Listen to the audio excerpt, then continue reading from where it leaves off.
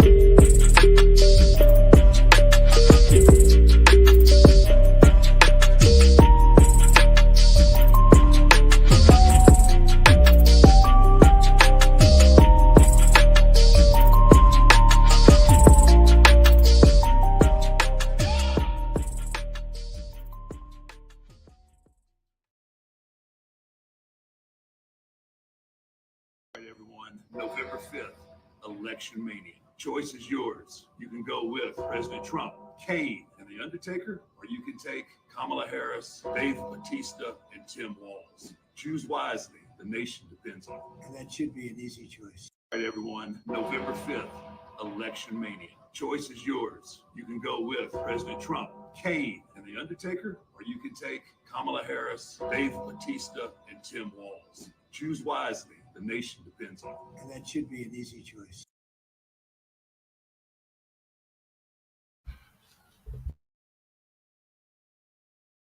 All right. We're back. We are back. I've promised you guys a return of the Mac. Here we are on the PM show. And like I said, there will be a panel. We're gonna get into the panel early because I basically did 2 shows in a row now, pretty much on the same topic. And now we're going for the 3rd time's the charm, the trifecta, the hat trick, if you will.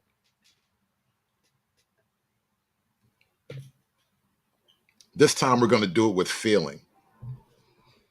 That's why we're having a panel in about 20 minutes. We're going to have the panel early in the show. I'm not going to do a 3-hour monologue. I'm not going to do a 2-hour presentation. We're gonna just give you guys a panel. Hey, I went live again. Because I basically took a week off and I felt like I owed something to my people. You ever feel like that? You ever feel like you owe something to your people? So it's like, all right, let me get up there and just do this little extra thing. You know, my people love me and I love them back. It is like that. It's that kind of deal. So we're back again, once more into the breach. Matriarchy streaming. I was hoping you popped up, dirty folks. I need you to explain your rebirthday to me. Because, a rebirthday sounds like some shit.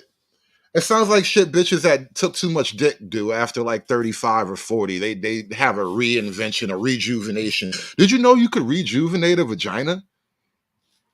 So anyway, I wanted you to explain your rebirthday to me. I'm going to open up the pen. Tell me what your rebirthday shit is, man. But happy rebirthday to you. I don't have any tequila tonight. I'm all out of cheap tequila. I just got bottles of rum. Bottles and bottles of Bacardi. That's how we getting down tonight. It's a Bacardi and blunts type of night. And we're gonna have to talk politics and gender war stuff and all things involving the matriarchy. And I had an idea. I would like, and I'm gonna put this to the pen. I'm not gonna do this myself, but I would like, as we open up the floor, I would like each guy to kind of give examples of modern matriarchy, because there's this myth that America right now is a matriarchal country. And I argue that America stopped being, I'm sorry, there is a myth that right now America is a patriarchy. The idea that American patriarchy still exists. And I argue that American patriarchy, it died. Well, it got sick once we gave women the vote, but it was pretty much over then. It died officially probably in the 60s. Like, low key, the civil rights movement was the end of America's patriarchy. First, you gave bitches the vote, and then these bitches let these niggas vote themselves into God knows whatever the fuck we call this shit now. But the civil rights movement was definitely the official end of patriarchy. It started with the 19th. I'm not gonna let you bitches off the hook ever. It started with the 19th, but it culminated. The final death blow, the coup de grace, was the civil rights movement. It's funny how civil rights was actually the death of American patriarchy. You might not have put those two things together, but you don't have a beautiful moment. That's what it is. Anyway, let's get to tonight's show. Hit the like button, y'all. First video presentation, short video presentations. We're going to get through these videos really quickly. Just got to set the table. Got to set the tone. Trying to build a mood. Podcast, ladies and gentlemen, your favorite vice president of the United States of America, boy, she tried to pull a fast one on black men. Oh, she tried to pull a fast one. She put out a plan talking about, she got something for black men. She did a plan on the African Diaspora News Channel. We did a whole live stream going through that particular plan. Well, they had to admit, because we was going through it. Out of all the little voting blocks this election cycle, I think even more so than women, I think the pro-blacks are uniquely pissed off this year. Because on the one hand, there's a lot of shit that they're asking for that they can't actually get. Like he's about to talk about this right now. The pro-blacks want black specific or even black male specific legal solutions and policies. And being racially specific is just against the law, bro. Pro's mad. And it was saying black entrepreneurs and others. It was saying HBCUs and minority serving institutions, and kept saying others, minority, this, that, and the third. And we told you a long time ago, when you see them say others, minority, distressed communities, displaced, urban, that's always a finesse. If it don't say black to black all the way through from the top to the bottom, it's not for us. It's for. They can't do it just for us, bro. You niggas done backed yourself into an impossible knot. You tied yourselves into a Gordian knot. And the only way is with a sword. Alexander knew this. And he was great. Everybody else. Well, now she had to come out with her campaign and admit that she tried to finesse black men into voting for her. Boy, you Democrats and Kamala, shame on you for that. Let's go ahead and check this out. Boom, as you can see, ladies and gentlemen, the Wall Street Journal. Kamala Harris's agenda for black men will be open to all, coming directly from her campaign. Damn, you got snitched on by the Wall Street Journal. That's gangster. I used to read the Wall Street Journal. They're the least woke print newspaper. Which is to say they're still woke, but they're the least woke. That's from the Wall Street Journal. So that was a whole finesse, right? But we supposed to go out and vote for her. Now here it says, Vice President Kamala Harris, the opportunity agenda for black men aimed to show up from pillar of the Democratic base, with a key section promising 1 million loans that are forgivable to black entrepreneurs and others to start. No, Ian, I don't live in a high rise. Not yet. Maybe next year. We in the streets, bro. This is why you be hearing fire alarms and police trucks and shit in my background. Niggas be dying back here, bro. But I don't give a fuck. Niggas get shot every day, B. The show must go on. A business. It also includes education, training, and mentorship programs that help black men get good paying jobs, legalizing recreational marijuana, and creating opportunities for black Americans, which that's the most offensive thing that just got on my nerves, to see the new industry, and helping black men provide care for the aging parents. While Harris' rhetoric suggests that she will provide such benefits specifically to black men and women, it turns out the words "and others" are doing a ton of work. It said the program listed under the agenda for black men will be open to all. Yeah, I am looking for a nice white people community. I got to get my YouTube donations stronger and more consistent before I move into a white people community. But I'm working on it. That's a me thing. That's not a you thing. Americans, to all Americans on a race neutral basis. So that whole thing was a waste of time. And y'all say, see, she got an agenda for black men. We never asked for an agenda for black men. We said one agenda for black people. But as you can see, when we called it out first. Now they had to respond to it. They say the vice president is clear-eyed about how black men have long been denied the tools that allow them to grow their wealth, get good paying jobs, and support their loved ones. She is championing solutions that will benefit all Americans and address these specific barriers to economic opportunity. Niggas just swear they're gonna get some law written especially for them.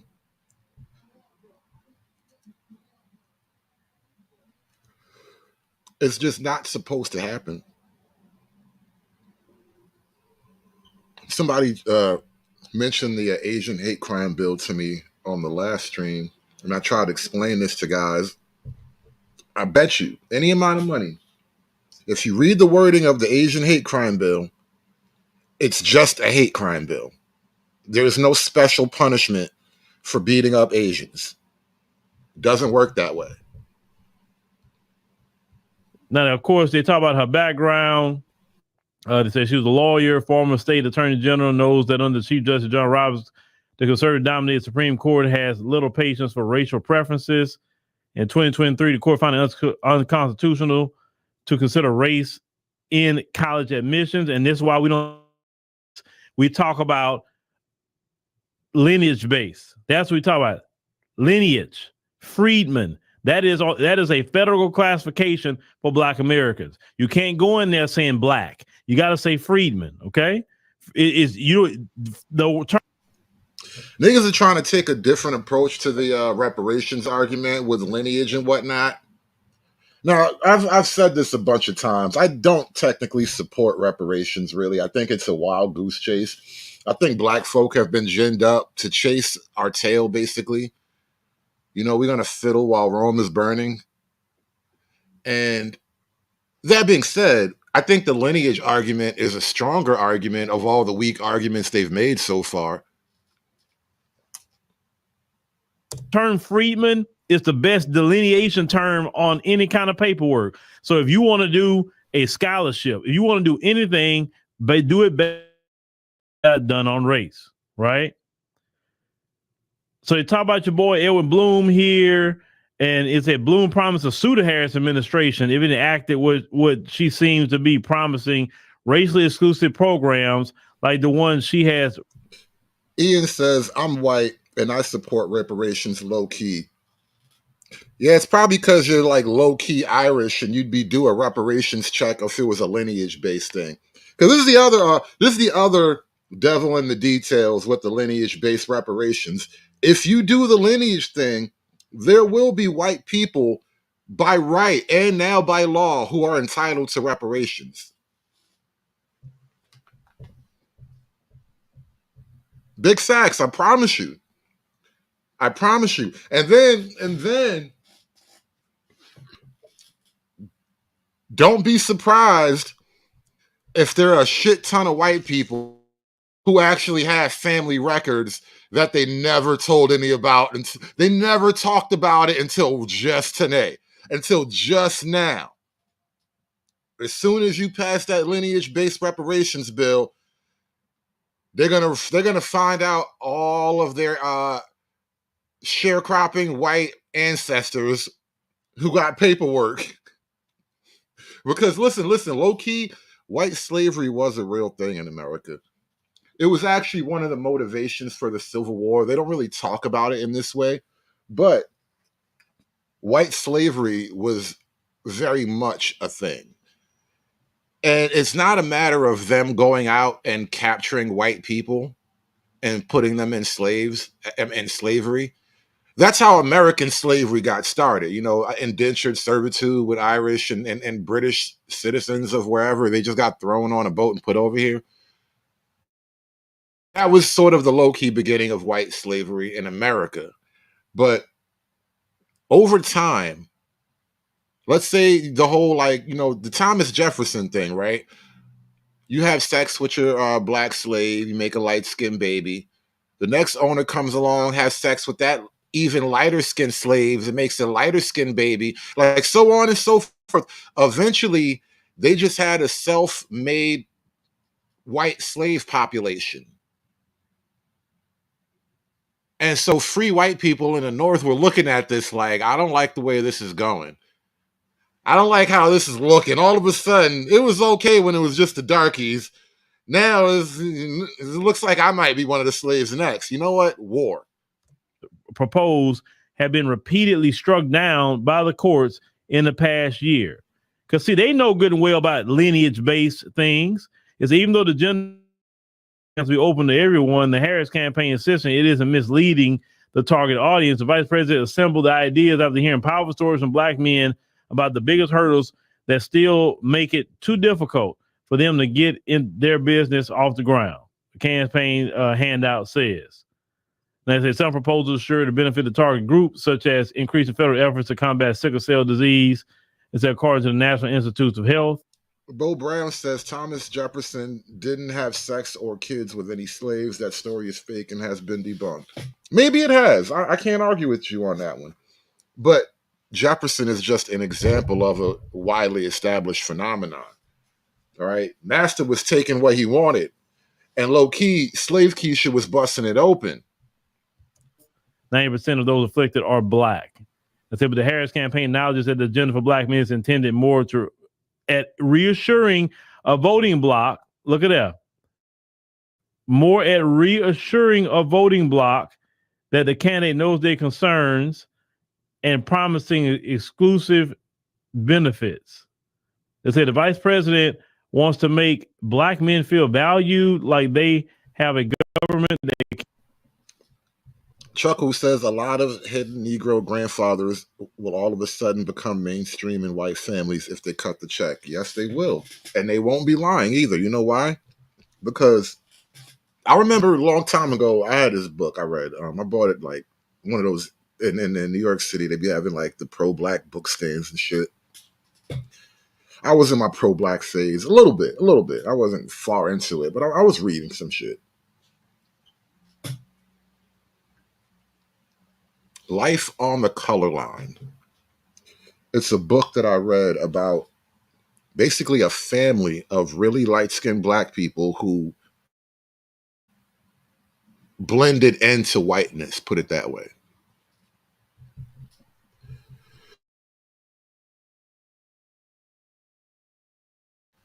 Once upon a time in America,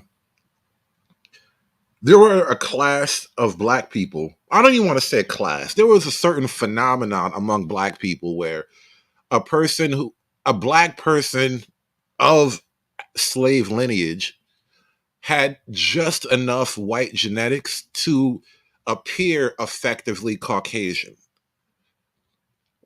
In this book I'm referring to, that family, I think they would tell people they were Italian. If anybody would have asked, why their white skin isn't as white as all the other white people, they'd be like, hey, we're Italian, wops and shit. And so they would try to blend in like that. And this is an autobiography, right? It's not a fiction I'm referring to. This is someone's life story. And this is actually, it's a rare thing in Black America, but it's common enough to know about it. And so a lot of black folk over time just blended into white society. They married a white woman. They were already very light skinned to begin with, obviously. They marry a white woman or a white man, whatever. They have kids who are indistinguishable from any other white couple's children. And boom, problem solved. That's how it works. And so don't be surprised when these white folks be like, hey, cut the check. Because, white folks, they be keeping family records, bro. I don't know if Black America keeps the family records like white folks be doing. Cares about them and their dreams, okay? So that's the finesse. So Edward Bloom, right here, this fella here with the horrible haircut, he said if she put that in action for black people, going to sue. And they keep saying, see, Edward Bloom, he can't do nothing about anything if you do it on the area of lineage. Even that Supreme Court decision talked about the freedmen. White people, it's almost time to go get y'all check, man. It's almost time to go and get y'all's check, white people. Just wait. Niggas gonna work it out for you. Y'all gonna owe us one after this. Just think about it like that. White people, y'all gonna owe us one. How's that feel? Yeah. You don't like the sound of that shit, do you? You're gonna owe niggas one. We're gonna get y'all a check. We're gonna get y'all that reparations bag, and you're gonna owe niggas one. And I don't want to hear shit from you. Take your money and shut up. There will be twerking. So sure, offer up all the ideas of what more Harris could be doing in these few remaining days before the election. At the same time, it's actually the American voter who needs to step up. Truly look at the choice before us. Listen to Donald Trump's speeches. Truth over lies, democracy versus fascism, or something like that looks like it. Your interests rather than revenge for Donald Trump's ego. The rule of law versus Donald Trump's lawlessness. Kindness versus cruelty. If you are concerned about those things and are worried Harris could very well lose, well, do something. Get to work. I feel like women in general, liberal women, most women are liberal-ish. even the right wing conservative women, they hear the call of the feminist host streets, but I think women feel as if their free ride and their wild party is coming to an end. Or at least somebody's about to turn the lights on. You know how you be at the party and somebody that's usually low key time for you to leave? And I think women feel the lights cutting on and they don't want the party to end. They don't want the free ride to stop. Like, let the wheels keep turning. As Barack Obama said in Pittsburgh last night, don't just sit back and hope for the best. Vote and help get out the vote. If we care about this experiment called America, the search for a more perfect union that has the possibility of being ever more perfect every day. Don't despair. Don't be discouraged. I mean, you can be, but don't just be. And I reject this notion that America becomes more perfect if we do it the way the girls want to do it. Since when has that ever led to anything becoming more perfect? Don't just criticize. And women, I'm talking to you because this is about getting back our 50 years of rights so our daughters can be doctor. We know better. We know better. The safest women in the history of every single vagina. I mean, every single vagina.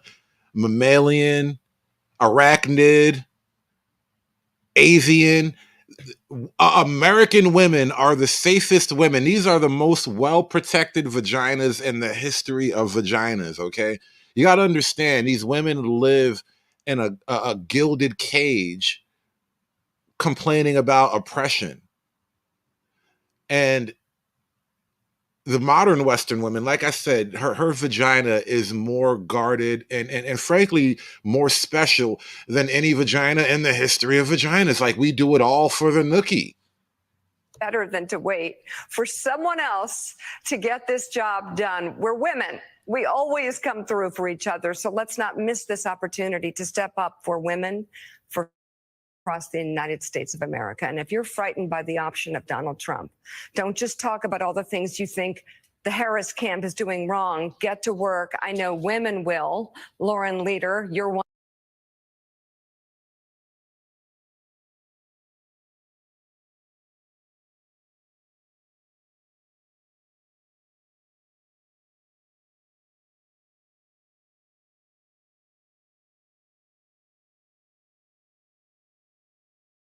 This isn't a Republican Party right now.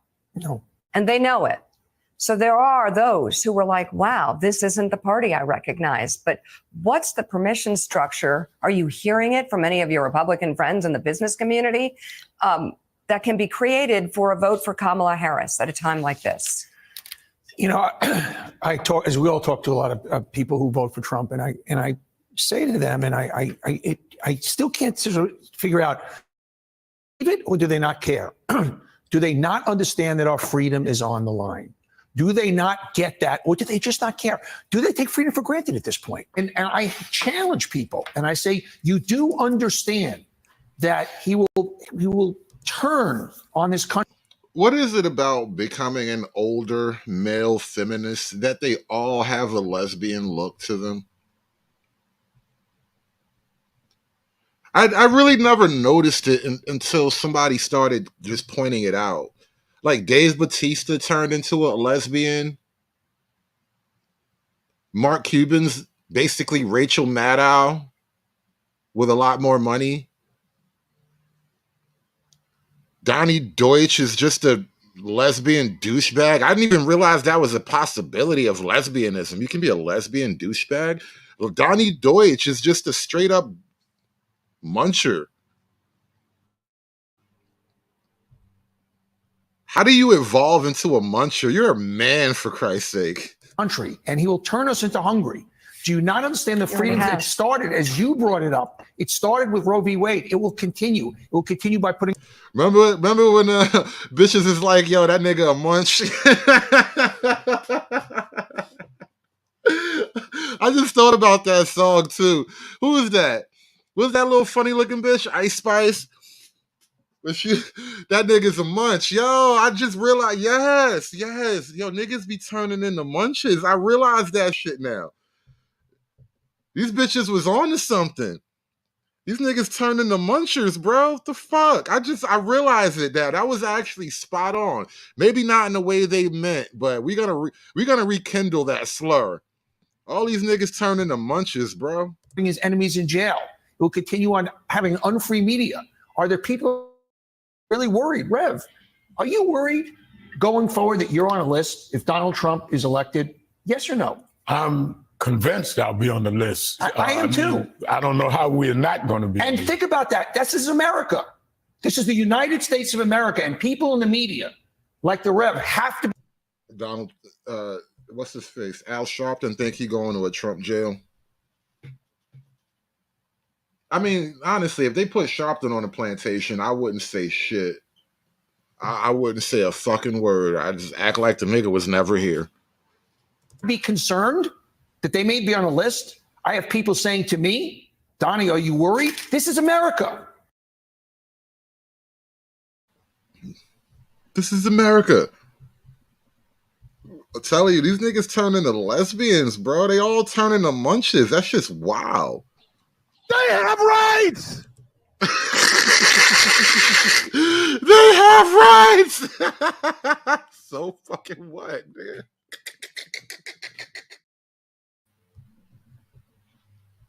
The business sector in the Arab American community. And I was really surprised this week to get an earful to hear them say that they would much rather either vote a third party, not vote at all, or vote for Donald Trump. And I'm telling you, it's not obviously a significant sample size, but I cannot find one Arab American within my social circle in business or personally who have said that they will vote for Kamala Harris. When you look at the polling, it seems sort of neck. The Arabs ain't fucking with Harris, bro. Arabs rather have Trump. That's wild. I don't even know where I land on that. You know, Arab is Arab business. Y'all niggas got your own schemes. But the Arabs definitely not fucking with Kamala. They just know. They like, wallahi, that bitch is bad business. That's not happening. It's not. I don't even think you're allowed to vote for a woman in Islam. It seems like a done deal just on the rip. Like, you're just not allowed to vote for this bitch. There's no way. Allah will strike you. Ain't he going to take all your 72 virgins away? You're going to give them to some incel in the desert with a camel. Like, you are not allowed to vote for these bitches, bro. Allah will strike you down. Neck and neck.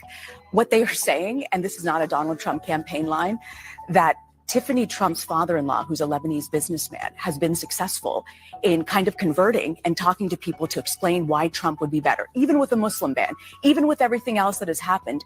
They feel they do not have any political clout. They don't have any political operation. The only political power they have is their vote, even if it means the rise of Donald Trump. That's extraordinary. She don't have a hijab because she might be one of them desert Christians. After the white man left the Middle East, a lot of them brown bitches, they still be doing Christianity over there in the desert. That's extraordinary.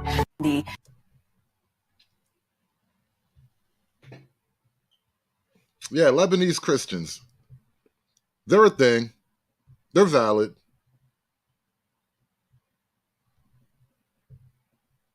Former President Obama was back out last night. This is the first time since he was in Pittsburgh and invoked the potential of sexism in his appeal to black men to support the vice president. Angela, should there be a course correction because there was so much backlash to that framework? Was it a mistake for the former president to say what he did or to say it publicly? What was your assessment of what we heard from former President Obama?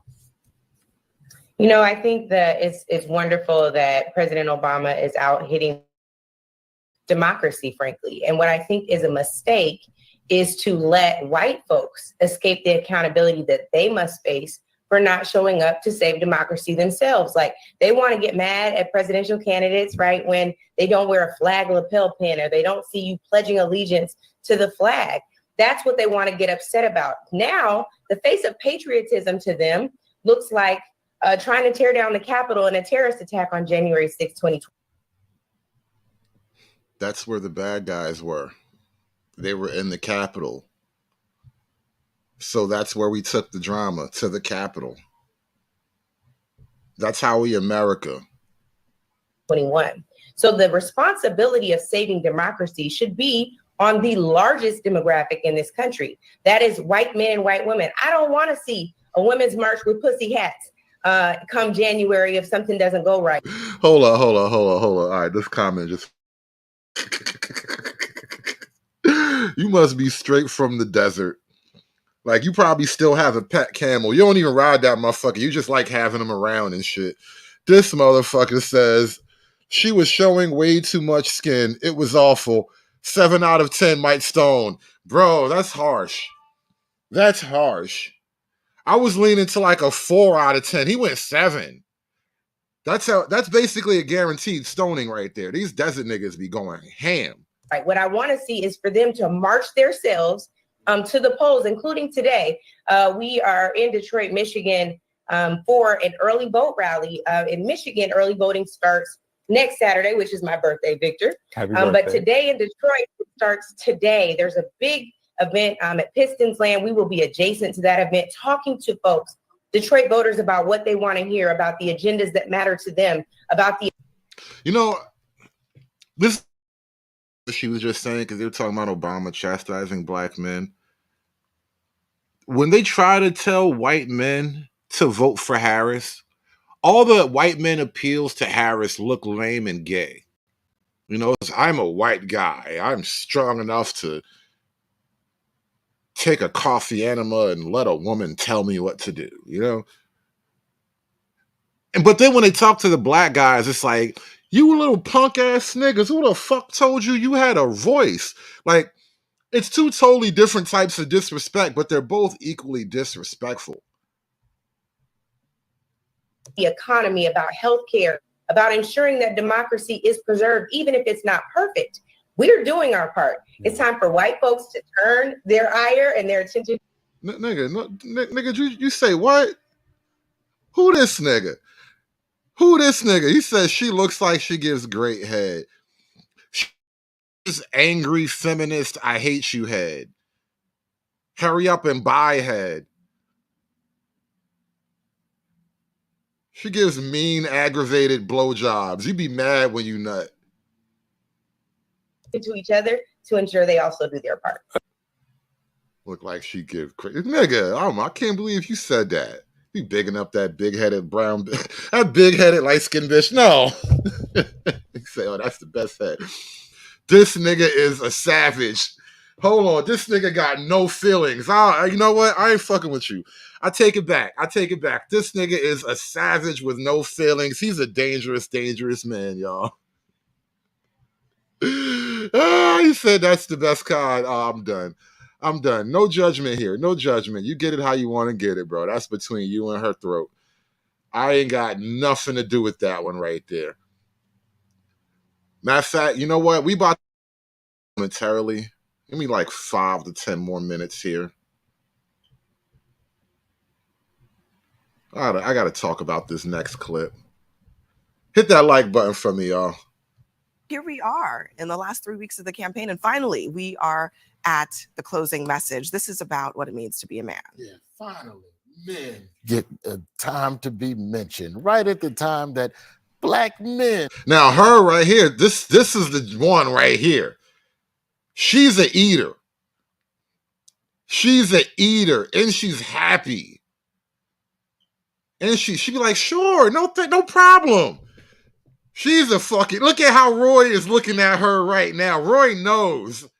He don't even know, but he know. She's an eater right here. You all gassed up about that old light-skinned bitch. Nah, bro, nah. See, you got red bone disease. You use red bones and you can lose. This is your eater right here. This is your eater right here. 24/7 buffet. The bitch never gets full. She just gets tired every now and then. and seem to be the issue that Kamala is supposedly having. I think that Trump does a good job of creating something for people to be afraid of, so that if that's not enough to scare you to vote, what about this? What about this? Oh, y'all under attack. Men are being under attack. He did not go into any more details about what it was. I know. I don't remember the program, but earlier this week he mentioned that Harvey Weinstein got jammed up, and he didn't really go into detail on that in the sense of Harvey Weinstein's got a raw deal in terms of the criminal trial, but there always seems to be a new fear log to throw on the fire of why you should vote for me. And as a man, I want to know what's under attack. I'm feeling good. Yeah, he's gone. Roy been gone since he started working for Comedy Central. It is what it is. It's part of the deal. You have to sign your soul to like this Illuminati clique. That's how you get on Comedy Central. So Roy's been gone for quite a while now. So he doesn't really know what niggas is up to because he ain't been a field nigga since niggas been in the field. Men have been oppressed for a long time, I guess, right? I mean, look, maybe he's right, though, that this is really what his campaign is about. I mean, but look at the trends. I mean, since the end of President Obama's second term, you've seen men slowly leaving the Democratic Party. I think there is an argument to make that some Democratic intellectuals have talked a lot about men being more vulnerable. He looked like he used to be a field nigga. He shaved off his beard. I see a field nigga beard. He got the shadow of a field nigga masquerading as one of you house niggas. When I think men naturally are more stoic, more competitive. I think a lot of men will look I think so. I think a lot of conservative men will look at the Democratic Party. I don't want to get into like He literally said men are naturally more stoic, and this bitch is like, are they? And this is why we hate the left over here. It's because even when they try to pretend to care about men's problems, they don't actually care about men's problems. Notice every time in this clip when he says anything about like men, the nature of men, how men are, people fight him. But if you were to just throw out comments about, women are great, women are awesome, women do this, women do that, nobody will question you about that. But if you say, men want things a certain way, men like this, men like that, they want to fight you. It's either men are wrong for liking that or women are just like men in that regard too. Either way, but they hate the value of male representation and they fight that shit every time it pops up.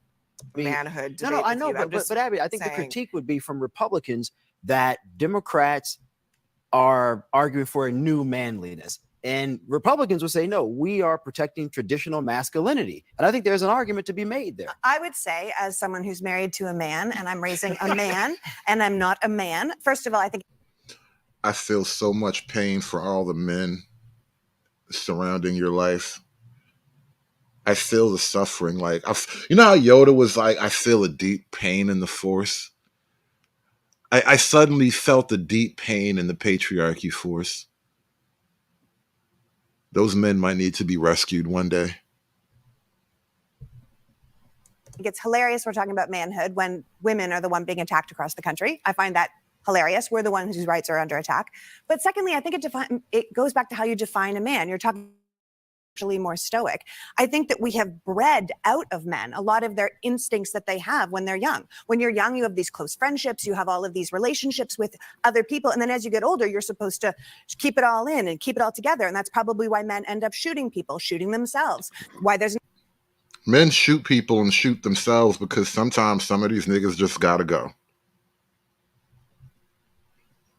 But you're a girl, you wouldn't understand these type of things.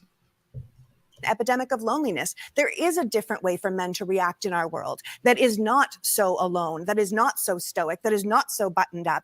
And we could open up the world to that. And then we would. And see, when they try to talk about men, they always talk about men in this new, like, tabula rasa sort of masculinity where we'll make masculinity what we want it to be, not what it just naturally presents itself as. We're not going to deal with it as it is. We're going to doesn't exist, and we're going to remake it into something that we like. I want a masculinity that can fit in my purse. maybe not be having to talk about the death of manhood when we say, okay, well, how is Donald Trump defining manhood? As bullying people, as demeaning women, as raping women? Because this is the kind of manhood that he represents. I take the point about the increases in suicide, but let's be honest, men take risks that women respectfully don't typically take. And I'm just being honest. You think about, don't be calling me out, I'm being honest. You think about men in conflict. Look at more this. men have died in war. A simple fact: men are more risk takers than women. This is why men die young, because men just do shit women would never think to do. And sometimes it gets you killed. Women are generally a more timid group. Yet, if he says that on this panel, they act like they want to fight. Wars than women. Men couldn't fight in wars for a really long time. Well, I mean, some may disagree with me on this, I would but definitely those are my disagree with views. Go ahead, Chuck. This is a big issue across campaigns everywhere. There's something that's a fact, whether you're a Democrat or Republican, there is a big gap between the way men and women are voting this year. It's almost like when you was in elementary school and it was boys against girls, or it was skins against shirts. Like, that's what it's come down to now. And as a non-college educated Mexican redneck from East Texas, I can promise you there's a lot of anxiety out there. Whoa. I feel like we just discovered like a new blend of cracker.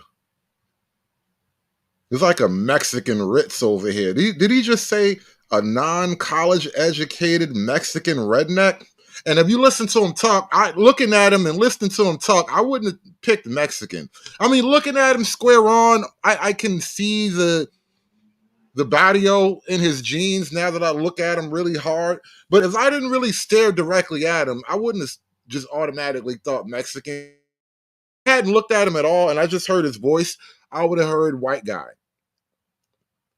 This motherfucker said he is a non-college educated redneck Mexican. Skins against shirts. Like, that's what it's come down to I've now. never And heard as a such a thing. Democrat or Republican. Agree with me on this. I would but definitely those are my disagree. views. Go ahead, Chuck. This is a big issue across campaigns everywhere. There's something that's a fact, whether you're a Democrat or Republican, Chipotle there's a big gap cracker. between the way men and women are voting this year. It's almost like when you was in elementary school and it was boys against girls, or it was skins against shirts. Like, that's what it's come down to now.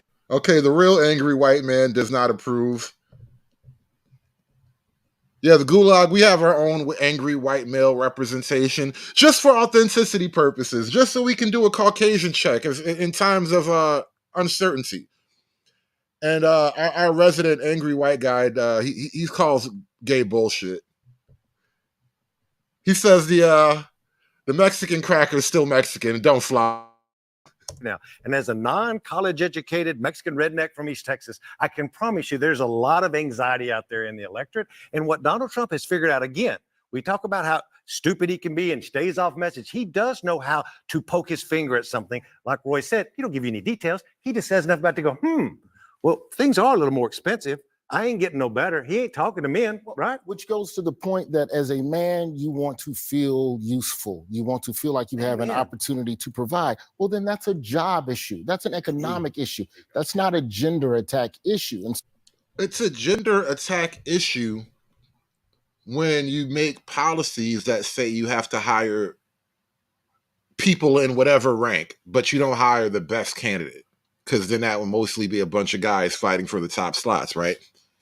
When you create these placement programs and these quotas and whatnot, DEI policies and such, you are now the economic argument. Now it's a policy argument. Now you're making sure I get fucked over.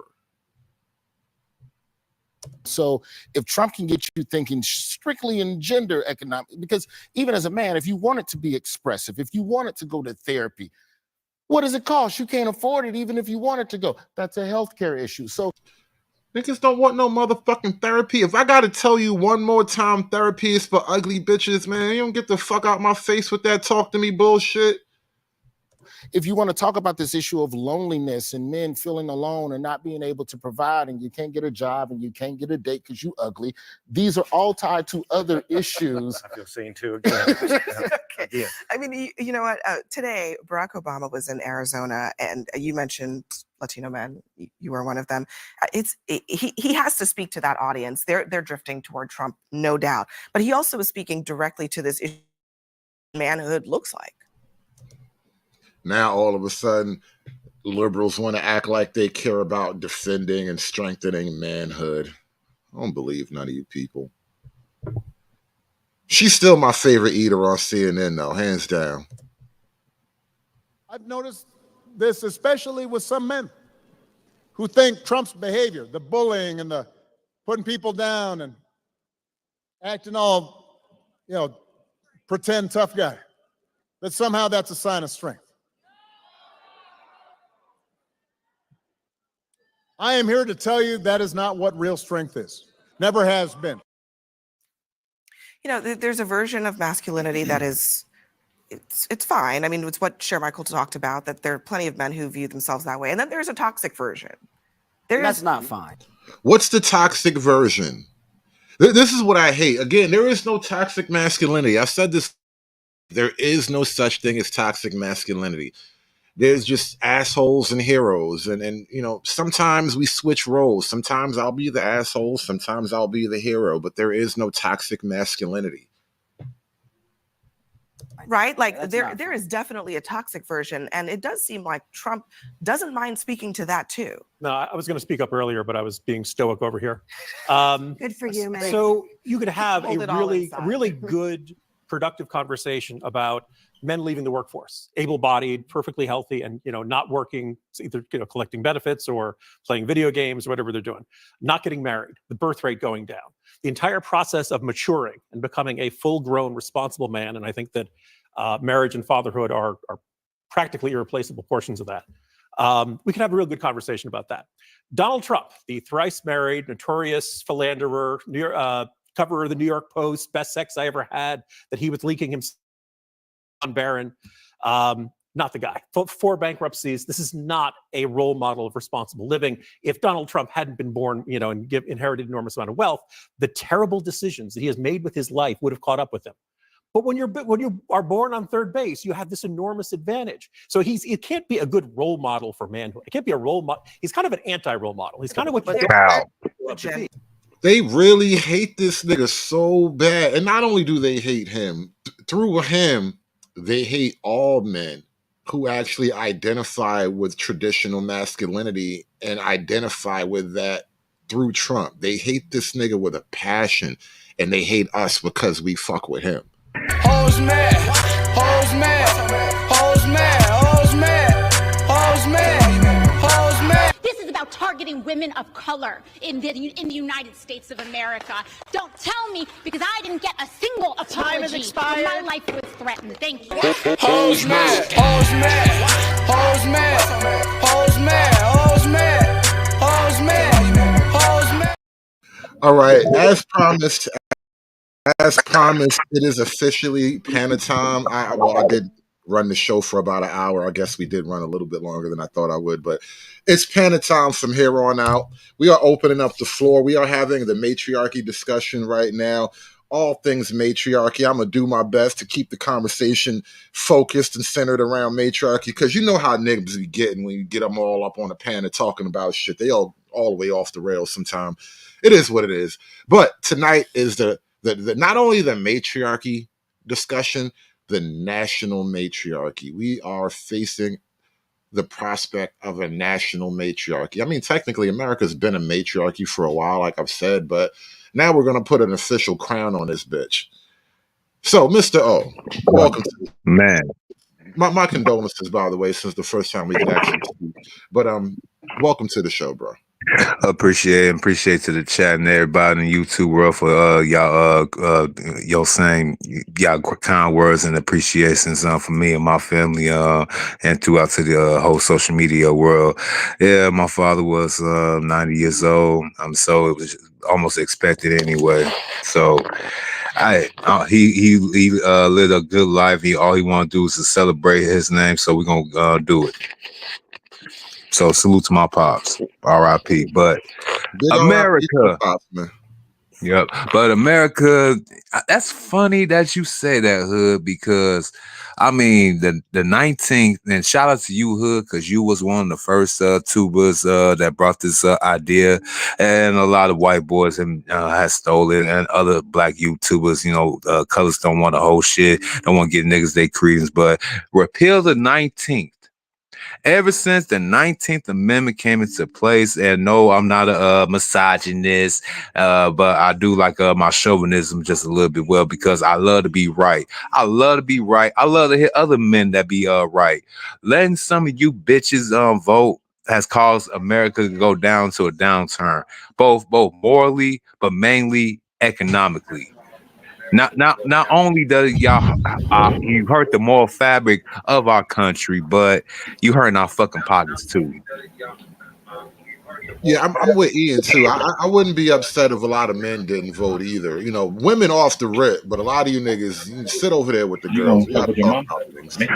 Because But they was raised by the girls. I mean, look, they can only think like a bitch because they was raised by the bitch. So they bitch made hood. You know this. And again, this is not no male misogyny. This ain't no toxic masculine. Look, I find it funny that ever since that particular phrase got put into the lexicon, toxic masculinity. I hold find on, hold on. I'm hearing some feedback in the background. Can you guys mute up in the back for a second? I'm hearing some echoes and whatnot. There we That go. might Mr. be O, me. My finish that, bad. please. Is that Dave? Nah, Dave not here yet. Oh, you say yeah. He might pop up. We know we fuck with Dave. We give Dave a hard time, but we fuck with Dave. But now you were saying something, Mr. O. Finish up. Now, yeah. So America is a matriarchy, and blacks and Democrats want to make it great again. That's what I mean. I'm surprised that Kamala and her company has not made their true statement for their campaign slogan. I mean, make matriarchy great again. Hey, that's what you're trying to do. Trying to put us back on the plantation with not only on the plantation. And I find it funny. I was on X earlier. She really is like a female Hitler. I mean, she really is like the little dude with the small mustache, but just with you know what I'm saying, with a good history of giving good head. I mean, it's bad, and it's bad because a lot of black men, they'll probably see her be like, you know what? I never had a president that gave head before and slept her way up to the office. Maybe that is nothing wrong with that. You know what I'm saying? I wish my woman be a boss babe like that. That's crazy to think about. Like my brain, it's like glitching out trying to put the pieces together in a way that works.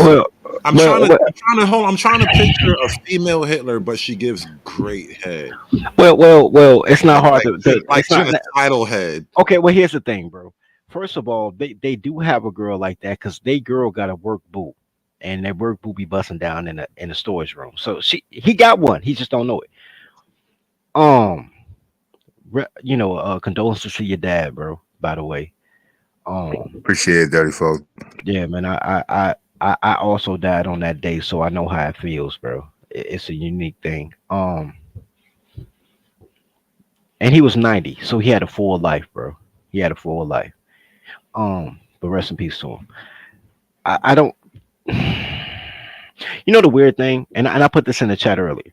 I have never heard a man described as a man, and it was a bad thing. Nobody's ever said, "Yo, you the man," and you wanted to fight him. But tell a girl she acting like a girl, and she'll cuss you out. So everybody knows only femininity is toxic, right? Men build, women destroy. That's the yin and the yang, right?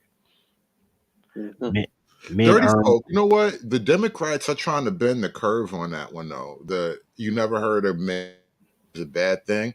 That's what the point of toxic masculinity is. Like, I guarantee you, if we let this shit go the way they want, we'll get to a point where they literally say, "Stop acting like a man. Why you got to come in here being like a man?" Like, I promise you, they'll cut the toxic part out and just straight up attack your manness.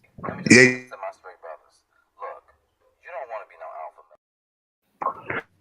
Hey, Hood, they already did that, and they slowly been putting into our movies, TVs, and music. I clearly remember one of Denzel Washington's, well, maybe not one of his most fondest roles. He had played like an autistic lawyer in a movie. And they had like some type of social justice warrior meeting, and they had like the she-ra black feminists up in there. Denzel being the Audi, but respectable Audi that he was, trying to give her, respectability, politics, like, Miss, ma'am, you want to have a seat. She was like, bro, why you want to be such a man? Okay. I think that what Go I ahead. think that what they're doing is like one of the biggest like gaslights I've I mean like they're trying to create a problem where there isn't one. So like the idea of like a crisis of masculinity or the toxic masculinity like term, they're creating a problem where there isn't one. It's like going to the mechanic and then he says something's wrong with your collaborator and he creates this problem whereas you can only come to him to get it diagnosed and fixed. They're creating like a buffer between us and the actual prescription, if you will, by saying, oh, any woman can say, yeah, that's toxic masculinity, or there's a crisis of masculinity, or you're or whatever, as a means to create this prescription, which is therapy, which is really just brainwashing. I don't really subscribe to the idea of actual like like therapy, but they're doing it in such a way whereas it's this big gaslight, whereas it's not really a crisis of masculinity. It's kind of a crisis of culture because they've changed everything around masculinity as to make it a thing. Whereas it's like if you change, like if you took basketball and you said, "Hey, we're gonna make you play in socks," and you change everything around basketball. Of course, you're gonna suck at it, not because you suck at basketball, but just because you don't have on any shoes and everybody No, else no, no, no, no, gets no, to no. wear shoes. No. Don't move away. Bad analogy. Great example. Let's use Okay, basketball. Let's use basketball, right? shoes basketball. Let's use basketball. Hmm. If your city doesn't have a professional team, your high school basketball game is the biggest thing on Friday, and your college football game is the biggest thing on Saturday, right? Hmm. And it's all men. When women have the opportunity to do what men do, they emulate men. So the WNBA, 70% of their viewership are boomer men. Their money comes from the NBA, men. Their sponsorships are branched off from men. They lost every contract with NBC, ABC, CBS, TNT. Now they're stuck on NBA.com, which is run by men. And then they say men don't do enough to promote the sport. I have never seen an 8-year-old girl before last year with Caitlin Clark. In the 24 years prior to that, I never saw an 8-year-old girl with a WNBA jersey. But I've seen plenty with Michael Jordan jerseys, LeBron James jerseys, especially Steph Curry jerseys, right? Yeah, So 27 years, by the way. women can't appeal to women because women don't even expect support from other women except to destroy men or hunt men, right? They'll go to ladies' night to find a man, or they'll use their ladies' night to drink margarita and say how men ain't Hey, shit. Dirty. You know the ironic tragedy in that WNBA reality you just laid out? What? So when people want to like when it comes to sports, right? It is a natural thing to want to mimic the greats, right? And so this is why, like jerseys, not every player on the team has their jersey for sale, right? Because it's just not even worth it. But the greatest people, you can buy their jersey. And so if you're a girl and you want to like emulate the greats of your sport, you really have to skip over the other girls and just go straight to guys. Because every guy in the sport is greater than all the girls in the sport. Hey, you know what's so sad about that? Ayo, Dirty and Hood and everybody on the panel. I literally work right across the street from the Wind Trust. So I literally been watching for the last 5 years, see who's been going to the Sky Games and who's not. Old men with young kids. And let me tell you something else. Nope, and not even just them. You'll see women, but either be women with their daughters who are actual fans, like you said, or already previous fans, or you have some stud lesbians that's going there to support. You know what I'm saying? Just saying. That's all I've been seeing. Right, right. And they went from in Chicago, they went from the United Center to the All-State Arena, which is where we used to have big festivals and conventions and the Ringler Brothers Circus. It was a huge place. They couldn't pack that out. Now they're at UIC with a seating arrangement of like 5,000 people, and there's still only 6 people there. Here's the thing, bro. Here's the thing, bro. There is nothing that women do with clothes on that matters. When you think of the greatest female sports, and there are sports that women do that I watch, and I don't watch the men version, even though men are better at everything, right? I watch female gymnastics and don't watch male gymnastics, even though females don't even have to go do the ring thing, right? I watch Dirty. I will never watch a bunch of shirtless niggas play beach volleyball. Okay, there you go. That was gonna be my third, but let's make it second. I watch beach volleyball, but I don't watch the men. I watch synchronized swimming when it's the women. I don't watch the men. I watch women water polo. Not only that, did you know there's a WNFL? Were you even aware? Oh I know no. there's a lingerie league. There you go. Everybody knows about the No, did you know lingerie. there's BBW basketball? Wait, bro, you That shit speedballing. awesome. You're speedballing, bro. No, I need you. No. I need you guys to understand. So lingerie football does bigger numbers than the WNFL. And it's not BBW, bro. It's something. But they come out there in thongs and bras and they play basketball and they have a bigger All them audience bitches I than the seen was WNFL. I need a BBW. They link. were, but it's not called the BBW. But they all were BBWs. I But need a link. a naked fat chick is better than a stud bitch. If Yeah, you're gonna miss the layup anyway, you might as well be naked. yeah. It was Link. You can YouTube it. The girl BBW league, like, bro. There's no sport. There's nothing that period really. There's nothing that women do with clothes on that the world cares about. It all really depends on a couple things. If it's performance based, Buns and basketball. guy. Thank you, Let me sir. finish, let me finish. Sid. I got you, but it was called Buns. He said BBW. It's called Buns and basketball. All right, go. I was Get just back in saying, there, Bandit. if it's performance based, it's always going to be the guys. If it's communication or feelings, it's going to be women, and no one cares. And then to answer Hood's original question that he posed to the chat, I would say, um, education is a matriarchy. 100%. Exactly. Hey, I totally forgot about the question. Thank you for reminding me. That was a question. Signs of the matriarchy in modern America. I do want to touch on that before we move on to other stuff. Okay. Because all right, education, the educational system used to be run by stuffy old white guys who could probably literally speak Latin. And now you got a bunch of like old ladies who they're literally introducing like gay philosophy into the education. Like, I was talking about that yesterday. Like, bro, what the fuck is the point? And I you could also bring said up your more baby with mama it. don't mind. The education system is designed like taking tests and homework is women centric.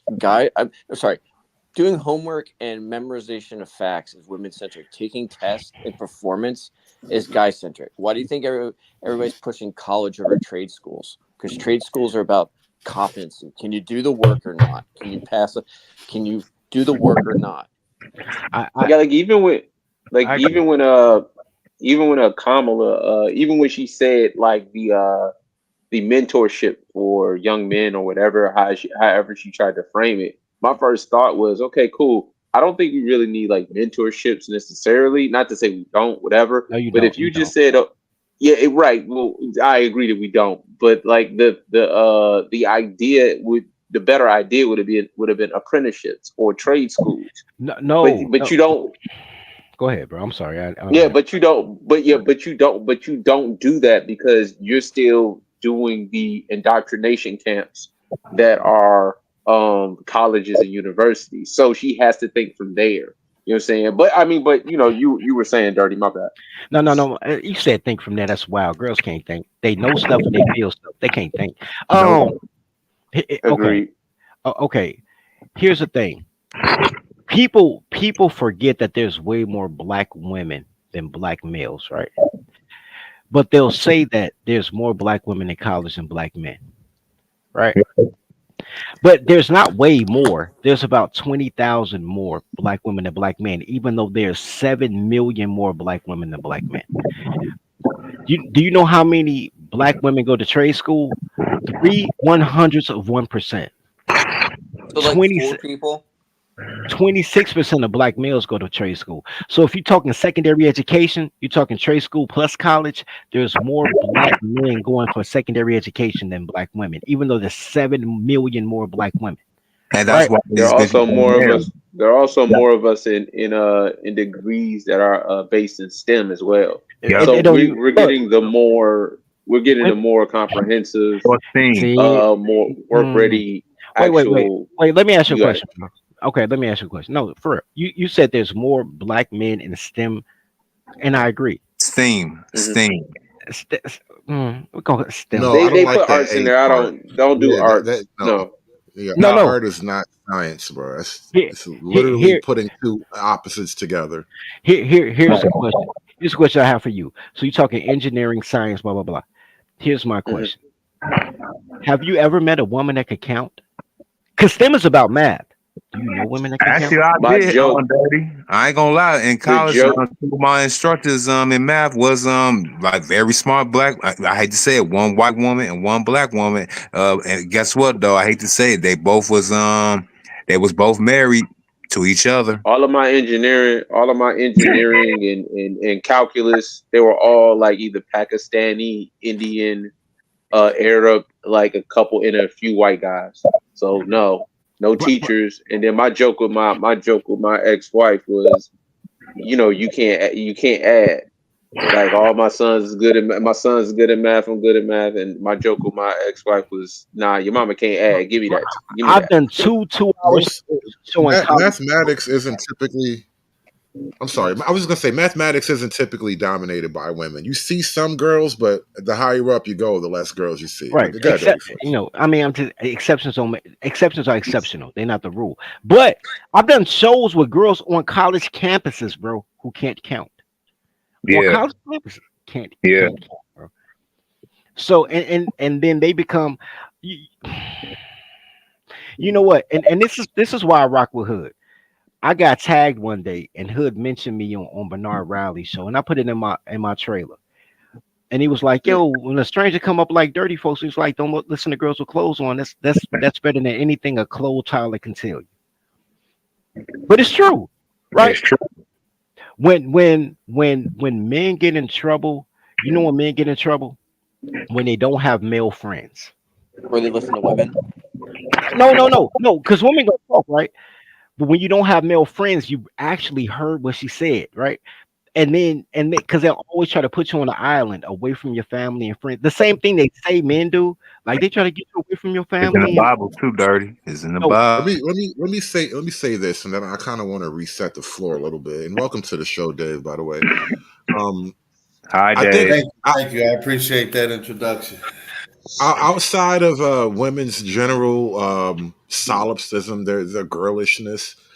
I think one of the issues when it comes to that thing about asking women for advice in the modern world, I can't make a grand female argument about this, but one of the other problems that have developed when it comes to asking women's advice, not only do women not properly understand men, I think there's a general desire to not see men win. And so you asking women's advice, it's like asking the ops how to kill them. Like they're not gonna help you. They can't. They don't want to help you. That's it's my the fox question. asking the chicken how to hunt chickens. You got a fox has to talk to a fox about hunting chickens. Every time I listen to a man, they got they name from a woman and they game from a woman. They never have women. Anytime you But listen, I wonder.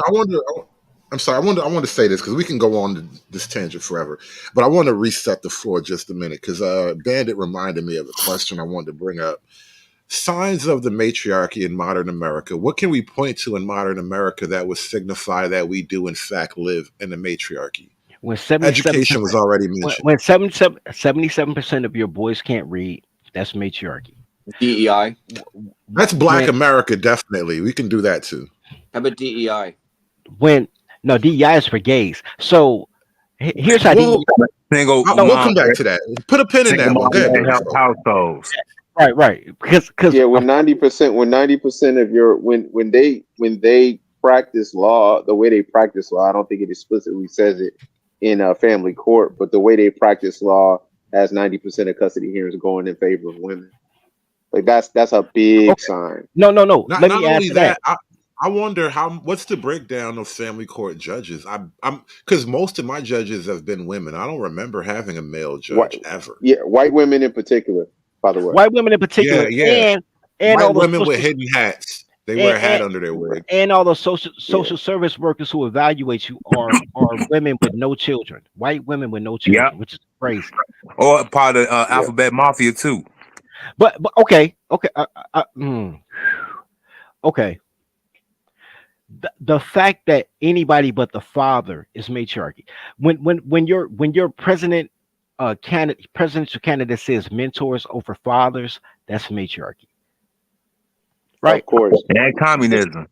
Anybody but the biological father. Look, bro, I and my boy over here, he'll vouch for me. I have grabbed bucket boys off the street and ended up in 2 weeks having 60 young men looking for male leadership, and none of their mamas knew where they were. Right? Because they don't. Anybody who's married to a black woman is matriarchy. That's wild. I want to go back to something Bandit said a second ago, the DEI thing. When I Yeah. first introduced this whole show, I was saying that the death of patriarchy in America, it's the 19th Amendment, letting these women vote in the first place was the beginning of all ends. And I said the ultimate coup de grace was actually the civil rights movement. And so when you mention DEI, Bandit, I think these two ideas are intertwined. DEI, the civil rights movement. Let me tie it together. I don't know what you meant, Bandit. I'm Well gonna said. DEI hold on. Well Everybody simmer down. Everybody simmer down. Let me DEI lay it out. is civil rights for gay guys. That's what. No, it's not. It's more than that. Trust me. I accept that, but yeah, it's more. Bandit, give me 1 second. I'm gonna actually, Bandit, you explain this concept first, and then I'll say what I wanted to say. Well, put it this way. We do like at work. I work for a relatively big company. I didn't know this, but they did like coffee chats, and I was actually talking with the VP of DEI at my job of 15,000 people. That's crazy. No, the senior VP, which was mind-boggling. And Boomer male. What? Boomer male. No, it was a African American middle-aged gay guy. Oh, okay. All Trying right. to adopt kids in Africa. Oh, okay. All right. Okay. That nigga's dangerous, but anyway. Bruh. But anyway. But what I'm trying to get at is DEI is basically civil rights round 2. Because what they're trying to do is it wasn't that everybody has to be equal. It's now we got to take it step 2. Now we got to give them more power so they can be our overlords. So it's like it's not moving the goalpost, more like it's supremacy at this point. No, okay. Well, the only thing better than being equal is being more equal. And don't you want things to be better for black people? Are you some kind of racist? Some kind of sort of. I want to be like the racist from the 19th. I was asking, put Bandit up in the HR spot for a second. Oh damn, my bad. DEI's Drizzy is crazy. Yeah, senior VP, not like I'm talking like the board. DEI Drizzy. That is crazy. Drizzle. I know, right? Hey, man, this is how you got to survive somehow, man. You got to figure out how to survive in the DEI world. Now, Bandit, the reason why I was connecting the two things, you had a more like practical, like experienced concept of it. What I was referring to is a little bit more of a broader scope thing. It's almost even a more like existential conversation. Okay. The civil rights movement should not have happened. Agreed. And I'm not saying that black people should not have established equality. I'm not saying that black people didn't have grievances that needed to be addressed, but I don't think equality can really come from government fiat. Correct. Government fiat equality only makes problems that you will have to solve at some point down the line. Well, the thing is, if it would have ended with Martin Luther King saying equal opportunity but not equal outcomes, I'm 100% for that. But well, equal outcomes is what they actually want, though. Yeah, exactly. Once it went to equal outcomes, it became a shit show. Now, let me tie it all together before you jump in real quick. Let me tie it all together. Why it was the end of patriarchy particularly. Naked, raw, even brutal, bloody competition between men is the state of affairs. And Yep. if you use the government to circumvent the natural fight for life, you're a bitch. And we made ourselves bitches. And then but we made the whole country bitches because that's the law of the whole country. It's even worse Have than that. You made daddy wrong government. because the government's everybody's daddy. And it's not Yes. as if you have to actually fight for your spot and keep what you kill, right? And so on the one hand, maybe we weren't in the number one position, right? And as Black America, it was going to be hard to be in the number one position because we're a minority and we had built-in issues. Okay, just call it that because slavery and all that shit, right? Right. However, if you aspire to rise above the number one spot, if you want that number one headband, you should be taking heads, not asking for policies. Or begging for permission to take heads, which is even worse. No. Well, you know Thank what? you. It's all it Wait. makes you a bitch. And so when I really think about it Yes. in the grand scheme, it made all of us, the whole country, we became bitches by operating by bitch laws. Okay. Look. Ding, ding, Okay. Waiting to see if anybody understand the Can I wait Yeah, before go they ahead, Fetch. before they get killed The again? point Let me I was finish. making was that Shut the your civil fat rights ass up, man. movement You was talk about killing somebody, nigga. Dave, you always die up here, but Fat we're gonna ass kill nigga. you. We're gonna bring you back. We're gonna bring you back. The point I was making is that the civil rights movement represents the end of patriarchy in America, and that's what I was trying to explain. I'm done. That's cool. Well, I got you on that. What I was gonna say is America is built on the 4%, right? Only 4% of America is gay, but the LGBT plus. Only 4% of Black America wanted civil rights. My grandfather who died at 96 years old, and my grandfather who died at 71, but he died in like 2001. They told me we were shooting it out in the streets. We were going to the general wear store buying shells for our rifles, and they were going out and shooting at white people because they were You know doing. what's crazy about that, dirty folk, bro? The real shit. I never understood stories like that until I had a homeboy, and he used to live right across the street from me, right? And so, like, I was in the projects, like his building. It was like a little street, and it was my building, and then it was his building right across the street. And my homeboy, he would go to work every day, but I'd get up in the morning. I'd be selling weed and shit. I'd be sitting on the bench. I get up early in the morning. I go outside, and I'm just on the block, and his pops would come outside and sit on the bench. And this old ass nigga would smoke weed, right? And me and his pops would be on the bench smoking weed and shit, and he'd just be talking. And this nigga would start telling me about his times coming up, and he was doing this and that. This white boy did this, and this white man told him that, and they was getting into shit. And it wasn't none of those bitch ass civil rights stories. I mean, he caught a body and had to leave too, but it was that type of shit. It wasn't the Great Migration where the white man chased you out of the South. Like, nah, niggas had beef. Niggas caught bodies No, and went to another my town up north. my grandfather was 13 years old. He got a job as a ladler. For those who don't know what that is, you have a water bucket with a ladle, and you walk through the cotton fields giving water to the sharecroppers because he was a kid during the Great Depression, right?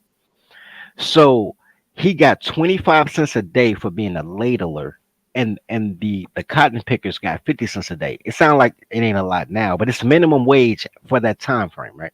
Oh yeah. And and he said my great uncle, who I never met, and I'll tell you why I never met him.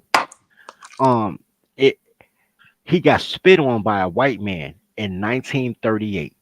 A white man spit in his face, and the white man happened to be the cashier at the general store. He went to the general store, told that same white man, I need to buy 2 shells for my Mossberg shotgun. The white man sold him the 2 shotgun shells. He loaded his shotgun in the store, shot the white man in the face, the cashier who spit on him. Of course, the town chased him down and they lynched him. He hung, but he went out like a man. So when my grandfather's time came, he had his little Dillinger, and when the white boys came at him, he shot at the white boys. And because the white people were after him and tried to put him in jail, he hopped on a train like a hobo. He hopped on the back of a freight train and ended up in St. Louis. And this goes back to white people black people too. He said when he hopped off the train in St. Louis at 13 years old, he was born in 1926, so we're talking 1939. Yep. My dad When he was hopped so. when he hopped off the train in St. Louis, he immediately got chased by a group of white people who heard that black people had tails and was trying to pull his pants down. Now, if you want to tell me that all white people are into bestiality, that's fine.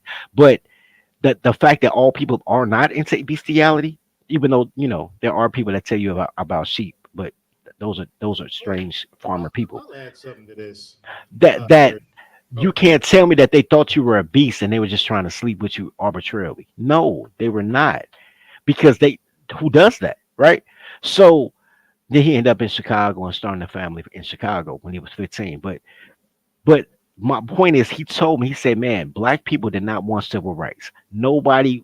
And then when he told me that, I went back and looked at the photos of the civil rights moment. You got those five black men. You got Jesse Jackson, Abercrombie, MLK. All right, MLK. You got the five black men, and then everybody behind them is white women and gay men. Yep. And then you juxtapose that. I did a show about this, I think. You juxtapose that by BLM. you It's the forgot a exact group. same thing. You forgot a group that was with them. I forgot two people. Small hats. Now I forgot two black people, but most of the thing, just like BLM ain't nothing but like two black dudes, a bunch of fat black bitches, and gay men and women.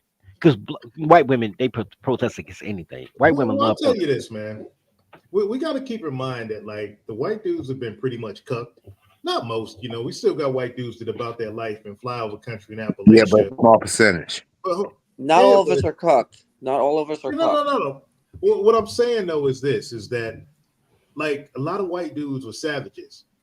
Like just how niggas be acting now, a lot of white dudes were savages back then, and they fell for the brainwashing.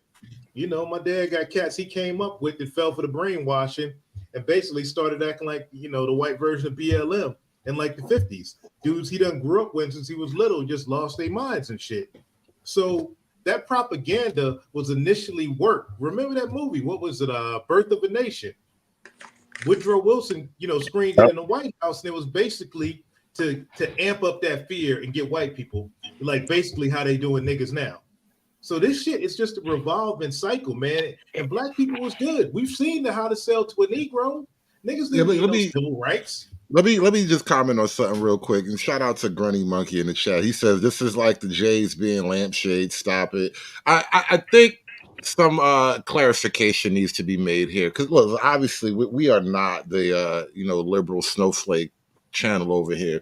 That being said, I will never deny there was some drama on racial lines back in the day. It is what it is, but I'm not gonna make it a great evil like you guys were somehow like racism is the biggest sin in the world. I look at it more as clashes just between men. Niggas be having problems for all kind of reasons, and men will always have problems for all kinds of reasons.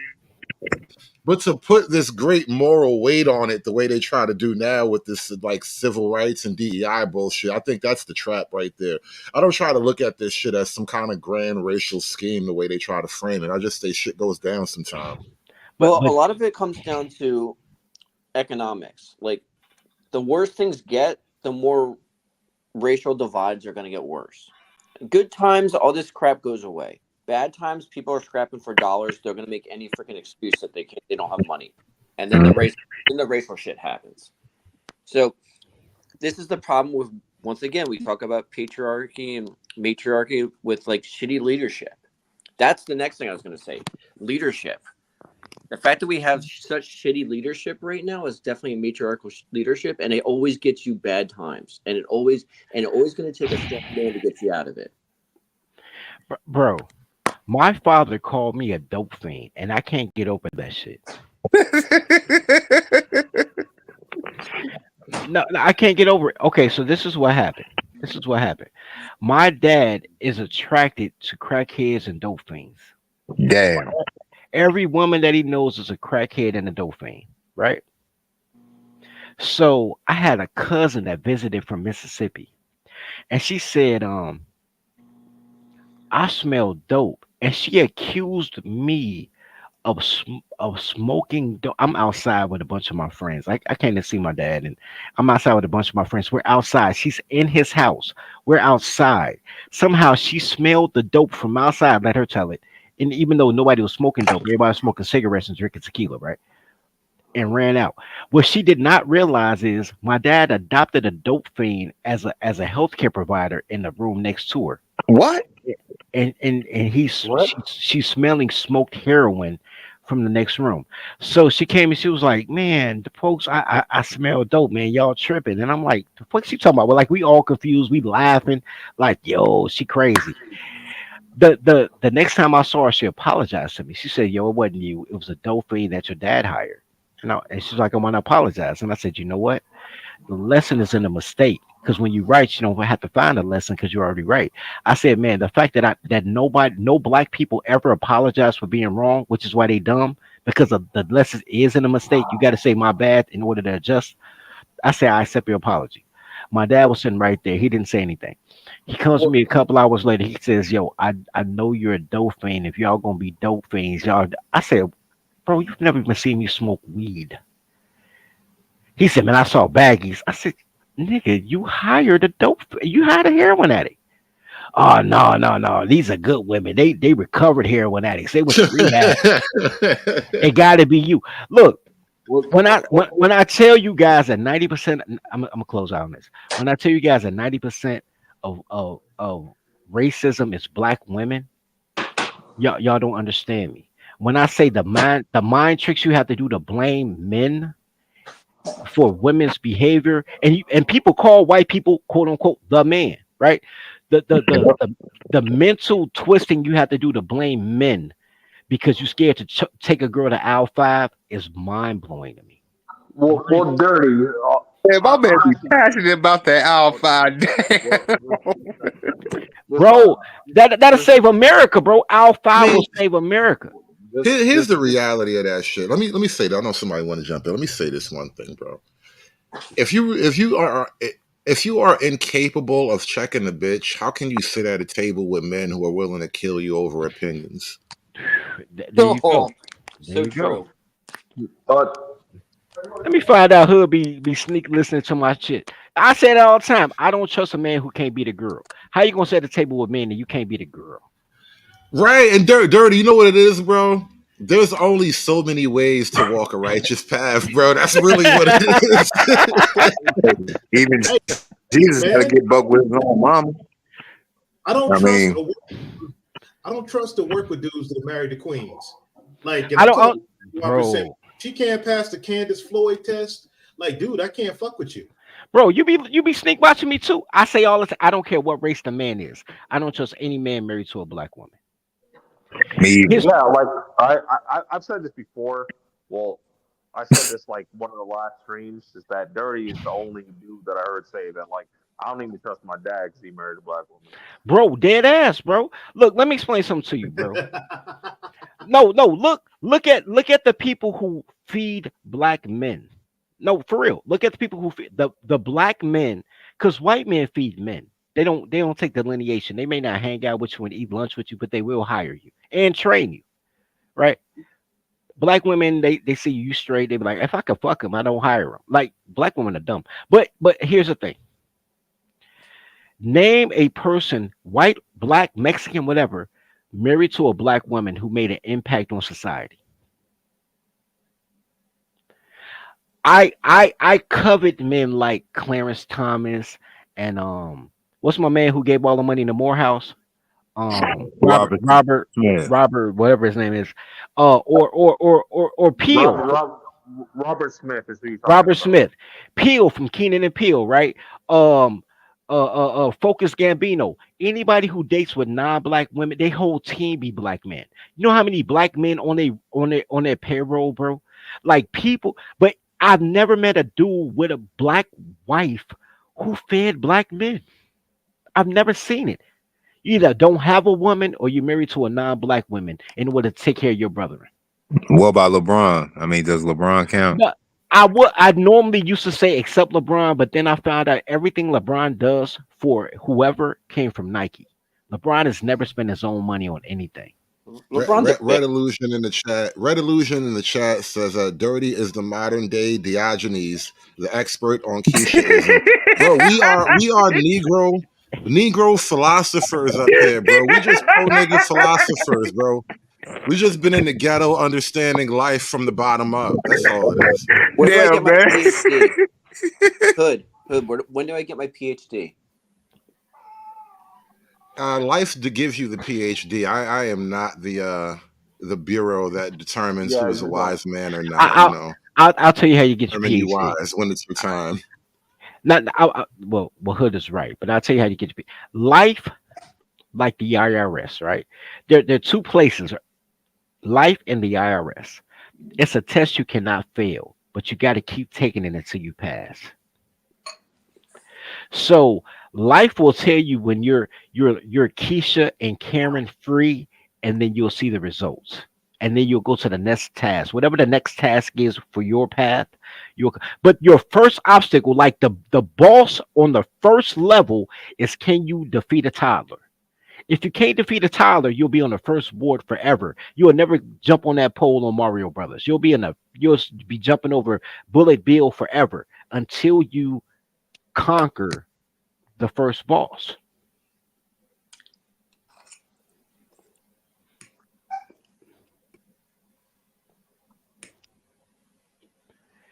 That's fair. My bad. I was distracted. I'm listening to bitches outside my window arguing about some nigga.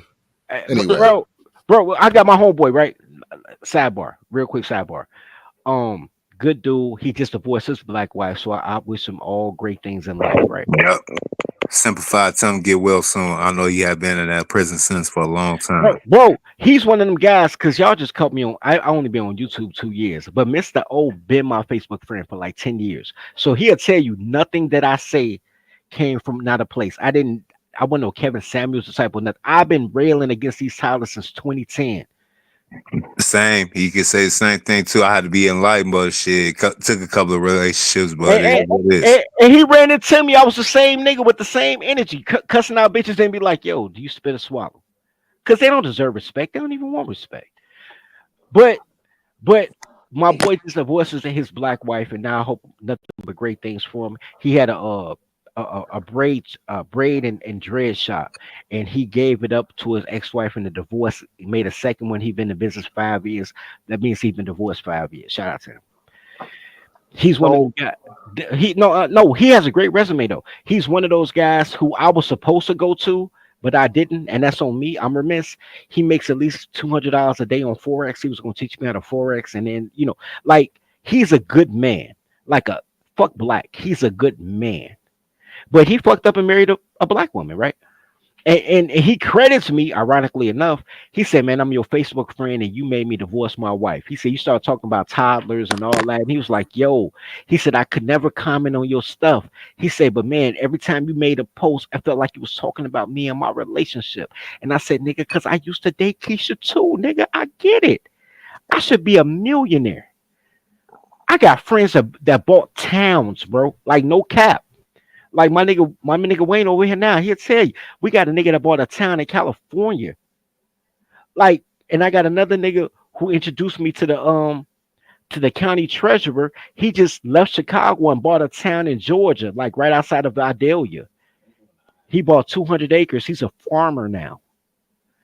Bro, like I know men who do major shit once they get away from black women.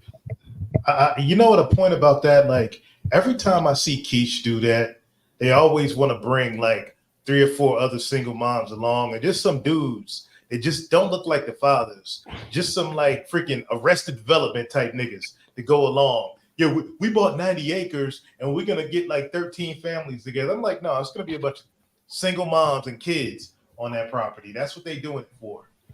And that's why they never go anywhere. When Rick Ross said he bought 200 acres and he put 3 women in control of admin, I said, yo, it's gonna be number criminals. This video, I had this video up this morning on a previous stream today. And by the way, shout out to everybody in the chat. Thank you guys so much for supporting the show today. Y'all you guys been real bad. That's why we double streaming right now. Am I borging? Nah, that's him, man. I hear you fine. One of y'all was just born.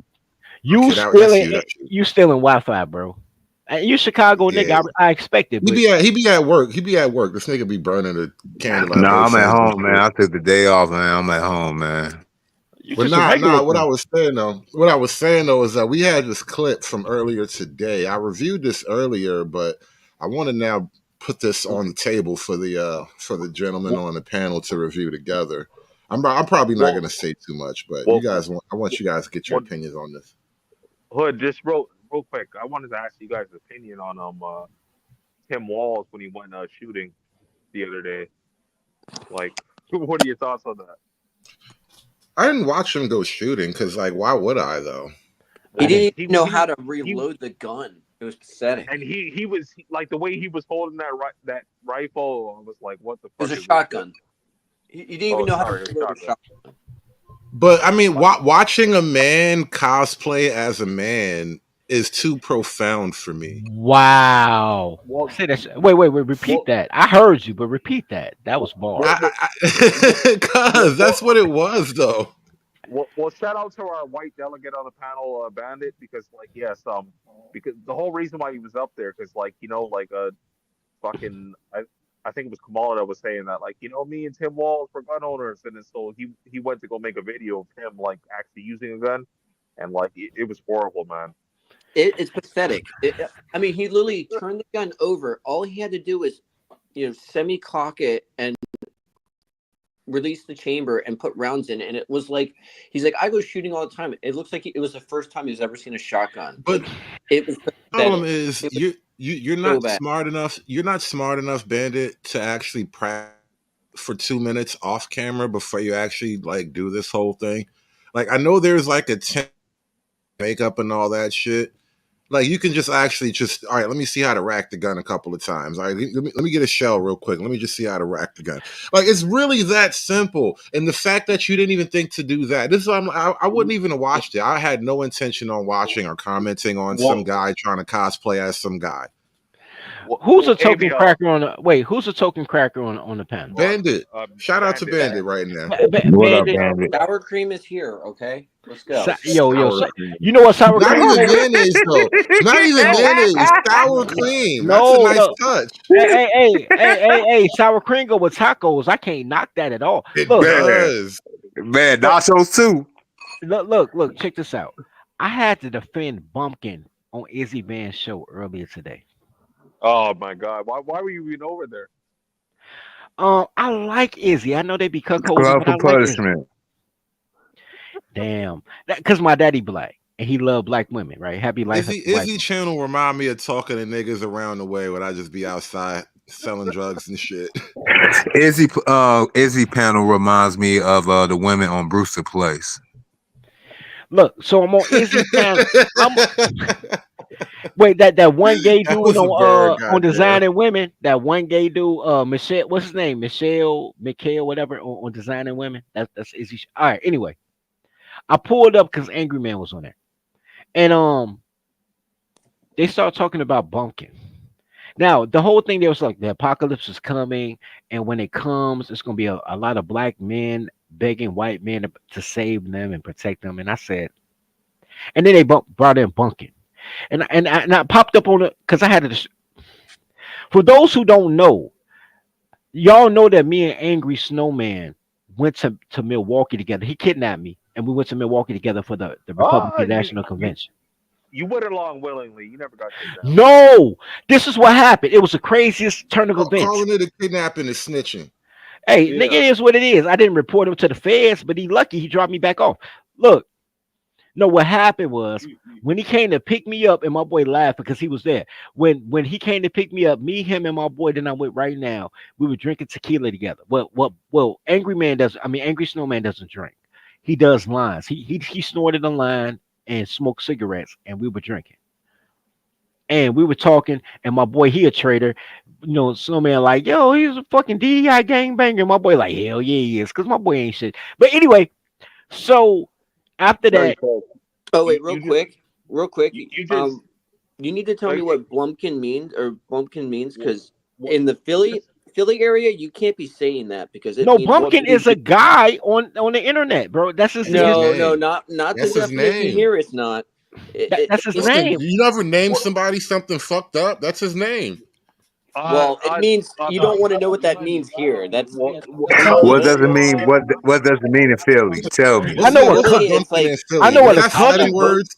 I don't it's know. someone blowing you when you're eating a hoagie.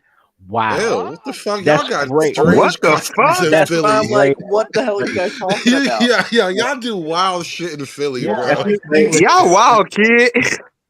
That's crazy work. Really So, ain't been the same since they but cracked that fucking but bell. but here's my defense. So after we left my boy, the sun was out. We went to Giordano's Pizza. So I know all y'all heard about deep dish Chicago pizza. Snowman and I go The to best Giordano's and only Pizza. the best piece you could ever have. I agree. Well, them are beggars, right? And then while we're in the restaurant, it went from sunny to rainy.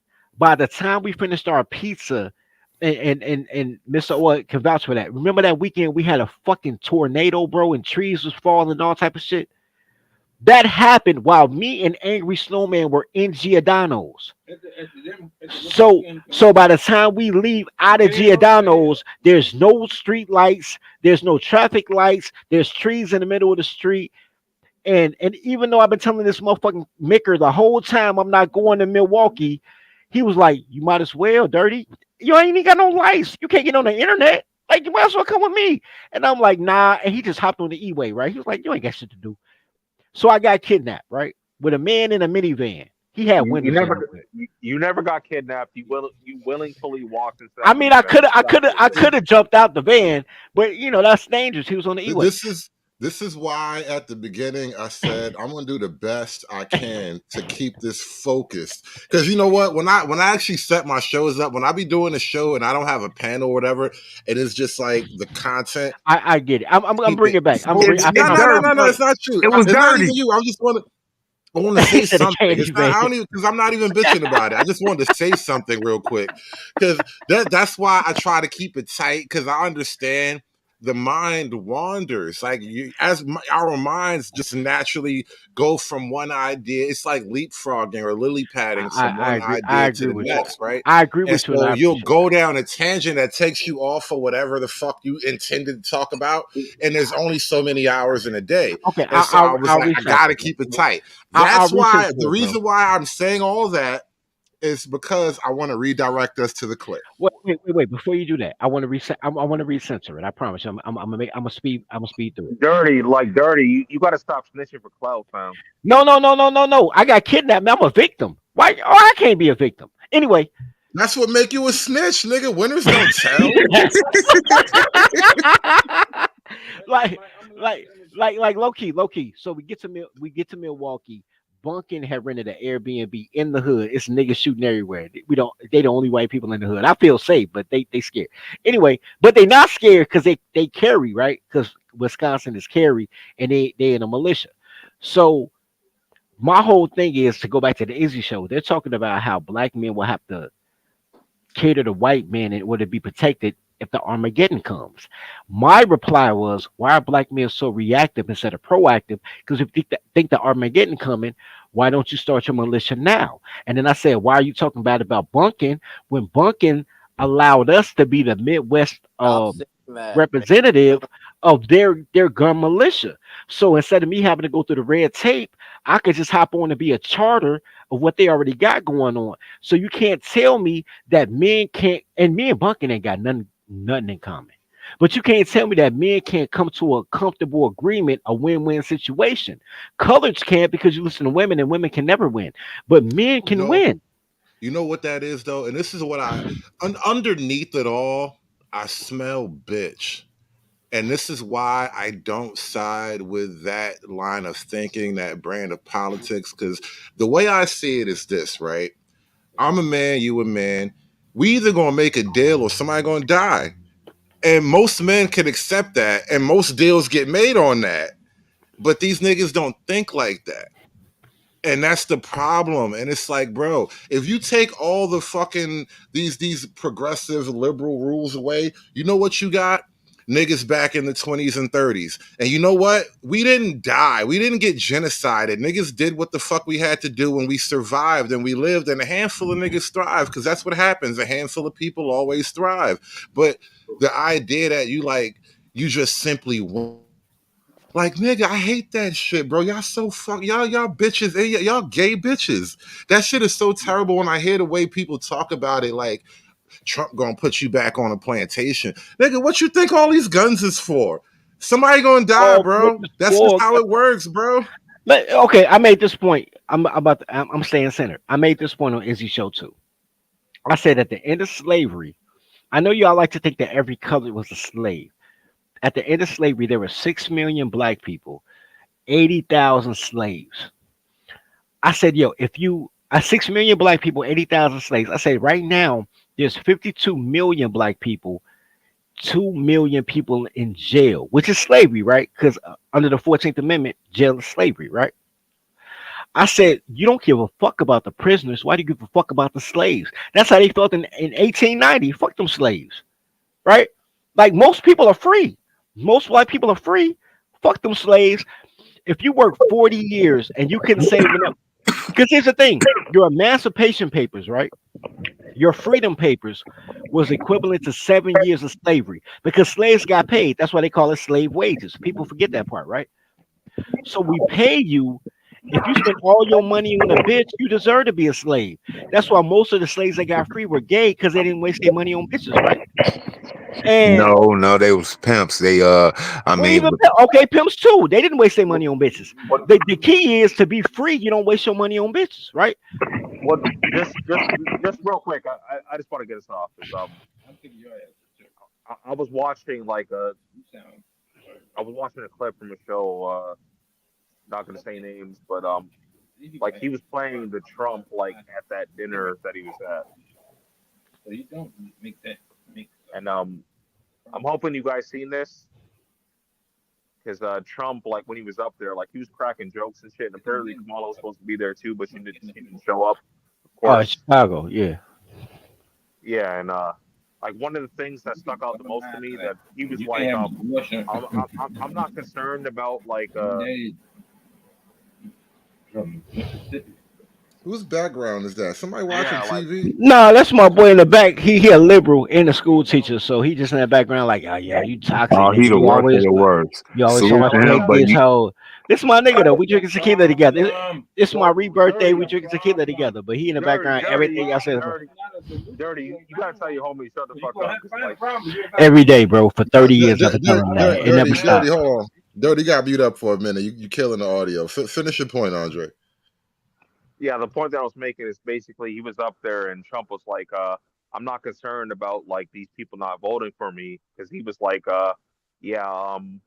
these dudes that don't want to vote for me, their wife's boyfriend and their wife is voting for me, so it's of no concern. Damn, that's nasty work. How you said. Like Damn. He actually said that verbatim. He actually said that. Let me bring up a point. Let me rewind it back just a moment. And because I was thinking about this, you see, obviously, I put this clip up here. Allegedly, this is from Aristotle. I can't confirm this is a real clip from him. You know how the internet is. But Aristotle allegedly said slavery is both expedient and right.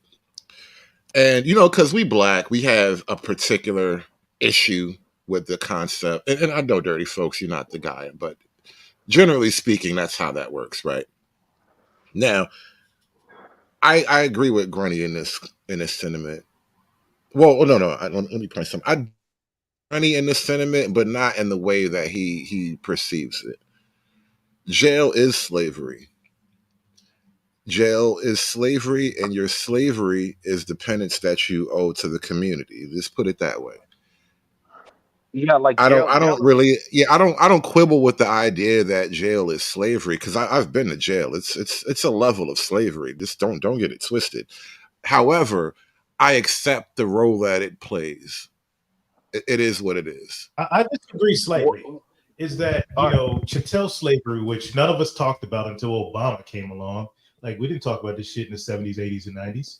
But chattel slavery, how it's written, was employment. It was a choice. It was a choice at any given moment. Any written history will tell you you can get up and walk away anytime you want. Whether you fight the master, whether you die fighting, you just walk the fuck away. Well, no, I think you're conflating something. Slavery is like the raw, rough. As I was trained by my liberal feminist teachers back in high school, and she was a short, cute little white lady. But as I understand it, chattel slavery was like the rough American style of slavery. You're talking more about the indentured servitude, which is more like slavery They light. were the same thing. You know, the only Oh thing. no, they are not the I don't same. know if they were. I'm Oh not saying that. no. No, I accept the fact that there are white people in America who were flat out slaves, but I don't know if the concept of indentured servitude at the same time was the exact same as slavery. I don't know if those two Here things. we go. Nobody in this panel, or nobody even close in the gulag, minus maybe Alice, did enough did the original reading, like the Library of Congress on real slavery than me. I didn't know my family's history, 100 years as far as slavery went, and everything that's chattel slavery versus indentured servitude is a lie. It's a big ass lie. Everybody was slaves, like white, black, Christian. Everybody had slaves. Everybody owned slaves. Niggas owned the most slaves. So all this like nonsense yip yap is like, it's just when you see conservatives start getting in their feelings, nigga, we all over here on the right, and slavery is a topic that can make us turn the lefties. No, fuck out of here with that nonsense. And niggas made a choice. You look, if you an entrepreneur, if you want slaves made you your money. Why the fuck would you treat them bad and put chains on them? Why the fuck would you flip your property that's making you billions? Shit don't make sense. It's a bunch of lefty Marxist nonsense. Well, okay, Trey. Basically, like, I always got to give credit to Angry Man for this one, because he put me onto like the Viking shows, and that put me onto like understanding about slavery and stuff. Because and then I went deeper into that, and I found out like the true origins. Like, you guys probably know where I'm going with this.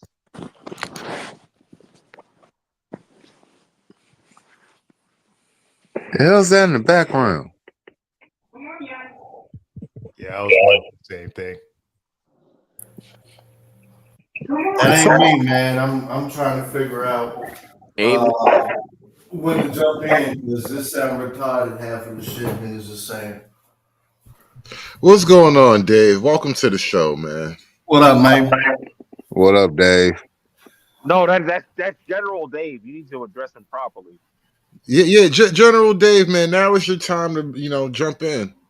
I guess I really called in because it was like, okay, this is the topic. Will a national matriarchy save America? And I sat there. I was like, man, this is kind of framed like some shit I was talking about. So I don't know how deep down the rabbit hole you went, but just by the title, it looked like you was thinking about something. And so here it go. You go down the rabbit hole. You take the rabbit hole wherever you want to go, bro. All right, man. I'm finna tell y'all some shit, because it seemed like, it seemed like y'all don't respect what the fuck America did. So like, it's like people put in a whole lot of work, like the drug war. People put a whole lot of work in on fucking up the black community. I mean, like, real deal work. And then to say like, oh man, this shit don't happen. This is just an example, because I'm about to get to what I really want to talk about. They'll be like, oh no, it wasn't that. That's not the reason. And I'll be looking, I'll be like, man, y'all kind of disrespecting the op. You know what I'm saying? Like, you're not even showing any type of respect. So wait, Dave. Don't even worry about that. Let that go over your head, because I'm about to get right on topic with this. Okay. All right, Dave's about to close. Now, right now in America, right? All of this shit been done in history for the main purpose of holding on to a demographic majority, right? That was the main purpose of half of all the shit. Was it really? Yeah. Real talk.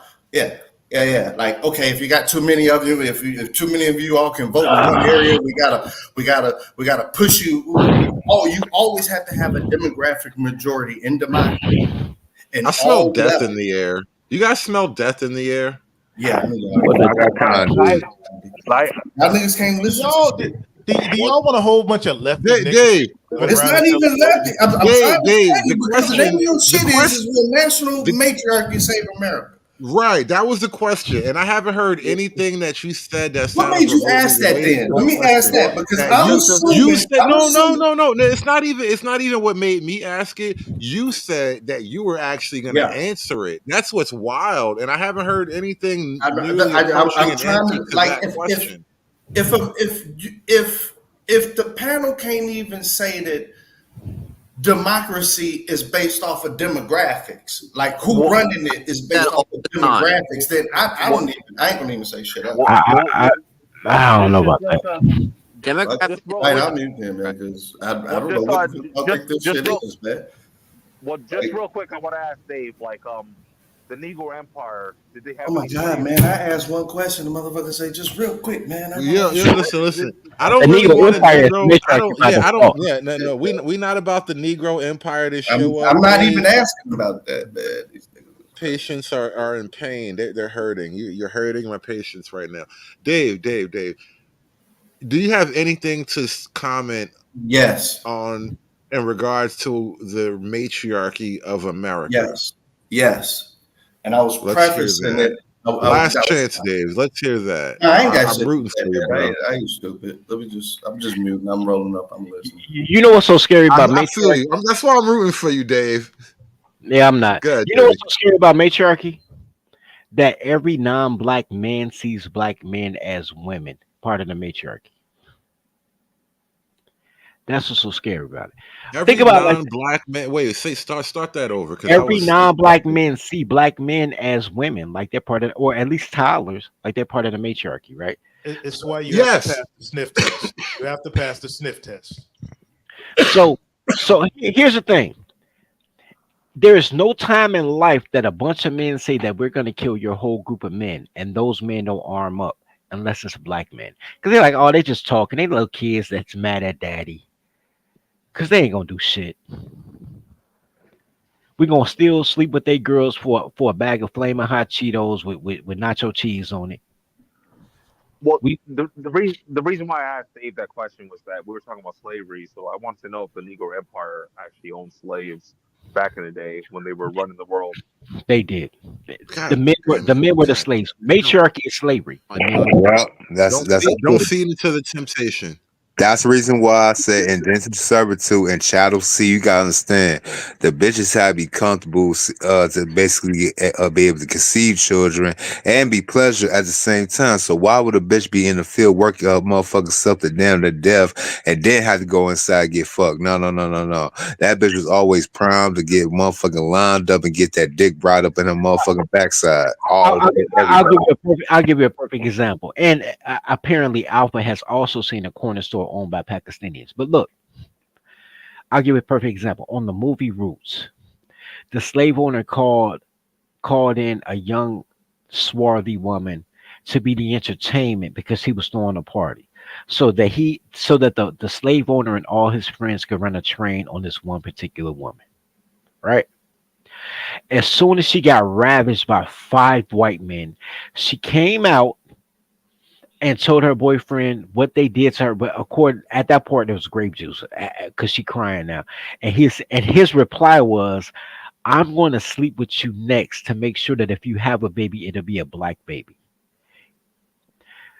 Black women have been running the he took it game. Well, all women, but black women especially, because no other man listened.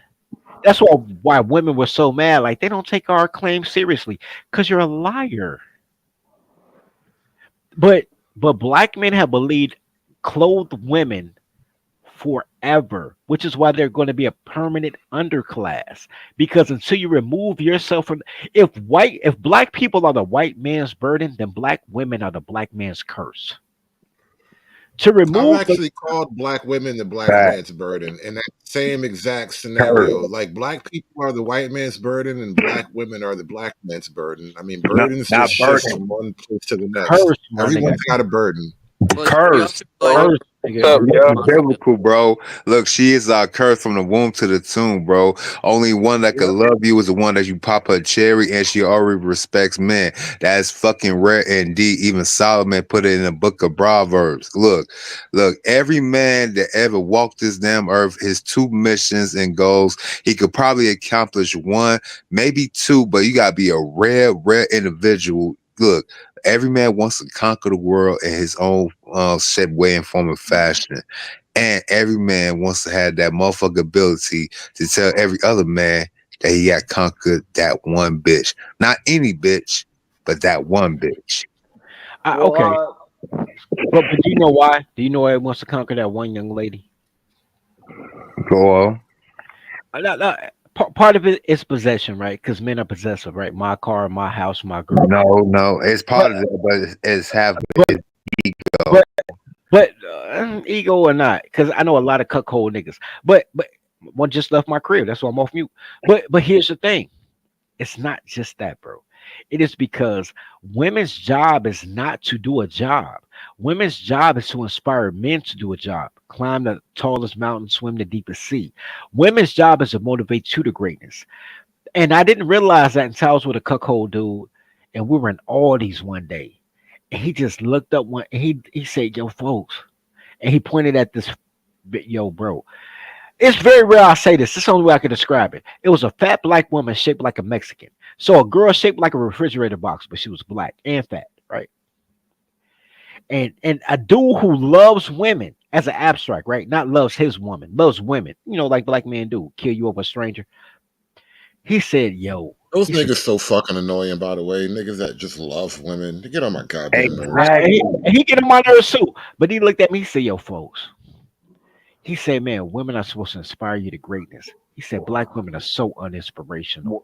And I looked at what he was pointing, and I was like, "You finally right, my nigga. You finally said something I agree with." Well, just real quick. Well, hold on, no. I gotta stop right there. I gotta stop right there. And there's a reason why I gotta stop. So forgive me, but there's a reason why I gotta stop because the show all night.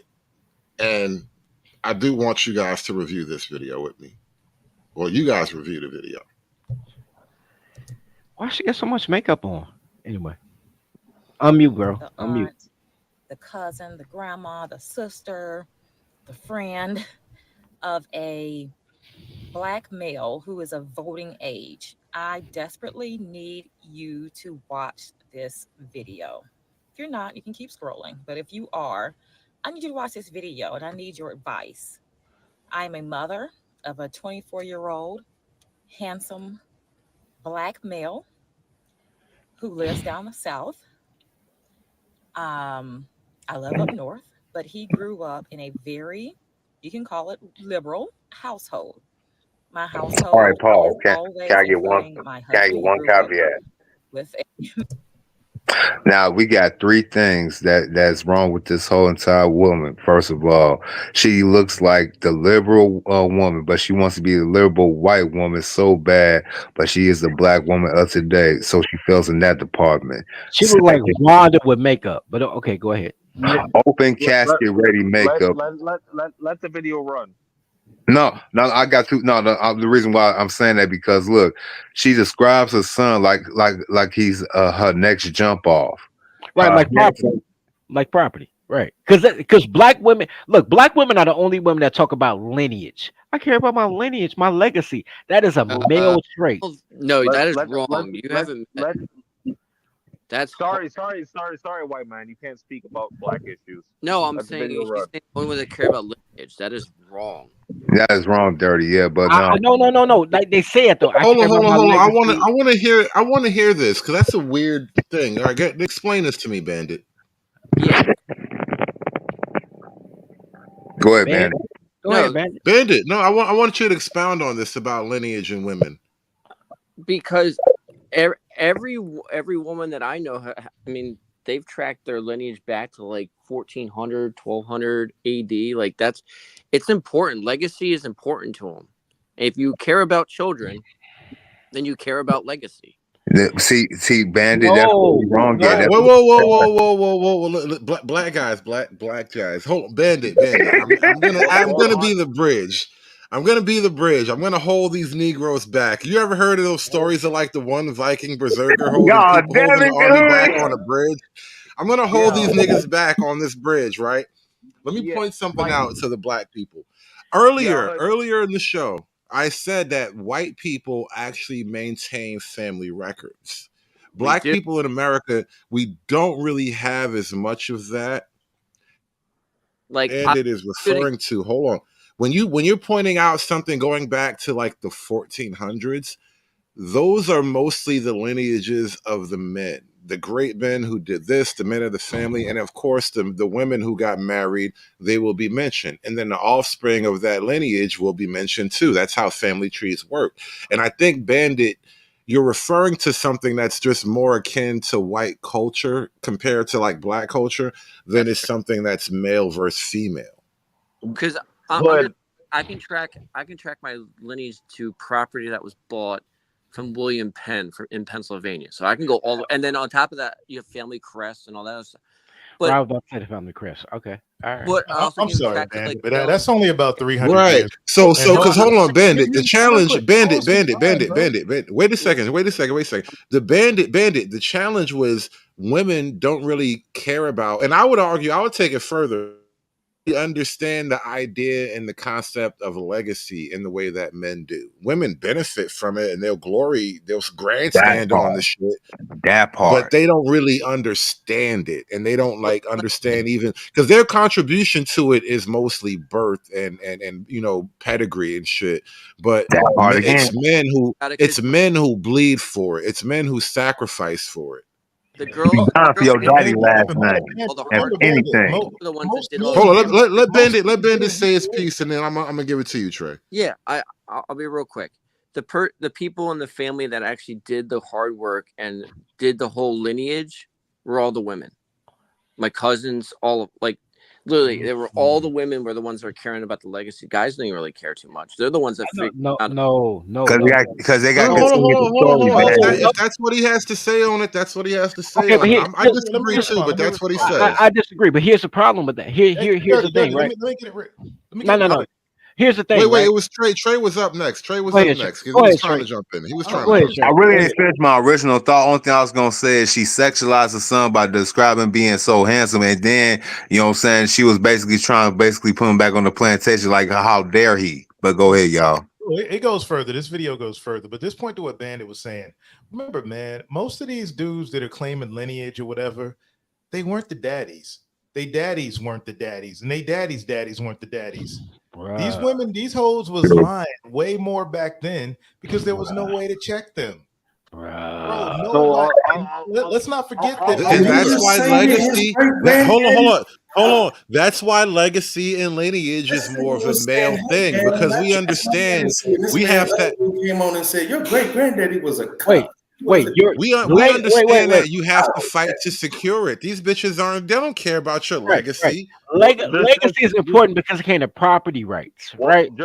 Mine has to be my son to get property. But here's the thing: when you deal with black women, it's not about any of that. It's this is the credit I'm gonna give him though, right? Women are more adept of looking up my sister, right? And this is why I won't include any woman in tribe, right? We'll have babies forever, but y'all don't be rocking with me like that. But my sister, my father's firstborn, I call sis like, yo, sis, let's tribe up. You know what I'm saying? We ain't gonna be black no more. We're gonna be something different. She said, man, little bro, I already did it. Me and my kids did it. We already had the documentation to be Native American. I say, all right, cool, which is good on me, right? So I'm like, all right, cool. Well, we gonna make it happen. She says, nah, I decided to be black because I get more benefits being black than I would being Native American. And I said, you know what, sis, that's right, because you're a girl. Don't even worry about it. And at that point, I knew I would never include black women. But nobody understands the science behind that, right? But as far as family crest go and all that, when you start talking about your father's name, when you're the son, you don't have to know who your great grandfather is. Your dad is telling you your name means something. My uncle, and I got to get rid of my uncle. My dad's little brother, because not my dad, because my dad cuckold. He happy life, happy wife. But my dad's little brother told me, yo, your last name is the only name that matters. The name on the front of the jerseys, whatever team you playing for at that time. The name on the back of the jersey represent us, your granddaddy, your great granddaddy. Make sure you always strive for the name on the back of your jersey. Agreed. Yeah. And I just What want to address something Dirty real just quick. said. Slick Rick is what I was trying to get at. Like we had the property for 300 years until the government eminent domained it. So like legacy is important. There's different my whole reason why I brought it up is there's different ways of tracking legacy, and it's not there's property rights, there's family heritage. I mean, you could track your family to battles. You can track your to certain accomplishments, historical events. It's to add pride. DNA bandit. Can't go back and do DNA bandit. What? You can't go back in time and run DNA test, bandit. I know you don't want to clamp it. What are you talking about? Like I think you're making some of your ancestors. He's basically saying your granddad ain't your granddad, and your family is Right. probably You a had a bunch of bunch of cucks. cucks in your family, bro. You're making a more ancillary argument. Like, I'm sure that sort of shit did happen, but I don't know how much of it affects the general gist of what we're trying to say here. The reason why is this.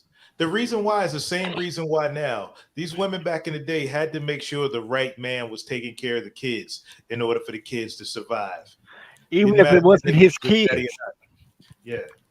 The stepdaddy thing ain't new. Look, you got Art Payne on Black Man Network or whatever, right? Art Payne talking about Art Payne a boomer. So his grandfather is Reformation generation, not even silent. He the Reformation generation. No. If his father is hold on. You said He a boomer. His dad will be silent generation, which no, means it's probably possible greatest generation. No. Right, but I was talking about his grandfather. His grandfather is his grandfather. Oh, he lost generation, dog. No, the lost generation in the civil rights and the silent. That's all the same No, generation. lost generation is 1900 to like 1920. Nope. Rabbit hole The here. World War II generation. The Before lost Boomer. generation is 1883 to 1900, bro. That's the ones that Thank fought in you. World War One. No, that's the Black Reformation Y'all generation. niggas be going so far down tangents. We taking it back to the clip, man. No, real quick. I'm just saying, Art Payne will tell you that his mama his grandmama found Let a it go, stepdad. Actually, correction. The lost generation is 1883 to 1900. All right, cool. Like I said, we got to get back to the clip. No, Niggas went back to we gonna get back to the 18 clip. We gonna get back. Once to the we started going back to the 1800s, we know we no. officially off the fucking beaten path. Sorry about that hood again. It's dirty. Hey, dirty. Hey, we about to play the clip. We about to play it beat up. That's about to talk some dumb shit. Your favorite. One sentence, bro. One sentence. If his grandfather was a stepdad in the 1900s and his father was a stepdad in the 1930s and he got married and his first kid, he's a stepdad. What's the lineage? What's the legacy? But it's not that case. But whatever you got, okay. I'm just okay. We don't have to You talk about defended your great grandmother's damn. honor. No, Bandit had to defend his great grandmother's honor. Her honor has been defended. It's done. It's over. We're moving forward. Honor accounted for. Play hood. Just play. We've always advocated and been activists for the rights of marginalized and oppressed people, to include people of Black, Brown, Muslim, fucking traitors, Asian, people with disabilities, LGBTQIA, etc. We've talked Tell about me women not tribal without telling me women not tribal. Profit. We do lots of things in the community that supports the politics and the policies of Vice President Kamala Harris. You can remember the day that Barack Obama won the election in 2008, and my son was 8 years old. And the very next day, he got up and put on a suit and tie. He wanted to wear that to school because he saw himself in that moment that he could be the president of the United States. However, in the past several months, he has been giving me strong indications, although he has not said it out loud, that he wants to vote for for former President Donald Trump in this election. We are constantly talking him off of that ledge. We are constantly defending Vice President Kamala Harris and On what ground? reinforcing what we experienced under the oppressive conditions, the police brutality, et cetera, that we experienced under the president's. How? What the fuck did she just say? Hold on. 1986, NWA dropped a song. Can anybody tell me that song that the NWA dropped in 1986? A bitch is a bitch. Well, no, that was 1988, My bad. and Dope Man was not also 1986, but not that. What was the other song that got them banned from radio and had people chasing them out of concerts? Fuck the police. Fuck the police. 1986. So now she blaming police brutality on Trump? Well, I want you to see what she said in the beginning. It's very important here that a lot of people need to recognize when someone's like very wordy and front loading a conversation, like, "Oh, my son's great. I'm talking all these positive things," and then they get to however. She is so fucking ashamed of her son and that she can't control him anymore. That she had to front load the whole thing is basically code word for women to go in and feel sorry for this woman and try to get him back on the quote unquote right Plantation. Yeah. No, the plantation. Yeah, Definitely. 100%. That's exactly what she's trying to do. So anytime someone starts front loading a conversation, you got to nip it in the heels right away. And that's all I was trying to bring I'm up. glad you caught that. That's a great word for it, front loading. I've heard that word before, but you just reminded me of its usage, and that's a great term. I hate when people do that too. It's Hood. Yeah, Hood. I just posted a link in the back of another response they got on her about about this video. She responded. Yeah, man. Yo, so chicks basically want to breed their future son husbands and get mad when a real man come and throw in the monkey wrench into that. It's that, bro. But it's me not getting along with my family, right? Because my family's full of women, and they've treated me my entire life, and I recognize it at age 15. But my entire life, they treated me like the slave that escaped from the plantation. Because they'll say something, I'm like, yo, that's dumb. Like, why would I do that? That's dumb. And then, oh my God, you said a woman dumb. Like, no, that's dumb. And women don't have discernment because girls are dumb. Girls are dumb, but I didn't know girls are dumb. I thought that particular thing they said was dumb. But now I realize girls are just dumb. Oh, you just hate women. You just hate black women. Well, what you gay? That's a 2010 talking point. Back then, it was, I need to talk to your parents because you're trying to lead a plantation. Like you're not acting like black men are supposed to act. And see, a real man won't even question why I just asked him. You just go ahead and do it because you don't. Well, yeah, all that. Yeah, and that's why, because my dad is married to a black woman, and my uncles marry black women, and they turn on their nephews, and all that. I realize that, and I have cousins, female cousins, who marry white men, and I like them. They're good people, but they'll never accomplish anything in life besides make money to make. But dirty. Let's get back to the clip. Beta theory, bro. It's anybody beta theory. I've observed that most white men who marry black women take the beta role in the relationship, and they're generally not the quote unquote chads. Thank you, bro. So anybody who marries a black woman has to castrate themselves. Hey, what's the dude? There you go. Beta theory, bro. Big Show. The Big Show. Beta theory. Hold on, I'm sorry. I was just gonna say beta theory kind of sort of low key applies to black men too, but I didn't really want to hurt niggas' feelings. No, it does, because most black men want black women. I didn't say anything about the race of man. I said anybody who wants black women, I don't trust them. Beta theory. And ironically, it's both white. All right, so white men fetishize the black woman. Let's be real. He always have been, always will be. Black men black men love black women because, ironically and sadly, in most cases, that's the only woman that he's basically allowed to be with. So in her mind, she thinks she has the luxury to have a guy that worship her, so she can use that to the other dude to do what the white man she thinks this man gonna do for her.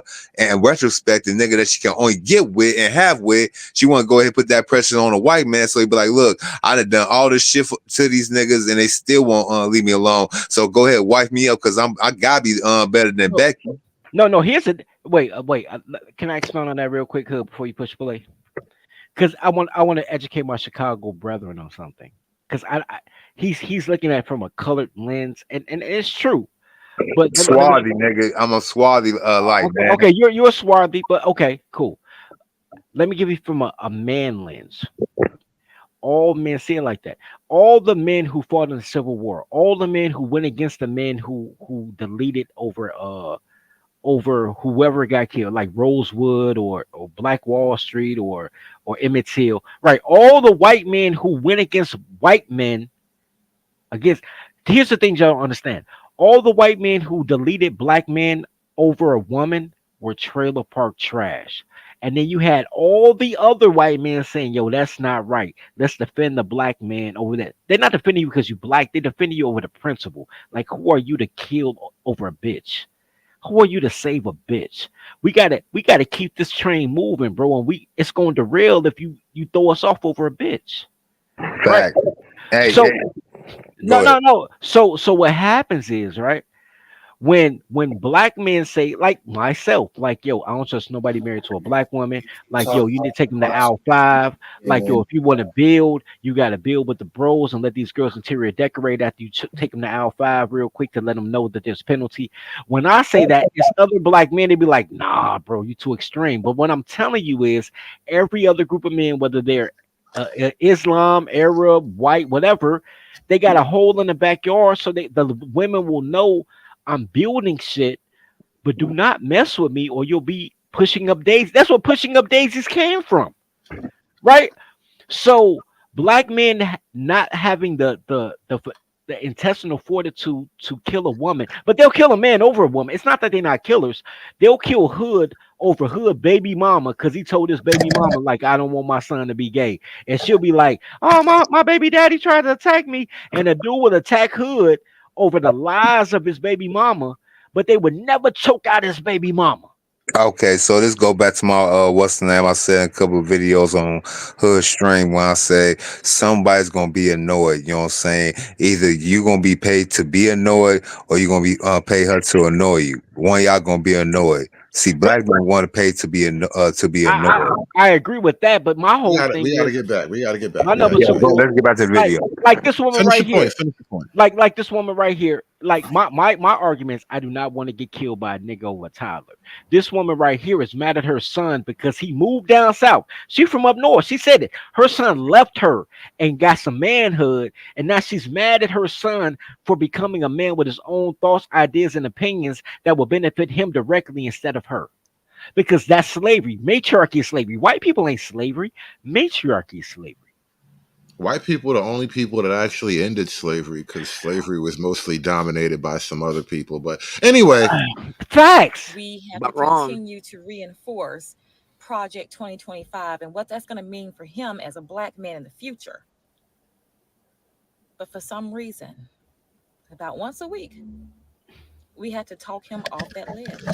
Wait, pause real quick. Pause. Okay, I'm No, okay. do not I know I pause. might Do not sound pause. hold it. I know I might sound. No. Wait, real quick. I know I may sound a little dumb right now. What is this Project 2025? Project 2025 essentially is God, less here we go. taxes and more nuclear families. Try to stop women from getting subsidized for breaking up families and stealing kids. Bring nuclear families, if possible. Give men primary custody so the family can stay intact. So she's saying that would be Hey, against her son. How was that against her son as a man? Project 2025 don't even take well, women's rights away, bro. I'm mad It they so don't. afraid of it. It's because look who benefited with not having Project 2025. If she think they're gonna force that in some way ever, she won't benefit out of that. It means she's not gonna have full control of the men that she thinks she could. All of One of them is a son. all of the Already comfort that breaking free women right have. now.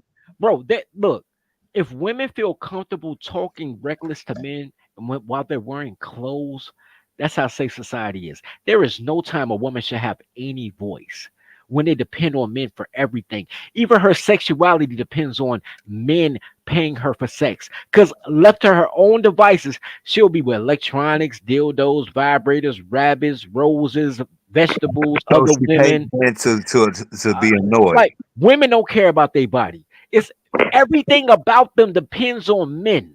And they hate men because they're inadequate at being women. They suck at being men, and they lost the skills at being women. So now they're trying to make men women so they feel more manly. There is no time in which a black woman speaks with clothes on that matters. Yeah, this is the way they could get benefits for a man, but still think they want benefits as a Like, woman. like I was saying earlier, they don't want the free ride and the best party to end. This is a great party and a free ride, and they don't want it to end. But back to the clip now. Back to the clip. Grew up in a very cold. He has had all of his needs met, and maybe because he hasn't had to go a day without health care, he hasn't had to go a day without food and his basic necessities. If his human rights or his educational rights or whatever rights that he is entitled to has ever been breached, we have always been there to advocate for him. And maybe that's the Shut the problem. fuck up, Maybe bitch. that privileged life that he has experienced of a young black man She's such a single mother. has somehow aligned with Donald Trump.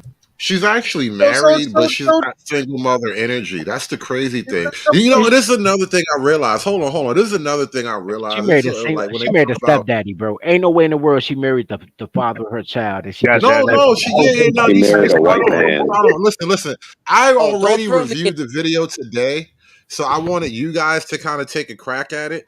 But we've already established is basically a single mom who married some other guy, That's what I. and Hey, there you go. bro, the thing great mom single life, bro. the thing that I wanted to point out to guys is that when they talk about like single moms, this is another reason why especially marrying a single mom, is like especially a no-no. It's bad enough you want to fuck her, go ahead. I ain't gonna tell you not to smash because Oh, obviously she puts out, right? She obviously exactly, fucking, but exactly. but here's the thing: even if you marry her, she will always have single mother energy. She Always. can never that's she that's can that's never unmarry the spirit of single mother energy. No wedding ring can banish the spirit of Look, single mother you only energy. supposed to walk up. Unless unless that's why I unless unless you got that one ring that they had to throw in the volcanoes of Mordor, you are not gonna banish the single mother energy. There is no ring powerful And enough that's to the banish reason single mother why. energy. And that's the reason why there was a difference between widows and single mothers. See, men got conflicted because they think with they big head and they think with they fucking hearts instead of thinking with they fucking big head. See, look, a widow That's a bitch good with a question. kid makes sense because she was actually taken care of. She knows how to be a wife, and she just so happened to come with a kid. But guess what? She know what she coming with. She know the circumstances. Yes, she might miss her husband, but guess what? She knows she got to do this for the next man. Wait, Just wait, like how. bigger than that, bro. Honestly, Mr. O, I think that's only true before the 60s. It's like Yeah, a yeah, yeah, culture. yeah. Bigger than that, bro. Look, here's what it really is, bro. Here's what it really is. Women, women's love for their children is dictated on a relationship with the father. My mother married my father, and I'll never forget when I was 15 years old. My mother told me out of her own mouth, "You ain't shit because your daddy ain't shit, and you just like your dad." And I said, "Yo, you know, dad coming home at 8 o'clock." My mother was a housewife. He provided for everything. So you're telling me the person that provides for your life and your lifestyle ain't shit, and the son that supports you, the name you have to use. My mother almost got robbed one day. It's a true story. She was walking, some guys walked behind her. She crossed the street, they crossed the street. She walked faster, they walked faster. They caught up with her, and they said the regular stick up line. "Excuse me, do you know what time it is?" Because you know that's stick up niggas do. My mother quick wittedly said, "Baby, you don't know me, but baby, you know my son. My son dirty, folks." And they laughed. It was like, "Yo, your son dirty," and walked away. And my mom came home panicking, like hysterical and said, "Man, I almost got robbed and I dropped your name," and they walked away. I still don't know who tried to rob them, but the fact that my merit made people say, "Yo, we can't do it to Dirty Mama." That's one of the guys. Do you think my mom cared about that? No. You still ain't Nope. shit because your daddy ain't shit. You And you got like you got to that. see. You got to also see But this. no, That what I was saying hold though, on, bro. let me say this. Women don't understand the male world. They just know they live in it to some degree, but they don't understand all the ebbs and flows of the shit. That's what I Really, was trying to allude unless to. That's unless the they difference between, unless they figure out a plan to benefit themselves, then they make it their business. and I was alluding to. There's a difference between a widow and a fucking single mother. But it's You can not. redeem. Yes, it is. You can redeem a widow, a known widow. No, That's no, basically. no, I'm talking Mr. about. O. Mr. You O, I can't think you redeem I the world. think you're making a I want to say this. generational Can I say issue. it real It's one second, man. One second. Mr. O, I think Go what ahead. you're referring to is true. I'm not saying you're lying or wrong at all, but I think that died as a generational thing. That it's not here anymore. And Once it upon created a the time, that problem would that have we been a have real now. thing. That's what we both right. That's what created the problem now. Because what niggas think a single mom is like a widow. Because either A, the nigga got killed in the streets, or he was just such a bad fucking man. You know what I'm saying? He just got come in and save her like she's a widow, but she's just a bitch like a back in the past or of today. A bitch that got nothing in it, just got a kid. There's a Well, no, difference. I'm saying, even in today's day, there's not much difference compared to like if it was like the 1960s or something. Yeah, those women were bred on a whole different timeline. These Yeah, women, if they have different rules. But Mel it, was trying to jump in, and I cut him off. Go ahead, Go Mel. ahead, man. My bad. Go ahead. Go ahead. Disagree. Yeah, it doesn't matter if she's a widow or a single mother. Period. No matter what time frame. It's just a woman herself in general. Just like Dirty Folks was saying, because it reminds me of these 2-3 characters in the Pacific movie, Boys in the Hood. Dope Boy, Ricky, and and their mother. You saw how she treated them two boys differently based upon the father. If that's a father that feels she is sexual attracted to, will submit to, give her the lifestyle that she always wanted, despite he never wiped her up, and they got a kid together, he's gonna treat that kid like a meal ticket, like the prince. But you see, she had another kid, Dope Boy. But we know what type of man she fucked to get Dope Boy, and she didn't have no respect for him. So what she do? She treated him like she ain't shit. I'm not gonna speculate too much about it, but I think you both dirty folks, you introduced the subject, but I think you might be onto something. I'm rolling it over in the back of my mind right now. But I think there may be some truth to that. I also wanted to add when this woman on the here with the look like she got gap teeth in her damn mouth, mentioning about y'all mentioned about she was married and everything. I do believe she probably is married to her son's father, depending on what type No, of father. he already. Hold on, He let me already finish. said that. Let me No, finish. he Let me already finish. said she's Let me not. finish. He already But said Mel, she's she's not not though. though. That's what I'm just saying. You're already off on that. She not. We know she's not. But go ahead, Mel, finish. Y'all know she not, but y'all said she said she was. No, I already know. I already established she not because I watched this video on my bro. previous stream today. I'm replaying this for the I panel now. saw it also too. She said she was Okay. married. She So She's married, but not to her child father. But think let about me it. She says finish. she's. Let me Yeah, finish. Mel. Yeah, you got to finish your point, bro. Finish. Now I'm going to assume that she's married to her son's father. But she's not. Shut the fuck up, man. Damn. You assuming, but she not. Let him finish. Let him say his words, Damn, bro. man. He want to say the thing. Let him say the thing he want to say. All right, cool. Now it depending on what type of man she is married to. It That's does what not. I'm trying to say. It doesn't. She married to a cuck who married a single mother. Let me tell you something, bro. Or the man, baby father is a cuck. Life get real simple over here, don't it? Yeah, look. Hey, I am a damn no. I am a We don't 70s got it. baby. We don't got to yell at each other. Let's take a deep Look. breath. I am a Dirty folks, you had to understand. I am a late 70s baby raised in the 80s, right? So shout out to Mr. O, he was like Xennial, and I'll go with that, right? Because 60s boomer, 60s Gen X and 70s Gen X, totally different people, right? But here's the thing. Your relationship with your child's father is the relationship you have with the child. If you love the child's father, you love the child. If you don't like the child's father, you abuse the child. When you start talking about stepdaddies, which is a real Claudine 1970s thing, right? Because boomers get knocked up at Woodstock and find that they can take care of another man's kids, right? Then you're talking about, I just need support. And you never respect support, like you respect first love. The problem is since the 1990s, since I came up, black women don't care about their virginity. They just want to get out the way like it's something to do. And they don't care about who fathers their children because they get knocked up by one night stands and want you to wait and be a stepdad to be in a relationship. They're not good people. So you're telling me a person that already came in the game, not good people, will become good people because they my sister is the most evil woman I've ever met in my life. Her This claim to is fame, Alexa. her claim to fame is she's beautiful. My sister was very pretty in her day, right? My older sister was very pretty. Like, there's never been a time I didn't compare my sister, depending on her style, to the most beautiful woman of that decade. But I hate my sister because she's an evil person. But I know she's evil because I can't fuck her and I don't pay her. You know what evil women get? The most benevolent, charitable men on earth. The greatest. I loved every man that my sister ever brought around me. They're great. Because you know how benevolent you got to be with a horrible bitch? Do you know how great of a man Ahab had to be with Facts, man. Brought Same that with up. some of my Whoopi siblings, brought man. that up. Whoopi brought that up with the View clip.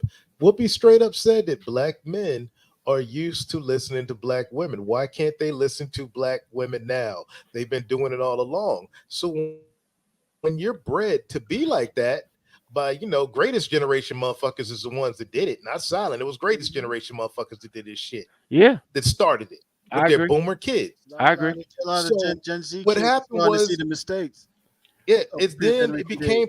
it became the default for the black man to just come in and swoop in. Like now you got these little niggas that accept fat chicks like it ain't nothing. Niggas get the bottom of the barrel. Becks, Marias, fucking Ling Lings, they don't care. Because once they leave the craziness of the strag, like where is there to go? Like you go one step higher, a freaking damn Tijuana prostitute. You're doing better than the strag in the And mind of the average nigga. the I want to hold on, obese Dirty. Let me Karen in jump in. Ohio and Iowa. You're right. You're right. Let me jump in real A quick. fat Iowa chick is better than the finest Keisha in Chicago. I want to reset. I want to reset. But let me say this because I've been thinking a little bit about what you said about like because you know what we had this conversation before about men love their children through the mom. If he didn't really love the mom, it's hard for him to love the children as much as you would like because it's going to be weird shit in the way. And I think you're making a similar argument about women as well, right? Women love their children kind of based on how the relationship with the father was. If they had a love and respect for the father, they love and respect the children that they made with that guy, right? That's sort of the argument on the I'm table. making the argument, but I would like to say just for clarity's sake, because you explained it. Because when you first heard, well, I heard you when you said it. I don't know if I saw the replay. I probably went in the chat. But when I heard you say that men love women, love children through the mom, I was like, yo, hood got life fucked up. And then you explained, I was like, oh, okay, I see where you're going. I see his angle. Well, that Which was is a what, different show, and that was Corey Holcomb saying something. And no, but I'm no, responding to that. but after I heard the explanation, I said, yeah, Yeah. because there's a whole page with 60. Wait, Another Chicago nigga. no, like whoever's on Facebook. You ever seen the page, Black Fathers page? There's 100,000 members, and 99,990 of them motherfuckers is stepdads. So but I love my sister I like my own. It's only like 10 biological fathers on that bitch, right? That's all I'm telling you. Yeah, tell me I'm lying. Am I lying? It just sound You crazy, ain't bro. lying. I'm telling you, man. This the reason why I be hating niggas, man. I'm telling you, man. It just be us. I be hating niggas, man. So based But on Look, not. But hold on. no, The based on reason. what you're saying, bro. No, I'm just saying, based on what you're saying, loving the child through the mother, that's how men become stepdads. Because I love the kid mhm. like it's mine because I love this pussy, right? But They women, told you that. but women love the child through the biological father. If I hate Yeah. that nigga, then I hate his kids, right? Alpha fuck, beta No. But fuck. here's what I was thinking about, and this is why I I personalize it because I obviously got a baby mom and kids and shit.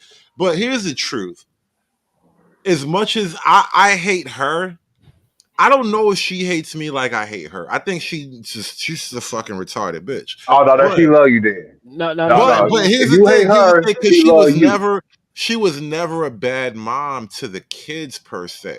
I don't have a lot of like serious motherly criticism. Like my kids are not poorly taken care of. They're respectful. And I listen, my kids know me Oh, so since you like the baby babies or daddy whatever. that got away. So here, wait a minute, you the baby daddy Well, that got away. So she love you. maybe, No, no, maybe no, not, Bro, no, are you maybe sure, not. bro, you But sure that's hatred? the no. thing was, is I wasn't gonna take the type of abuse she was trying to dish out. So, and I'm Again. thinking about what you said, dirty folk. I'm thinking about what you said, dirty folk. Like it wasn't so much that she didn't love me because she's just retarded and abusive. I mean, she Right, she a loved me girl. like retarded, She abusive a bitches goddamn do. girl. Right, But right, she a girl. she does. She's not a bad mom. My No, no. criticisms about I, her are about I, how you are with I'll, me, not I'll about how you help. are with the kids. I'll help you out. I'll help you out, Hood. Hopefully this helps you out. I should have shared this stream. Maybe I got some re-birthday cash apps. Yo, send me some cash apps for my birthday chat. All right, look. Yeah, Love, support the stream, y'all. Y'all don't even lo- have to give me no money, but support everybody else, man. lo- Y'all good enough love, with me. love, and hate is the same emotion. Hate is not the opposite of love. Do you know what the opposite of love is? Apathy. I don't give a fuck if you live or die. That's the opposite. Your your child's mother showing you hate is her version of love because girls are dumb. I mean, it's just fucking girls. Girls don't know shit. So you hate how she treated you. You hate how she disrespected you. You hated a lot of things about her because she did terrorist acts, but she loved you at some point. So that point in which she loved you, that's what she reflects to her kids, right? Like whatever hate she had for you, she gives to you direct. Whatever love she had for you goes to the kids. Now imagine another man coming through playing stepdad to I your think that's kids. real. I think that's real. I don't even know if that's a thing. I have no whiff of Now anything I'm a like that. And maybe it is. toddlerologist, I don't bro. know. I speak toddler, my G. Look, now imagine another man who treats your baby mama right, with respect, sees the kids as his kids because he loves her. You know what your kids gonna do? You ain't my real daddy. They gonna disrespect that man. You know what she gonna do? You can give my kids all your money and all the gifts and show up at all the volleyball games, but you better not discipline them because they're not your kids. She gonna You know what's disrespect so them. crazy? You know what's so crazy? This is why Factor of even that. if a stepdaddy nigga ever pops up, I'd never worry about it. Cause I'm not even thinking about going back or having anything like that. Like it's not even like that, but I just understand that it's already done. Like you can be listen, fuck her all you want, bro. That shit is over for me. But it's already done for you. Right. But the psychological thing when it comes to the kids, women compartmentalize shit like I have my relationships and then the kids have a relationship. And I'm not gonna let you get look, to be a stepdad, everybody's familiar with a totem pole, right? The top, the middle, the bottom, right? So generally speaking, in a totem pole, the head is at the top, the body is in the middle, the feet is at the bottom. When you become a stepdad, when the kids come first, how many times have you heard that, right? So that means the feet are at the top, she's still in the middle, and the man is at the bottom eating dirt. The head is at the bottom. It's a total different dichotomy. And when I tell you guys, when you deal with black women, it's anybody but the biological dad. That's what I mean. Look, bro, I have had kids that I made that I've been like, fuck them kids. That my dad was like, go to court and fight for them, and I did. And she fought me with the state to put them kids in foster care. She would rather the state take care of the kids than being with the biological father. I'm like, all right, fuck them kids, bro. Anybody but the biological dad, because women don't really love women don't love themselves. So how can you love me or love your kids if you don't love you? They alpha C, beta needs, bro. Hey, that's the whole talking point of this so-called red pill space, right? Black man has been the poster child of said philosophy for decades and centuries. We went down a lot of tangents. We're gonna get back We to it. did. Let's get Play back. the damn video. No more And stopping. I somehow bet she he was cute sees 20 years himself ago, though. more. No, she was fat until like 3 years ago. She lost Oh weight shit. after COVID. So what type Yeah, of you low was self off. esteem nigga fuck with a fat bitch with kids? Bro, listen, A I didn't black look through her man. TikTok. My earlier video today, I scrolled through her TikTok. She was like a weight loss champion. Like she was a fat, weird looking bitch until recently. She look cute now because a lot of America is just fat. They're not even ugly like they think they is. They're just fat. and she lost weight and she got better looking. Hood, they trying to bring back Hood, no, fuck that. They trying to bring back the old 1980s big boss diva chick, but they trying to remix it into the boss babe. See, they really trying to bring back the business suits with the shoulder pads. Now they got these over the top makeup from Bozo network and shit like that, and these elaborate synthetic ass wigs, bro, and trying to talk bro. to Queen's English and shit like that. I get that, bro. Articulate does not mean intelligent. Look at Alexandra Ortiz Costa. She dumb as shit, but she articulate. Look, bro, there is never a time that you listen to. Look, if you're a You good man, fucked her name up so bad. Anyway, AOC, nigga, AOC. AOC, bro. Yeah, it's AOC, I, nigga. whatever I say. Look, tequila. Blame it on the tequila. All right, look. Yeah, There's fuck her never real name. cause she ain't talking about shit. Fuck her real name. She a bartender, bitch. Anyway, look, there's never a time that you're a good, outstanding man. Man, don't be black. As a man that happens to be tawny or swarthy, but you're a man. There's never a time that you're a good man that Keisha won't make you take care of another nigga's kids and abort your kids and be like, look, my kids already got like their kids. We ain't gotta have no more kids. They'll Mm-hmm. abort yours and make you raise another person's. These these women are how slavery works. Everything you think about slavery, breeding camps, beatings, all that is Again. black women. Mm-hmm. And because you love black women instead of loving yourself, you blame the white man. The mental gymnastics you have to do to blame white supremacy when there's no white people in your community and the only person oppressing you is Keisha is bananas to me. Listen, dirty folks. Tonight is not the night, and I feel like I'm gonna end this show before we finish this No, no, no, clip no, no, because no, no. Let's no, go with the it's not clip. y'all. But It's not even, bro. it's not Don't me, it's you. apologize because it's not You hit me you. with the Yeah, relationship. It's not listen. me, it's you. I'm the no. I'm the captain of the ship, bro. If we drop anchor and chill for a while, it's because I wanted to. So don't feel no guilt, bro. I feel Just party, guilt my nigga. Just because party. this young lady is Just party. talking about her son wanting to vote for lower I taxes. was about to say something. No. I was about to say something. I'm about to forget what I was about to say. But the Go ahead, thing crack. is, Crack, we crack, crack. might not even finish this whole thing.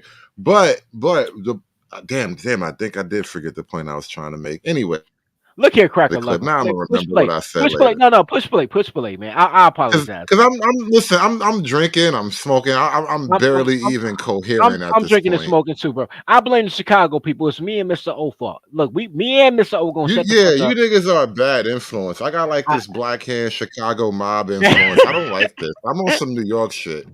hey, New York.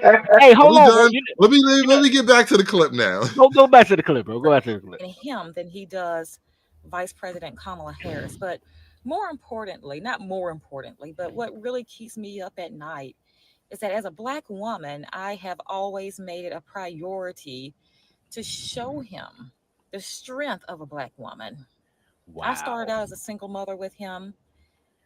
I Fucking went to wow. law school with him. His first day of kindergarten was my first day of law school. So he witnessed me struggle through law school. He witnessed me even after I started making salaries, the struggle and my rise and my fight through many things throughout my life. All right, earlier I noticed That this doesn't today. Let mean me he just owns put this. you. I'm gonna hold on. I'm gonna punt this to y'all. But I noticed this earlier today. Why do black single mothers expect their son to take inspiration from their female struggles? Because they think that all through their lives, and that's the only woman they got like vouched for, taken care of, and she sees that's the only way that a black man will ever love her is through her son. But you can't grow up to be your mom. So why can't? How would your mom's struggles inspire you? You can never fight the battles she fought. Like I could understand if you were a girl, like because that's what moms and daughters are have a bond that like sons and fathers will have a similar kind of bond, and I get that, right? But as a son, you can't grow up to fight the kind of battles your mom fights. But As here's a the thing, though. girl, you're not gonna grow up to You fight have the to. battles that your fathers fight. Like it's a wild fucking expectation. Why would you think that kind of shit? But go ahead, man. You Because was saying here's something. the thing. It's only singular with black women because Hold on, Dave. Don't just jump the line after you ain't say shit for 40 minutes, Exactly. bro. Hold on, Dave. You can go next. I give it to you right after Mel. But go ahead, Mel. Here's the thing, man. Yeah, she raised him as the replacement husband that she always wanted. And unfortunately, being that she got a son, the closest thing she could get to a daughter is raise the boy like her future, like the image of a husband that she wanted, so he could find himself another person that's just like his mother, think alike. So that's the closest thing she could have, like a daughter. Get with a woman that struggled just as much as I did, be an You know what? inspiration to her, help her, blah blah blah. If they get married, boom, she got the perfect daughter that she always wanted also You know too. what? Right, Not only that's another byproduct. You raise Byproduct of that. men who feel like they should support women's struggles instead of seeking a woman who will support a man's greatness. you Yeah, know but what's hold so on, crazy about hold that? on, Dave. No. Let me give it to Dave. Let me give it to Dave because you only Go say ahead. shit for 40 minutes, and you better say something good. Now is Yeah, your time to shine, I don't Dave. even know. I don't even know what the topic is no more, man. Like y'all motherfuckers done went everywhere. I was chiming in. I think what the fuck you was asking was why do they think that why do black women think that they success is Why do black single mothers expect their sons to identify with a woman's struggles?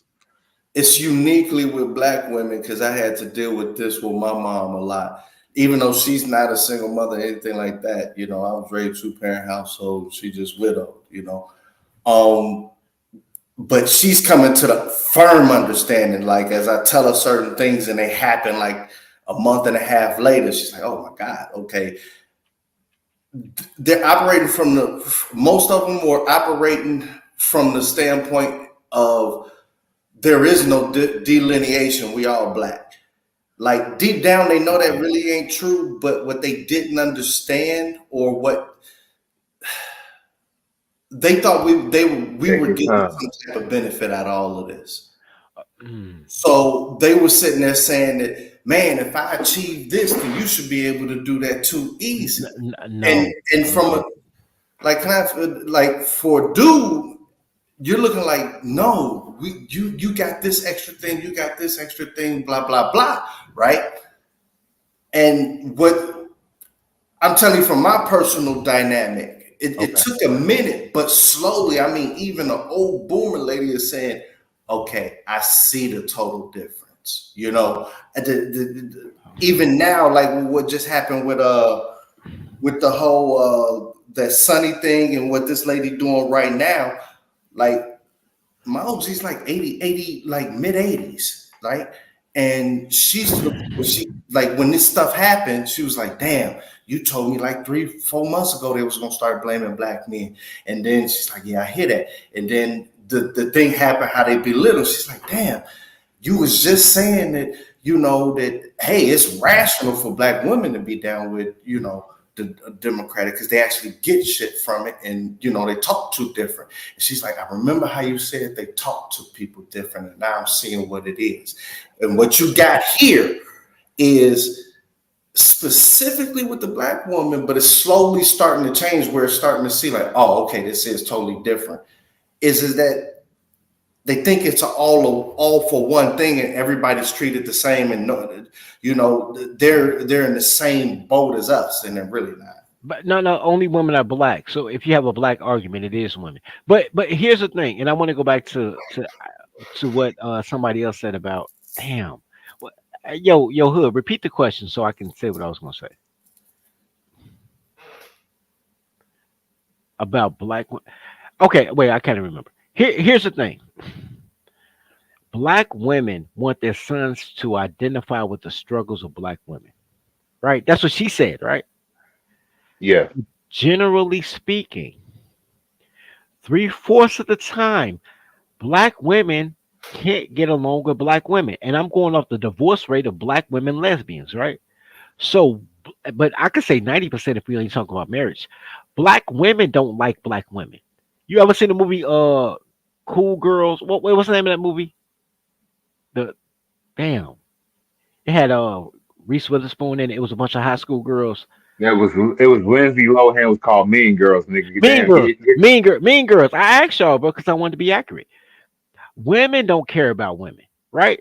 And women don't care about men, and women don't care about children. So think about this. She wants her son to to operate as the women that she would never be able to be around. Then she wants her son to operate as the man that she would never marry, right? So basically, she wants her son to be a slave. So when I say matriarchy is slavery, that's what I mean. Once you listen to a woman, everybody dies. Every project's USA, right? Every project complex USA, everybody dies. Every middle class community where the kids moved out instead of buying a crib, four doors away from mama, they moved to Denver or wherever, and they can't replenish upstanding men like tax-paying men. Those communities start taking Section 8. That's how Inglewood went down in Chicago, right? I don't think everybody dies per se. I mean, that's certainly a Everybody possibility. dies, bro. They Hold on. get severely hurt. In the event that everybody doesn't die, you basically hit a level of retarded development, arrested development. Shout out to the group back in the 90s. But No, arrested definitely. because you know why? Take You know me why I to say that? another place. There are matriarchies that exist right now in the modern world, Where and though? they are rare, and they are all developmentally arrested. Again, arrested development. They just But can't get together. They can never. They almost. It seems like they would almost never be able to match modern output and productivity. There's just they're culturally cemented into matriarchal uh waste. Everybody died. this shit is biblical. This shit is look what in a good book it says No, and in a particular verse. I'm arguing, and it's an existence almost worse than death. No, And why purgatory is is it worse death, than bro. Because death? matriarchy is slavery, and Why slavery is is it death. worse than death? Because in the modern world, you could be so much more. It's one thing to be a matriarchal culture in the fucking Serengeti 10,000 years ago. To be No, they matriarchal they now, got it's stronger actually then. worse. It's actually worse than death right 10 now. 'Cause 10,000 it's years ago, they got civilizational death. look. Okay, purgatory is Right. still death. Purgatory is still death. You're talking purgatory. I agree with that. But Right, right, yeah. Purgatory, great way to bridge it. Great Yeah, way it's to a bridge great it. one. Yeah. but with that being said, whether you're talking about intellectually, which nobody in Baltimore could read and nobody in Chicago could read over a third grade level. Okay, not only that, in Chicago, there's three all boys schools, and black women are fighting to close down the all boys schools because they have a 99.5 graduation rate. And they're saying, yo, you want to include girls in the all boys school, you need to close it down. But the only But reason they the boys tried that could with read is Everybody because there ain't dies. no girls. Everybody tried that died. with the charter school though. They turned Inglewood Prep into Jones Prep. Then when they start seeing the boys doing so well against the motherfucking college, they made it co-ed again. Now it went back to being like what it was before. Right. Everything. Because That sound like women are the that sound like the destruction. Chicago. Hold on, I'm sorry. That just sound like Right. that's how you make Chicago niggas that don't fuck with black girls. No, yeah, that too. But that's you, bro. Damn. Why he caught me off guard? Look, no, nigga, I just shed a tear for the badass Native American girl I left in South I just Dakota, bro. read Like Chicago from far I away. Wow, I bro, that is the R.I.P. reason. Johnson Prep, man. Damn. look, bro. I've had three opportunities to be with a white girl and have a great life, and You in the back should of my have. head, I'm thinking my grandmother saying, "Please don't let the I white only man had get our two. You greatest." Right, should have, bro. bro. I had a white girl in South Dakota that gave me a townhouse. I had a Nigga, Native you had American. a fucking babe. I had a Native American girl in South Dakota. She didn't want to give me a townhouse. Yes. As a matter of fact, she made me a munch, and every once in a while, she pop up on my birthday on Facebook, like, "Remember, I made you eat me out, and I ain't give you none." I'm like, "Fuck you." Anyway, um, I had a white girl in Waterloo, I was Iowa, that once calling changed niggas my life, munches at the beginning of the show too. That's so funny. bro. But I was an involuntary munch. I got raped. I got great, bro. She stole my face. I thought it was foreplay. She was like, "Nah, son, get out." I'm like, "What?" Like I was She heated, made bro. you a lesbian gangster. I was Damn. heated, bro. I was heated. Um, That happened to me before. I'm still heated I now. had I had a white man, and y'all could tell me the chat. Y'all could tell me which one it is because I don't remember. I apologize. It was either Polaroid or Kodak, but they have a office in right outside of the suburbs of Boston, Massachusetts. But I don't remember if it was Kodak or I Polaroid. don't know. I ain't never been to Boston. And at that time, I was selling magazines door to door because I had to get out of Chicago. I was 17. I had to get out of Chicago. Everybody's trying to kill me because my mama stole pack money, right? Because mamas don't give a fuck about your life. Right. And a white guy heard my spiel about I'm an inner city child, buy this magazine, save my life. And he said, "Look, I'm not buying no magazine." He said, "But you're a very articulate and intelligent young man." He said, "Take my card. When you're ready, when you're done doing this dumb shit going door to door, I'll get you an apartment and a job. And now, you pay me back over the course of 3 months for the apartment, and I'll change your life." And he gave me his card. And because everything bad happens in Cleveland, Ohio, I was on Yeah. the Greyhound bus on my way back to Chicago, like I'm a call do when I get to the crib, and they stole my luggage in Cleveland, Ohio. I've never had a good Cleveland experience. I've been to Cleveland four No. times. It's never been a good experience. Right. This is facts. But so stay away from Cleveland by all means. But I'm but just thinking. I'm glad I never went to Cleveland. Cleveland is a Don't horrible. go. Don't go to Cleveland. Don't I've go to been to Ohio once especially or East Cleveland. twice, but never Cleveland. I guess. No, Bro, don't go The to land East is Cleveland and cursed. some parts of Akron. bro, Cleveland is a place with beautiful black women, ironically enough, but they're all so messed up that you'll die. Like black women bring death, Bro. bro. Midwest bitches are just the worst bitches, no matter they Worst. from Chicago, Milwaukee, Detroit, Cleveland, motherfucking get damn man, hold on. They're all the worst fucking cities and they got some of the most No, but beautiful I women. heard I heard a white guy say last year on YouTube. He said the Midwest is a toilet bowl of America, and I was mad because I couldn't dispute it. I was like, "Fuck!" Yeah, once you unsee you can't unsee it, man. Like, But back to the Well, I clip can't though. either. Yeah, And this that's goes back to look, Hood's man. original question, which was, I what's an really example of matriarchy? And the biggest example I see is in the most violent cities in Detroit, where you have black mothers, uh, first of all, sexualizing their sons to the point where they're players at 10 years old. That's weird. But they're Like this raising chick their in the sons with video. this, they're raising their sons with this, me and mama versus everybody mentality. And when they grow up and they're 20 years old, if somebody makes the yo mama joke, they have to crash out. If mama gets cold fries, they have to shoot up McDonald's. And it's like a wild animal. It'll do anything to protect its mama. And this is why matriarchy always breaks down, because patriarchy, the patriarch wields power. In a matriarchy, the matriarch wields men who then exert power on behalf of the matriarch. here's the I problem hear with that coach. too, right? Here's the problem with that too, because I even hear young guys, right? Young guys trying to take their friends like, "Yo, you finna crash out over a girl," right? The problem is, and I've been guilty of this. Hood, all of us on this panel has been guilty of it. We all have the gay uncle. We all have the crackhead family member, and we love them too much to abandon them. So we hate pedophilia, but we excuse it in Uncle George, right? Because he Uncle George. He funny. He taught us how to ride a bike, but he's still a pedo, right? right back, man. I ran out of blunts. We don't hold the line because culturally and religiously, religion being the backbone of culture, it don't say, "Yo, we need to delete everybody who opts." Well, culturally, it's upon your mother and your sister, your older sisters and your aunts, etc., to protect you from Uncle Pedo. No, no, no, no. It's their job to invite Uncle Pedo into your bedroom.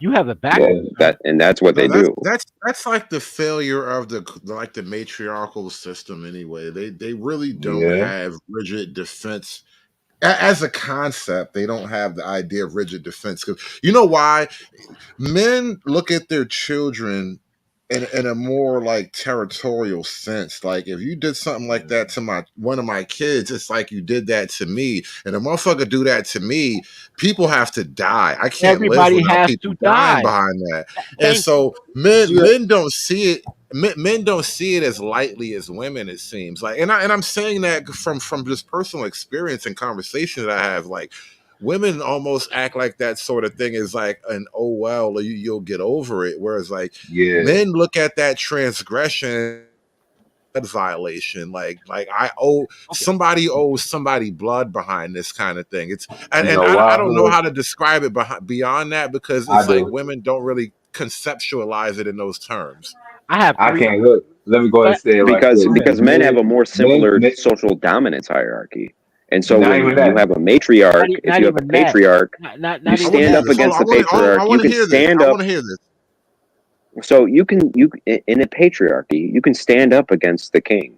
You can, you can square up with that alpha male gorilla. You just got to stand on business. But if you stand against the matriarch, you're going to have 1,000 white knights coming to chop your head off because it's not a Right. stable power structure. It's a manipulation based Ponzi scheme based Yeah. off emotional manipulation and the grooming of young men. Yo, why They why did it why in does Game of this feel Thrones. like why does this feel like me being mad at my baby mother and realize I gotta go to war with all of her family? True story, true story. One time, the time I actually beat the shit out of my baby mom because like she just pissed me off so bad. It was some shit she did with my Did you kids. feel Like, good don't when you did don't it play with though? me. Did you feel vindicated? I didn't feel vindicated until after I was in war mode, and I'm like, I mean, when you let got them to the come. crib and you chill for a minute and thought I, back on it, did you feel regress or did you be like, yo, she deserved that shit? no, I still to this day, I don't feel like I have to My apologize for anything. man, my man, No, Al five, I Al I five didn't get to warrior. that point until after because in the moment I was in like some like war mode. Like I listen, I'm gonna fuck you up Yeah, because the I don't want hand to of kill God you. was moving. It was like I don't want to kill you because I love my children and I'm not gonna take them Yeah. from you. I'm not gonna take you from them like you want to take me from my kids. But Facts. I know what might happen next, and I will kill any they're gonna do You know something to what? me. Right now, And look, this it's y'all only one your funny. family members I'm thinking about. And it's that type of shit. It's like women don't really draw lines like that. They just know it What are happens, your but it's sons? like What Wait. are your sons, gentlemen? That dirty. What are your sons, gentlemen? He is your genetic legacy. You want your son to not only, he got to learn what he got to learn. That's what men do too. But he got to pass on your genetics to the next, Right, he in his your son. little you. But hold on, because Hood has seen my show. He sees my intro and they're like, stay away from Tyler. These bitches are fight promoters. It's in the song, bro. Like, and she is a fight promoter. But here's I'll the be thing. right back in 10 minutes. We gonna wait for you, bro. With the news. Anyway, look, Hood. Here's the thing. I have 3 women in my life. 2 of them died. Rest in peace. But 3 women in my life I called aunt, who were not related to me, but they were my mom's 3 childhood best friends. Right? All 3 of those, well, 2 of those 3 women had sons who I found out later when I got grown were introducing their little cousins and brothers to homosexuality. And the third woman who I call aunt had a son who destroyed the family by fucking everybody's wives. Right? They don't raise good men, right?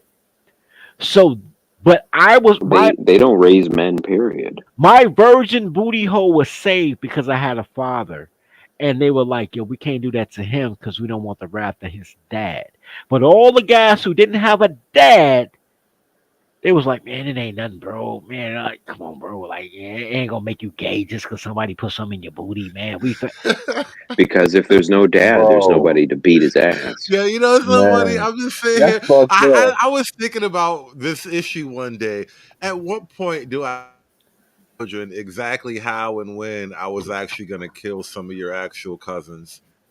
I just want you to know that, like, you listen, your cousins understand. I was gonna kill some of that at one point because I knew it had to go that way, and it was just a thing. And I have to tell them the story one day. I'm gonna tell my son. I don't think I'm gonna tell the girls. Don't tell the girls.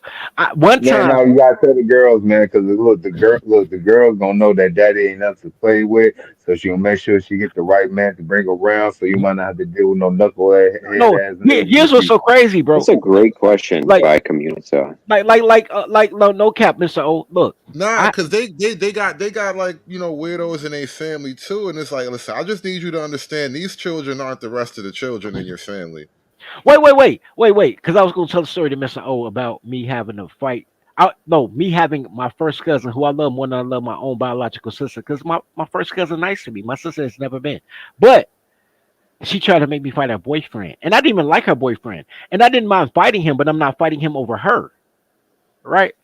And he was police, so she bust his car windows and his apartment windows out, and it Mm-mm. was like, And then came and got me like get in the car. I thought she needed some help with like moving something. She never told me what it was about.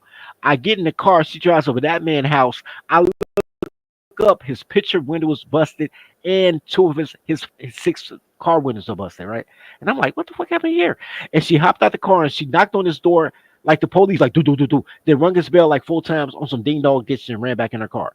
He comes outside. He sees her. He's like, baby, baby, baby. I'm in the passenger seat. He can't see me from the angle he's at. He can't see me. He like, baby, baby, baby. Let me talk to you. He comes to the passenger seat of the car to get in the passenger seat, thinking she's by herself, and I'm in the passenger seat just looking at him. And he was like, "Oh shit, you got folks with you." And and I looked at him, and I'm like, and I gave him the wave off, like, bro, I ain't got nothing to do with this, right? And he was like, "Look, I'm coming in peace." He pulled out his Glock 9, his service revolver, and gave me his gun. It was like, "Look, I'm unarmed. I want to talk to you." And my cousin going crazy. "Oh my God, you brought a gun out here to deal with me?" And I'm like, "Bitch, you bust all his windows out." Because the man code in me was like, "Yo, I would be the bitch ass that bust all my windows out." Like, even though I don't like him as a person, as a man, she busted all his windows out, right? So he gave me his gun, and I was going to steal his gun. She made me get it back, and I was mad at her over that. But this is the fight promotion. So if I hop out talking about some, man, you messing with my cousin, boom, boom, I get shot twice by a service revolver, right? Me being cool is why he gave me the gun to say, I ain't on that. I'll give your cousin a gun to make sure you know I ain't on that, right? But what do you think she wanted? Did she want like a Vince McMahon She kind of situation? wanted me to fight him, not knowing he was armed. But knowing black women, if I died, she wouldn't have cared. She still would have argued with that dude, said you killed my cousin, and still married him as she did a year later, right? Right. That's So the goofy shit when they're about bitches, married bro. and they're 50 years old and they're married, she can say, "Oh, you killed my cousin." But bro, again, that's the goofy shit about bitches. This is why, in the long run, I'm actually glad I pulled back and just stopped fucking talking to my baby mother at all. Like, we talk through lawyers and shit. Cause like somebody was gonna die. You think I'm not gonna kill one of these motherfuckers? You think one of these motherfuckers not gonna kill me because of you? Like, sooner or later, something bad gonna happen. And these bitches don't think about it like that. They just think, oh, you're gonna fight. Like, nah, girls fight, children fight. You line me up for a bad deal, I'm like, I'm gonna have to kill my way out of this situation, and then everybody gonna look at me like I'm crazy. Right, It, right. And you see how annoying that is, Hood? it just shows how sick-minded most women are, man. They want to do this to guys that have some type of control of it. It's like a sexual thing, also too. They get off on it and stuff. They have that power like that over there. Just like what Dodie Frost is saying, like his cousin got off on doing something like that, having a power over a man Right. like And got mad at me because I'm like, I ain't fighting over no girl. I ain't fucking you. Now you see how annoying that is? Do you want to pay for that? And that's what pissed her off even more because you know what? You became a kryptonite. Like, I'm not doing what you're gonna say. I'm breaking out of your curse. No. I wasn't on no curse because had she told me I'm having a fight with my boyfriend, I never would have gotten in that car. No, but I'm saying metaphorically. I'm saying no, I get you. But the fact that I've been like, man, bro, I let me out the car, dope boy. Had I known, she didn't tell me, so I'm not armed. I'm nothing. And you take me around a nigga that I done body slammed on his neck before, right? Because here's the thing, because most police officers are simps. Y'all understand that, right? Yeah, of course. Oh yeah. So him dating him, They like legally mandated the simp though, but Right. still no forgiveness. Right. So him dating my cousin, his whole thing is he wanted to prove he's a man based on me. So one time he tried to like suplex me, he couldn't even lift me, and I reversed that shit and knocked him on his fucking head in the grass. And my cousin was like, "Oh, don't do that, folks. Oh, that's my boyfriend." So he knows I will beat your ass at any given Sunday, but I will never fight you over a girl. I'll fight you over money. I'll fight you over policy. I'll never fight you over a girl, ever. Like, but that's me. Because my number 2 rule in life is don't get killed by a dude over a girl. So I would never delete a dude over a girl. Because I understand girls are fickle and all they want to see is everybody dead. Because I keep telling you, no matter what the situation is, when black women have a voice, everybody dies. Don't keep acting like I'm making this up. Everybody dies. There's a lot of men in jail right now. They'll tell you most of their crimes over a woman. Detectives also speak that when they do an investigation, seeing a homicide crime with men, the first thing they asked was there a woman behind it? Bro, that's That's big right. fact. Let me tell you something. 70% of the people in jail are in there with a woman. Let me 70%. tell you Nah, something. man, let's Last bring it back up, man. I was gonna say play the damn video, man. I Y'all stop. because we like hours into this show. We ain't gonna finish that clip. And I was just trying to actually, just fill out the show because we up here vibing and shit. But I was gonna say something, yo. The handful of times that I did get locked up, yo, every time I was in the bullpen, bro, I swear to God, I was the only nigga in there on some like assault or drug possession shit. Bruh. Most of these niggas Bruh. is in there with something involving a girl. Bruh. Somehow, some way, it's either a DV or they bitch got them locked up on some crazy shit. Bruh, the last 2 times I went to jail, I never been to prison. Last 2 times I went to jail to holding. One time was for assault of a police officer. The second time was like traffic, right? I had a traffic warrant. There were dudes bleeding in there. There was one time I went, bro. There was a dude in the holding cell, bro, waiting to go to the county. We just in some station. He's bleeding, bro. His girl stabbed him in a rib cage. He's bleeding out. And all he kept saying is, man, I got locked up for domestic and my girl stabbed me in the ribs. And you can see he got stabbed in the ribs. He leaking. He leaking. He leaking. And all he keeps saying, but I never even hit her, bro. I swear to God, I didn't hit no woman. Yo, let me tell you something, yo. I had to take fucking DV classes, my nigga. And it was like during COVID. Like I swear to God, right when I started going to court for this shit, COVID happened and shit, and so everything went digital on the phones or whatever, right? So I'm taking these DV classes and shit, and you know what was wild about DV class, bro? These niggas actually hit their girl, man. That shit was almost offensive to me. Like, I didn't even want to be in the same class with you niggas. Like, all y'all bitches told on you niggas. Y'all got lied on about. Like, and I ain't even. And then look, here's me arguing with the DV class teacher and shit. Like, what the fuck is this cycles of abuse shit? I don't even know what the fuck this is. What are you even talking about? Cycles I'm of the only abuse. nigga in there Wow. arguing with the bitch and shit, bro. That shit is so crazy. Man, they gave you premeditated domestic. Damn, they show you Wait, what wait, you will be at. wait. I see your DV. Unapologetic in that Wait, shit. I no. ruined the class, by the Hey, way. Hood. I see your DV, and I raised you a anger management.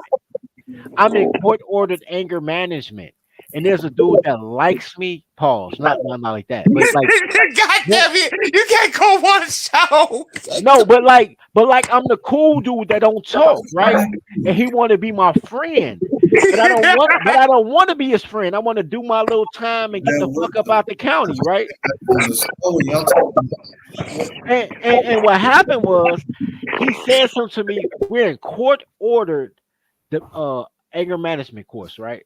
And he said something to me, and I hopped up like, you say one more thing, I'm gonna bust your head with this motherfucking chair. And I left the chair up, and the council was like, course over, like, and they shut it down, right? Next thing you know, I go to see my administrator. They're like, yo, we could send you to the penitentiary for this because this was court ordered. And I'm like, yo, it's getting on my nerves, right? And dude did end up going to the penitentiary. But anyway, my point is, bro, and they gave me my certificate. Shout out to that dude. But he gave me a lecture. And in this lecture, he gave me this is not the show for this. This is totally a what do you call it? Divestment from the topic. The reason I didn't go, the counselor they sent me was the laziest white boy you ever seen in your fucking life. Like never come to work as counselor, right? And when he met me, he had a preconceived topic he wanted to share with me. And if I listened to him, he was gonna sign me off so I can, get off this bullshit court order shit, right? He said, and I'm giving you this because you're men. Now I'm not giving it to the blacks. I don't give a fuck about Black Empire. I'm giving this shit to the men. He said, and this has nothing to do with me beating up the dude in anger management. I didn't beat him up. I just lifted the chair. I didn't even hit him with it. But had nothing to do with the anger management course. He said, people love to judge you based on your profession. I'm a doctor. I'm a lawyer. I'm a drug dealer. I'm a garbage man. He said the real character of a man is how he spends his free time. If he bowls 4 days a week, he's really a bowler who works a job to pay his bills. But if he could bowl for a living, he would. He said, man, you have to judge men on their free time because if you judge a man on their profession, you'll always get trapped into the trappings. And that shit made so much sense to me. And I listen to these boule niggas and all these bitch. I can't listen to no man that ain't got more than me. I'm like, most of the brilliant people They actually have, said that. man, they say it all the time, bro. I mean, you gotta, Let me ask you you, something. Was that a white guy? it was a white guy. Yes, it was a white guy. You know why I asked that question? Because this is kind of sort of tying back to things I've observed about masculinity in the black community. That is a very white aspect of how they see masculinity, right? It's not just your job. Like even in Fight Club, you are not your job. You are not the thing that you do every day. Because you know it was a movie about guys who worked at bullshit jobs. They were saying how like we don't have a great adventure. We don't have like our great quest anymore. Like our great quest is bullshit in the modern world. And Right. so he was talking about to the masculine like call, which is like there are things that you would love to do just individually as a man, but then there are the things that you have to do to live in this modern world, and that's what makes you a man. The things that you would rather be doing, the things that you would devote your time to do, you as the best like expression of yourself or whatever. And then I seized on that thing that you just said, Dirty Folks, because it just sort of reminded me about like the weird dichotomy between this Oh, okay. this So stunted black so masculinity versus the traditional masculinity here's why I concept. rebuke you. Here's why I rebuke you, Hood. That was a Rebuke. man. That was a man conversation, and the fact that you accurately, by the way, depicted that white men had to have a man conversation with me, and you were right. I hate you for that. I hate that I'm hated for knowing things, bro. That's all my life, bro. That's why I hate you. I swear to God. Bro, the fact that This but whole but time. but but like when I say you have to be black or a man, but you can't be both, you have to choose. You made the distinction immediately, yo. That had to be non-black to have a man, and you were But right. Man, And I, 30, you ain't lying though. you come to this you've walked the path that led you to this point in your own journey, right? And this is why you and I sort of get along from our like disparate perches of wherever we land in the world. We see that same exact thing because however we walked it to a similar place. And so we get there and we look at it in that way, like, yeah, there is a masculinity that is somehow just inaccessible to the common black experience. And so you have to kind of you have to be beyond the black experience to contemplate true masculinity. And it's a fucked up thing to say it that way, but fuck it, it's true. but you know what? You know when I didn't know. I didn't know. I was 17, 18 years old. I didn't know. But my first indication, I had this girl, Alicia. Shout out to Alicia. My first abortion partner. Anyway, she was a bum. Most black women are poor, by the way. Y'all look at them with them $12 outfits and filters and think they deserve $50,000 on Cash App. They don't. They're poor. So I had my poor girl, right? But she was cute, and I went to Rainbow and I got her a out. Maybe not. Yeah, it was Rainbow. I got her a $12 outfit, and then I went to Sherman Shoes. I don't know if everybody got a Sherman. I know Mr. O know what I'm talking about. I used to work at Sherners. That was one of my first jobs. That Yeah, shit paid, boy. yeah. But they be like $10 shoes though, right? Oh man, all $10 shoes, man. You Right. had a lot of these, man, boy. You Right, man, right. you So used to make so you know what much I'm talking about. money. I got her some white patent leather 3-inch heel boots from Sherners for $10. Then I went and got her a blue jean outfit from Rainbow for $12. So I spent $22 to make this bitch presentable, right? Never got her hair combed or nothing. Just got her outfit. And like I said, I was 17. I live with my parents. I bring her to my parents' house, right? She popped up. Real And quick, brief interlude. Y'all Chicago niggas had it good because you can't get away with that shit in Brooklyn, bro. Brooklyn bitch will fight you for the $10 outfit. The fuck you think bro, this is, nigga? in 2020 they Brooklyn will. bitch, nah, nigga, ain't no way in hell. You got to go back like 40 years for that shit to work This with is a no. Brooklyn bitch, We're talking Man, shit, we 1990. was No, doing we're that way talking until like what? Yeah, 1996, bro. 2010s. Yeah, this is 1996 when I did that. I was 17, right? So this is 1996. Man, So I did that since I, 2011. I bought her a $22 bro. These ensemble, right? scarlet rapping bitches is not trying to hear that shit in Brooklyn, bro. Look, Man, we in can't count. Inglewood, bro. Yeah, they can't count. They don't know how much the outfit costs. I took the tag off. Anyway, Man. so she got a $22 outfit. I don't know how much others I were. was in the middle of fucking the And, real. here's how me and my and I He's should have in known. England in the I 90s. should have known my dad was a cuck when I was 17. The girl came to the house. She was looking cute, and the $22 outfit I get, she looked great though, bro. It's a nice $22 outfit, and my dad told her, "My son is lucky to have you." And I snapped. Then at 17, I said, "Yo, I had a powder blue Regal. We talking 1996. I had a 1986, 87 We was doing powder something blue Buick special Regal, at that time. right?" And I had it. I didn't have no rims. I had 17-inch hubcaps, 30 spokes. But I told people there was rims because I had It a was full a hubcap, Regal, right? dog. At 17, man, you was Right. I cool. was killing them, right? With my hubcaps, I told people it was rims. They ain't know the difference, right? They ain't give a fuck, though. And I had to pull out radio too to snatch out because it's Oh, man. 1997, right? Oh, you was serving. Hey, don't judge my life. No, I was not feds. Anyway,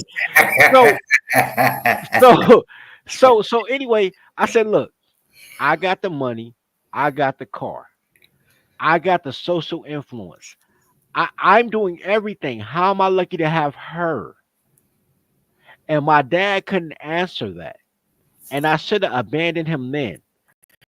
When he told that girl, my son, lucky to have you. And I said, yo, she lucky to have me. I pay for everything. I pay for her entertainment. I should have abandoned my dad then. But I didn't understand that boomer men didn't care about their last name at that time. I didn't know.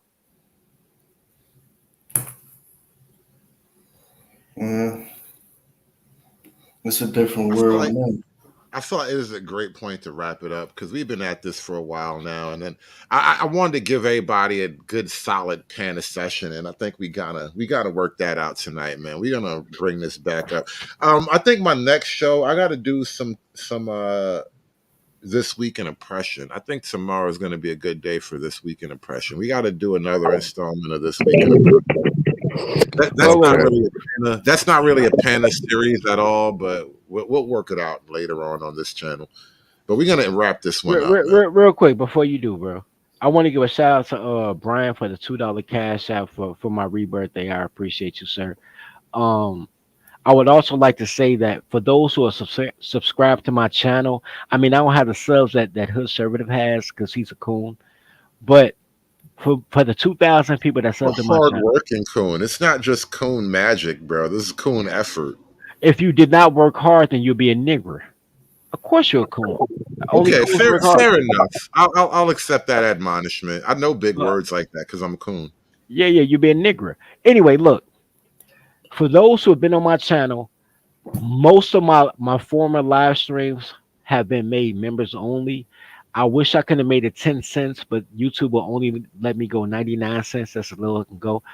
Um, I'm hiding all of my live streams because I'm about to get on my Sharon Bracy uh Brownsville thing, and I'm about to love these hoes and do a lot of pre-records.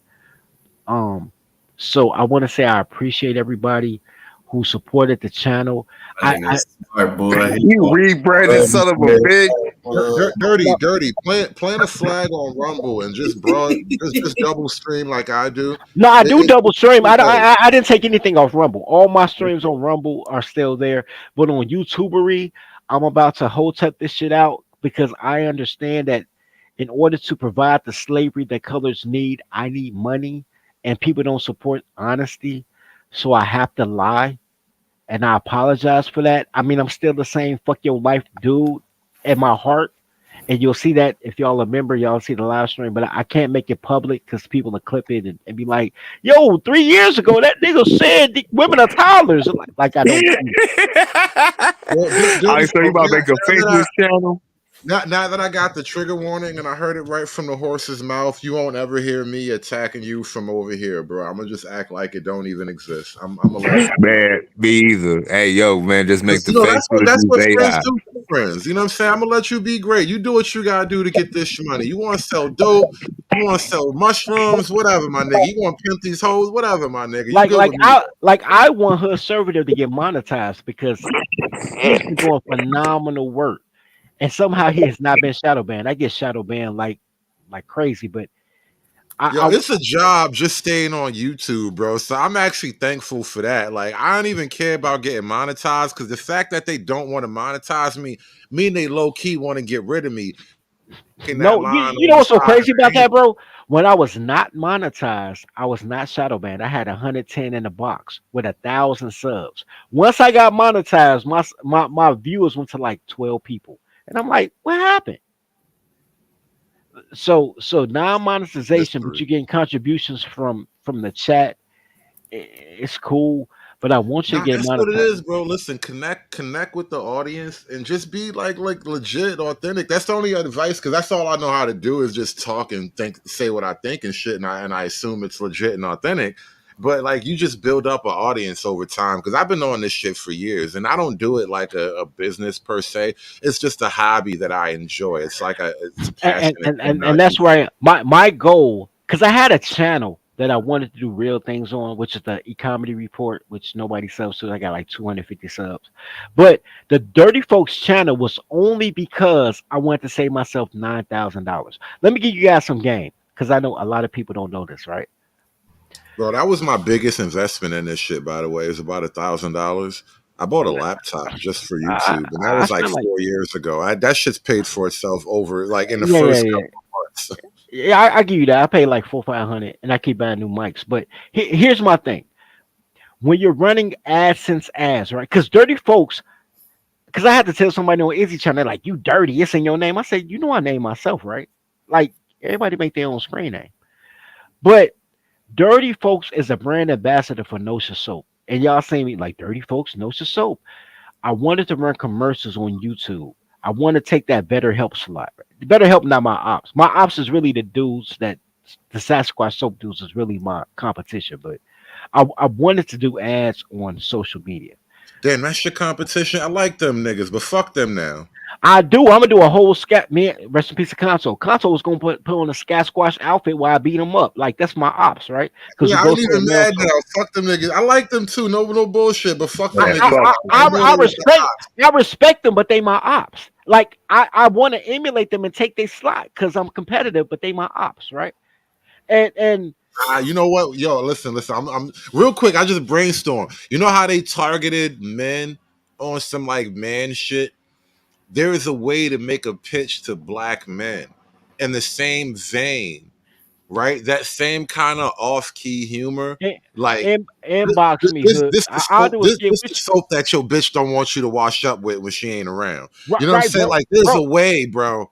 bro. Rest in peace. Last thing, Concho told me, say, man, you need to do a commercial with a girl like she about to suck you off, and then she like, you smell, and then she hand you your soap, like wash with this, and I'll suck you off. Cause you know, dudes are girl centric. The My dick sucking soap. Listen, this the you know, soap you wash up. Get your before you dick get your sucked, dick sucked. bro. Yeah, Get the dick sucked. yeah. There's a So way Man, to sell that shit to niggas, bro. It's just and, you and got to be and you know bold that's and gonna be my creative. next commercial, which is why I have to be raunchy. This is why I'm dirty folks. I'm not the dude that publishes 11 books. I'm dirty folks because he's a brand Be just ambassador. raunchy enough. Don't go full raunch Don't because go remember for a it has retard. to have never hey, go that's a full good slogan retard. too. Never go for Listen, I be trying to pull myself back because I be having thoughts that's like, nah, that would only work if I was telling jokes to me. Like, no, pull it back. right, Pull it right. back. I got you. But here's my thing. Hey, yo, that's a bar right there too. They're just raunchy enough. Right. Because it costs $9,500 for a corporation to run a YouTube ad campaign. $9,500. Or here's the thing. Or 9 cents a commercial if you have 1,000 subs. So I pumped up the Dirty Folks channel just to have 1,000. I'm at 2,000 now, and I appreciate y'all. But I only need 1,000 subs to run commercials. That's not even. What I tell y'all about toddlers and all that is just me venting, really, and giving y'all examples of not to be slaves, and then y'all get mad at me Is about it. there a way for you to buy your own ad space on your own Yeah, show? yes. That's Well, all you need, bro. no. I don't. No. Two things. One, you can buy your own ad space. You can be your own sponsor if you want to, but then YouTube gets a cut. Like Oh, that's gay. Never mind. That's like gay. when they ask you, do you have any paid advertise? Well, you're not monetized, but they'll ask you, do you have any paid advertisements? You ever watch somebody video and then there's I have. a blue Yeah. line, and when they're doing a commercial, like the paid advertisement for whatever, I don't want that because it's me. so I can run my shit. Like I be in the middle of conversation, like, man, this no so Nah, go for the unofficial handshake advertisement. right. But if I want And to then you go just stop your fucking stream and do your whole commercial for your advert. right. But if I want to be in the middle, if Hood was monetized and they like, yo, manosphere content, then Dirty Folks would be one of the commercials that pay him. How you Right. do that? Y'all don't really watch my shit because y'all not members. I got that shit in the membership only shit. But it's nine I cents. heard it. You told me before. I know about it. But it's The nine game is cents. to be sold, not told. Get dirty folk. We about to Right, wrap it up. but it's 9 cents, right? So if I pay $100, I get 900 commercials, right? That's And perfect. so, but that's better than paying 90. I don't have 9,500 to run commercials and not knowing I'm gonna get 9,500 back in sales. I might be able to give you $100 and get 90 commercials if I make 9 sales. I get my money back, but I don't have 9,500 for you, and it worked out. So I really the Dirty Folks channel did what I wanted it to do. I wanted to do two things. I wanted to pay for the ads itself, right? So I wanted to make enough money off my channel that I spend all that money on advertisement about the soap. That has not happened, but that's okay. And I wanted to be able to advertise, which did happen. But I'm gonna change my whole format because I understand that you guys don't like men. Y'all come to Hood Channel to listen to him talk about black women are your ops, but you be like, but my mama black. You guys don't like men. You have not gotten into your manhood yet. You're still black. And because you're still black, all this is entertainment to you. It's not information to you. And It's entertainment to me. edutainment is KRS One. Nobody goes to his church though. Nobody bought his book. You know what I'm saying? That's But all. was he lying? You No, know he what? wasn't. I wanna shut this thing down. But dirty folk, what I realized in my experience in the black church is even they just want to be entertained. It's a sad Edutainment. reality. You know how And how true that that's is. why I approach this show the way I do. Whatever real shit I talk about, I approach it from an entertainment angle. And then I say some shit that maybe it's profound, maybe I'm retarded, Bro, maybe I drink too much, but I start out from entertainment. bro, you know the church is so entertainment that they only pass out the collection plate when the choir starts singing. Never when the And pastor that shit, they be jamming when that plate go around, bro. They be energetic. The fucking bangles, the bro, tambourines be clanging and shit. They because you're listen. not paying for the words, you're paying for the concert. They would twerk if Jesus wasn't looking. Bro, you're not paying for the words, you're paying for the concert. That's why they only pass out the collection plate when the choir come on. But anyway, we've been giving up game for the last like 5 or 10 minutes, and that's enough.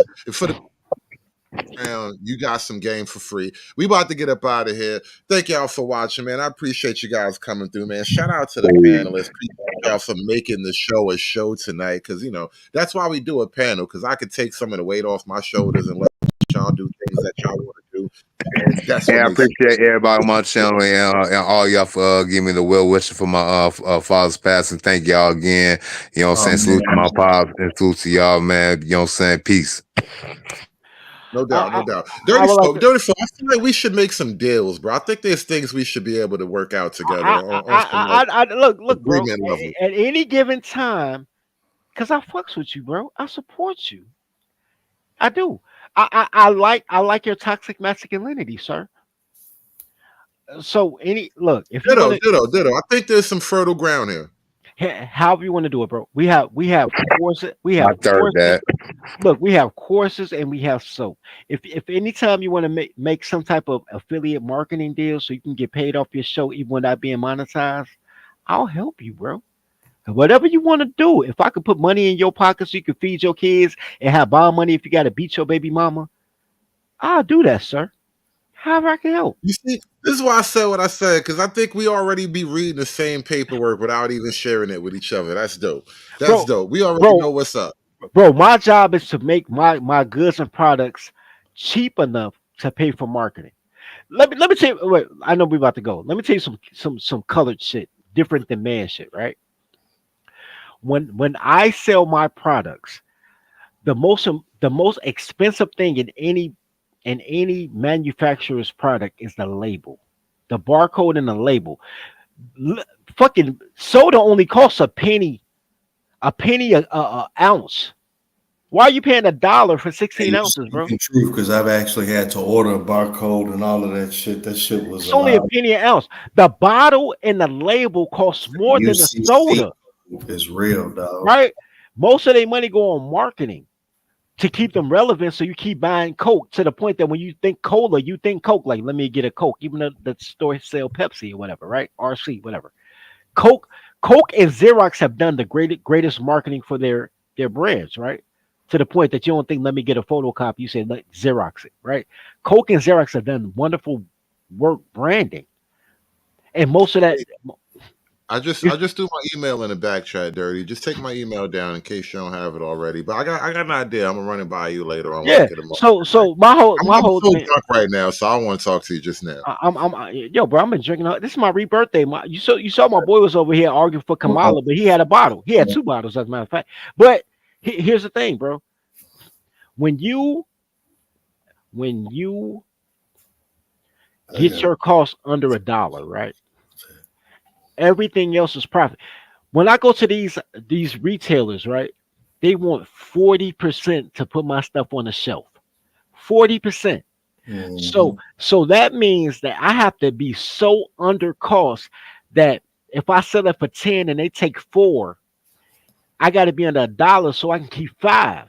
And then the marketing gonna cost me 3, so I'm only making 2. So I double my money, right?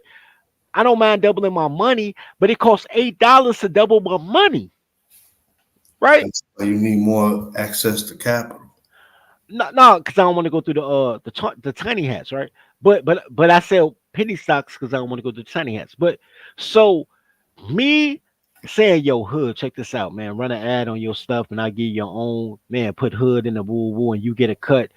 That's part of the shelf life in the marketing I'm already paying for. I don't lose on that because I got to pay that anyway in order to be relevant.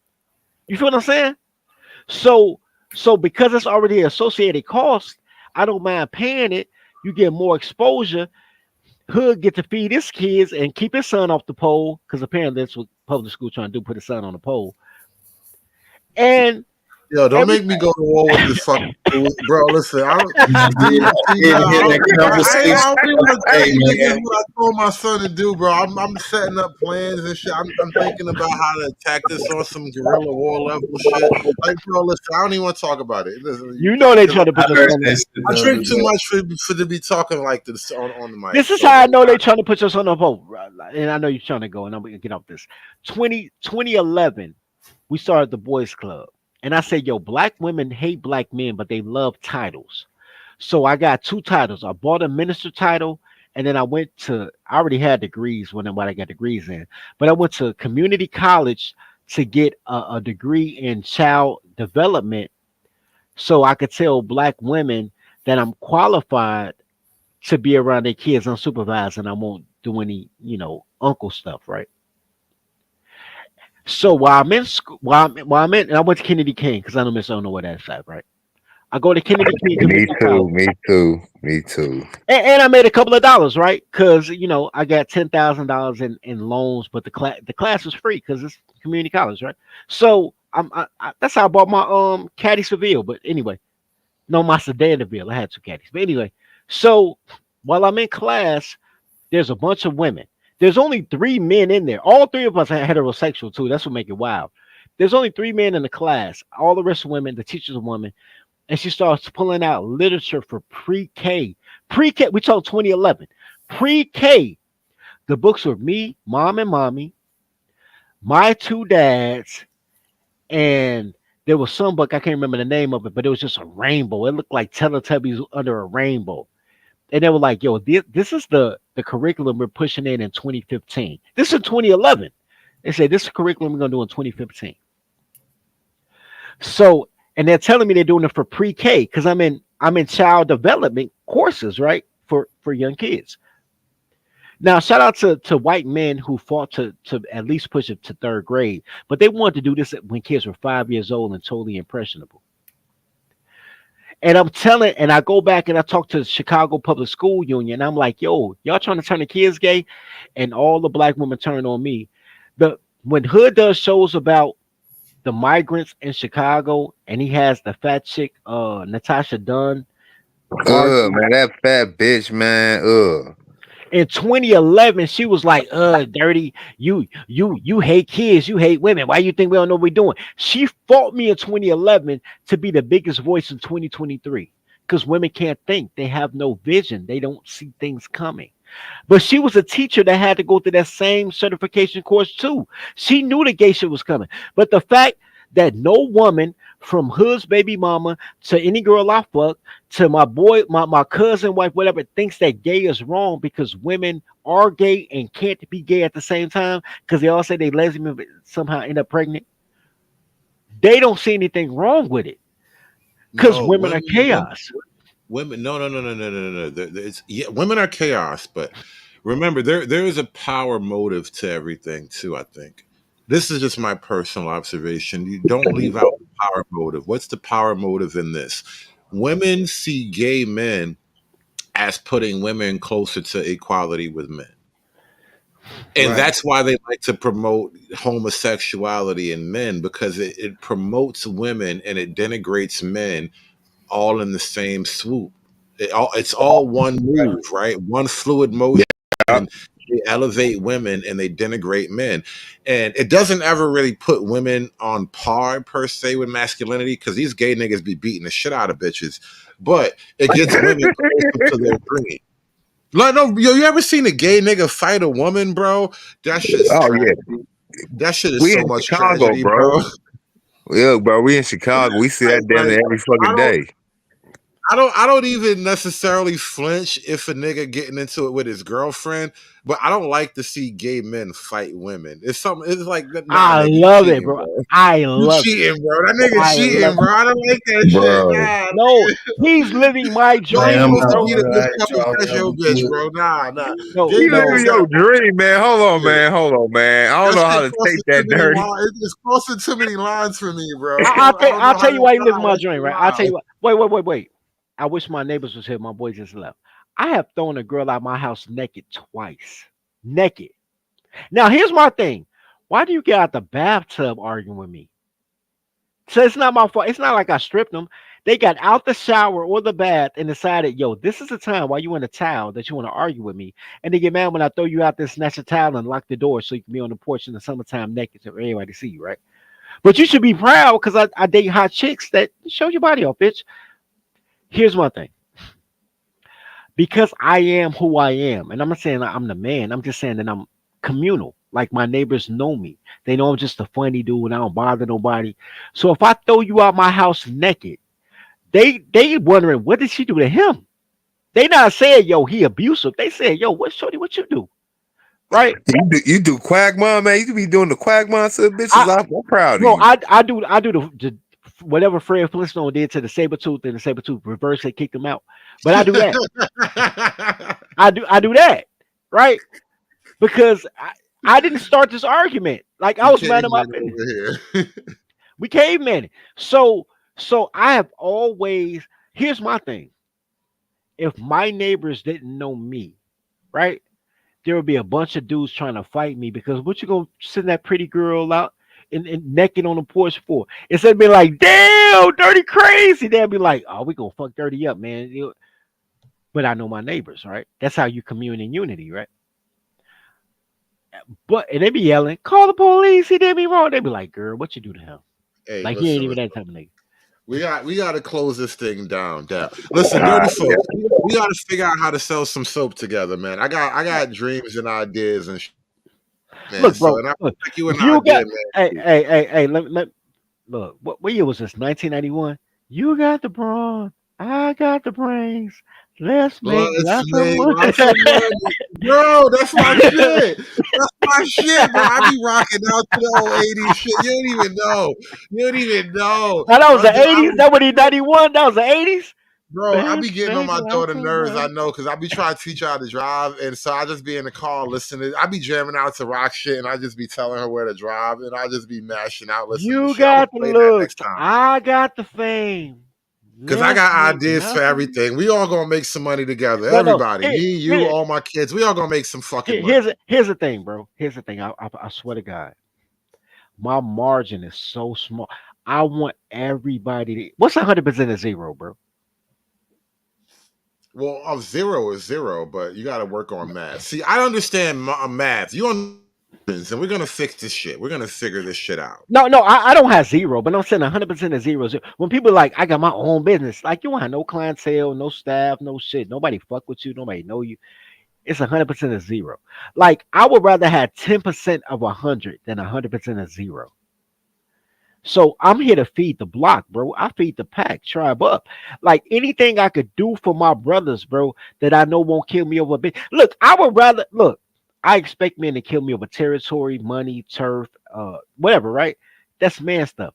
To kill me over a girl, I can never know what's coming from because 52% of the nation is girls. You know how many girls I fuck with? You know how many girls get you killed because her feelings hurt? Like you ain't even do nothing to her. Her feelings hurt?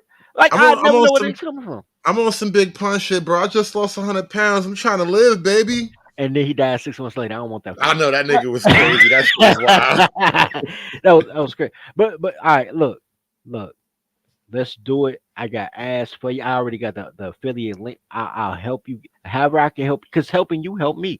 Look, however I can Listen. help you. We gonna work it out. Listen, I put my email in the back. We gotta talk serious and we work You it out in the you know background. who You know, we'll else? talk You know later. who else want to be down with the click?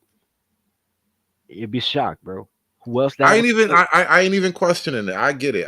But I Well, you know feel it's all the Chicago dudes move. because we all hate Tyler's. I ain't Minister even Jack. mad at Chicago. You know, we make jokes and all that shit, but I fuck with Chicago because you know it's Chicago. the network is full of men. Chicago fuck with New York and New York fuck with Chicago heavy, but we like our cracking jokes is like little cuz, big cuz. Chicago and New York and Detroit really, but Detroit really rock together, bro. Like no cap, but Minister Jap is really on the look. I got a I friend. fuck with the minister. I've been fuck with the minister. Like bro. I got a boy living in Houston, but he's from Chicago, right? He wants to be the. Well, I asked him. This is how men operate. For those in the chat, let me tell you something. What you said, me and Hood doing is how I relate to every man. I want to do something. All right, cool. Let's do something, and then we work out the details later. My boy in Houston, who from Chicago, he is the assistant superintendent of Houston Public Schools. But to y'all, that's what he is. To me, he's the biggest weed head I've ever met in my life. Right? This motherfucker grew dreads just to say he a Rasta. He ain't Rasta is all. He's native to America like a motherfucker. That's how much weed he smoke. Anyway, I told him, I said, look, I'll pay for the 501c5. Let's start our own school system. Like, fuck having like one school. Let's start our own school system like the Mexicans got Uno. And I want you to be the superintendent of schools. The nigga, you know what the nigga told me? Pass the tequila, nigga. Fuck you talking about? It's done, nigga. Pass the tequila. Because that's how men move. Once you add women, then you have to capitulate to everything that doesn't make sense to make her feel comfortable. But men move like men. So when we do this takeover, it's going to be me. I'm gonna be Brownsville, bro. I'm telling you, I'm changing my life, bro. But behind the scenes, slavery and feeding the men. And I look, Hood, and you know what? Hood Conservative made me watch Bernard Riley because I thought Bernard was boring. But Hood made me watch him because I was his guy. Because I'm a Hood fan. So it's very rare that you get to meet your idol. Well, he not my idol, but it's very rare you get to meet people that that you rock You know with. it's crazy, Bernard was my nigga too, because like I started coming on panels Hard Body on Bernard channel, and then I started doing my show because people like would watch me on his show and be like, "You got to do a panel." You know how that shit work. And so Bernard was always my nigga, but like you find people that you can work with and you work out a little loose arrangement, and then you never know, you grow from there, and then we might renegotiate the terms after that, but you grow and you keep working, you grow this thing and you keep working some more. That's just how it is. No, I get how you and Bernard. Here was Bernard thing, and you're not even extreme. You're getting there, but you're not even extreme as me. But you're getting there. I'm proud of you. Bernard is vanilla. You got to say the things Bernard wants to say, but he can't say because the type of subscriber base he has, right? So people Not can be facts. mad. People can be mad at Hood and not be mad at Bernard, That right? was the deal. Like it was never discussed that way, but I looked at myself as like I'm gonna drag this slowly to the right. And then I come up, and I don't think Bernard was ever a dirty folks man. But then I come up like, yo, don't listen to girls with clothes on. Nigga, all they are fight promoters. And he's like, yo, I'm like, I'll You were five too them. far. You were like where I was gonna go in the end point. But And Bernard is not a place to take it to the end point. right, My but show is a place that dirty folks can present the end point, and I'm not gonna hate you for it. But Bernard, no, it's not there. and I had to adjust to that, like, yo, but Bernard is not, because Bernard loves women, and I love sex, and it's a total difference. Right, because sex is, women are for sex, and I love sex too, but I don't love women, but I love sex. And so there's a weird gap there that you just bridge because you want to have sex, but I don't love you bitches. Right. I love the bitch that I made children with, and that's how I wound up here. That's why I can't love you bitches. I'm with you, and then you get to the extreme of which I say things that are like, yo, I want men to be all right, and you can't be all right if you listen to girls with clothes on. You have to follow a man. You have to be part of a man. You have to network with men. Only men. Even when women say, "Yo, we want to be equal to men," but women live off of men's benevolence, off men's tax dollars, off men's resource. There's never been a woman that ever knew how to create a business. It's four men in her friend zone who helped her make that business. Women don't really know anything, and you know that because your kids can't read, and school is full of liberal women. You know what's so weird, bro? You say women never knew how to create a business. My whole life is a business. And I don't think women really approach it from that angle, perhaps. But that's kind of one of those fundamental differences. As a man, when you recognize your life is a business, it helps you to create businesses that facilitate your primary business. Because No, that's all your endeavors become is everything that helps facilitate my primary function. no. You know what's crazy to me? What blew my mind? 2 years ago, on my strength throwout line, right? Tyler's is my line, but a throwaway line. I was like, yo, men are awesome. Do you know how many inboxes and comments I got? Like, nobody ever told me that men were awesome. And I'm like, bro, women live off men's benevolence. You do 99% of things right. The one thing you do wrong, they nail you to the cross for it and try to make you perfect. Like, women are compared to men, men are compared to God, and no man is God. I So think women are actually compared to the devil, technically. Because symbolically, women represent chaos and whatnot, and that's closer to the devil than God. okay, and here's where we disagree. Biblically, here's where we disagree. And wait! Don't go biblically, because then there's Eve in the garden. No. Biblically, we're just talking about the devil. Do you know biblically the devil never did anything wrong? The only thing the devil did, the whole book is like, yo, bro, you know your man ain't shit. Yo, Eve, you know your man ain't shit. Yo, Jezebel, yo, you know your man ain't shit. Yo, Job wife, whoever she was, yo, you know your man ain't shit. Like the devil in the Bible is Trey Songz. That's that Masonic Luciferian shit. I don't want to argue with you with it, but it's too No, complex. cause the floods and the locusts, all that was God. The It's plagues, too complex. It's too. I'm not the fighting you on it, but it's the too hard to I grasp. get you because people worship women so much they can't stand the man. They can't stand anybody who be like, yo, you know your man ain't shit. That's all the devil did. Yo, come with me. Fuck that zero. Get with this hero. You know your man ain't shit. He didn't cause anything. There's nowhere in the Bible that the devil caused anything. He just snuck up on your girl like, yo, you know your man ain't shit. Even we went to No, Jesus. Yo, you know your no, dad ain't shit. you get punished for giving in to the devil. That's the lesson there. But that's again, it's too complex. So many drinks. I don't want But to to talk be about that. honest, none of they men was shit. You think Ahab was shit? That's what we Like call them look, the Jezebels. story of Job. This is why the story of Job kind of stands out, because through it all he never gave in to the devil, even though the devil the whole time was like, God ain't shit, right? But he was like, listen, you ain't shit. Like, shit is bad right now, but you ain't shit. that was really the thing with Job. Like, because once you give in to the devil, there's no coming back. Like, things get rough, bro. Things get bad. But if I you would get into the argue devil, it's really hard to come back. I would argue that it wasn't that the devil told Job, God ain't shit. It's that the devil told Job's wife, your man ain't shit. Then told Job, man, your girl left you. If you God, Well, your he wife killed will come back. Job's wife. He killed Job's family. He killed everybody. But Job had he to should. wait to get But Job got See, his listen, straight. I don't want to go there. I don't want We're to. See, we're not doing biblical. too much. We're not We biblical. But what I'm saying things is, we have to if talk about women, when we're not on the mic. if That's the women thing. are the now, all I'm saying is, if women are the devil, then their message is men ain't shit. That's all I'm No, saying. I'm just saying. I'm making Yeah, a we got a symbolic theological. reference. Yeah, we got a Yeah, I'm theological not calling conversation. women the devil. I'm just making a symbolic argument that women are closer to the devil. Women almost kind of represent the devil because women I agree. symbolically represent chaos. I agree with that, but I'm saying the message of the devil is men ain't shit, and the message of black women is men ain't shit. So black women are closer to the devil than goddesses, as black men say. And I'm agreeing with you, but I'm Hey, saying there you go. historically, biblically, it makes sense because all the devil said is men ain't shit, and all black women say is men ain't shit. There you go. So, See, so dirty folk. I feel like we could talk and drink until the sun comes up. yeah. I'm gonna let you finish. I ain't got no more drink. What the fuck happened to my? I drunk my I drink. still got a couple of drinks left to go, but I got to get up My nigga to took do my shit drink. tomorrow. He took the bottle. My Yeah, car. I gotta get an oil change or something tomorrow. I got things to do. I don't want to drink all night. man. Look, man. Look, love your brother. Uh, Love your brothers as you love yourself. Do you guys love yourself?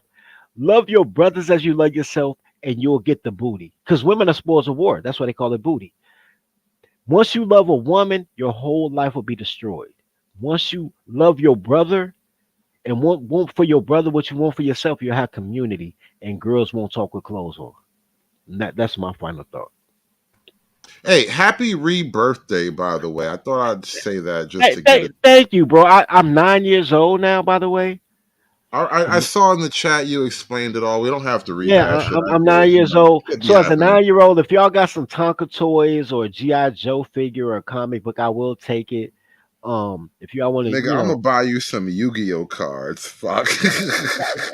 bro, hey, I will accept it. I will accept Beanie Babies at this point. I'm 9 years old.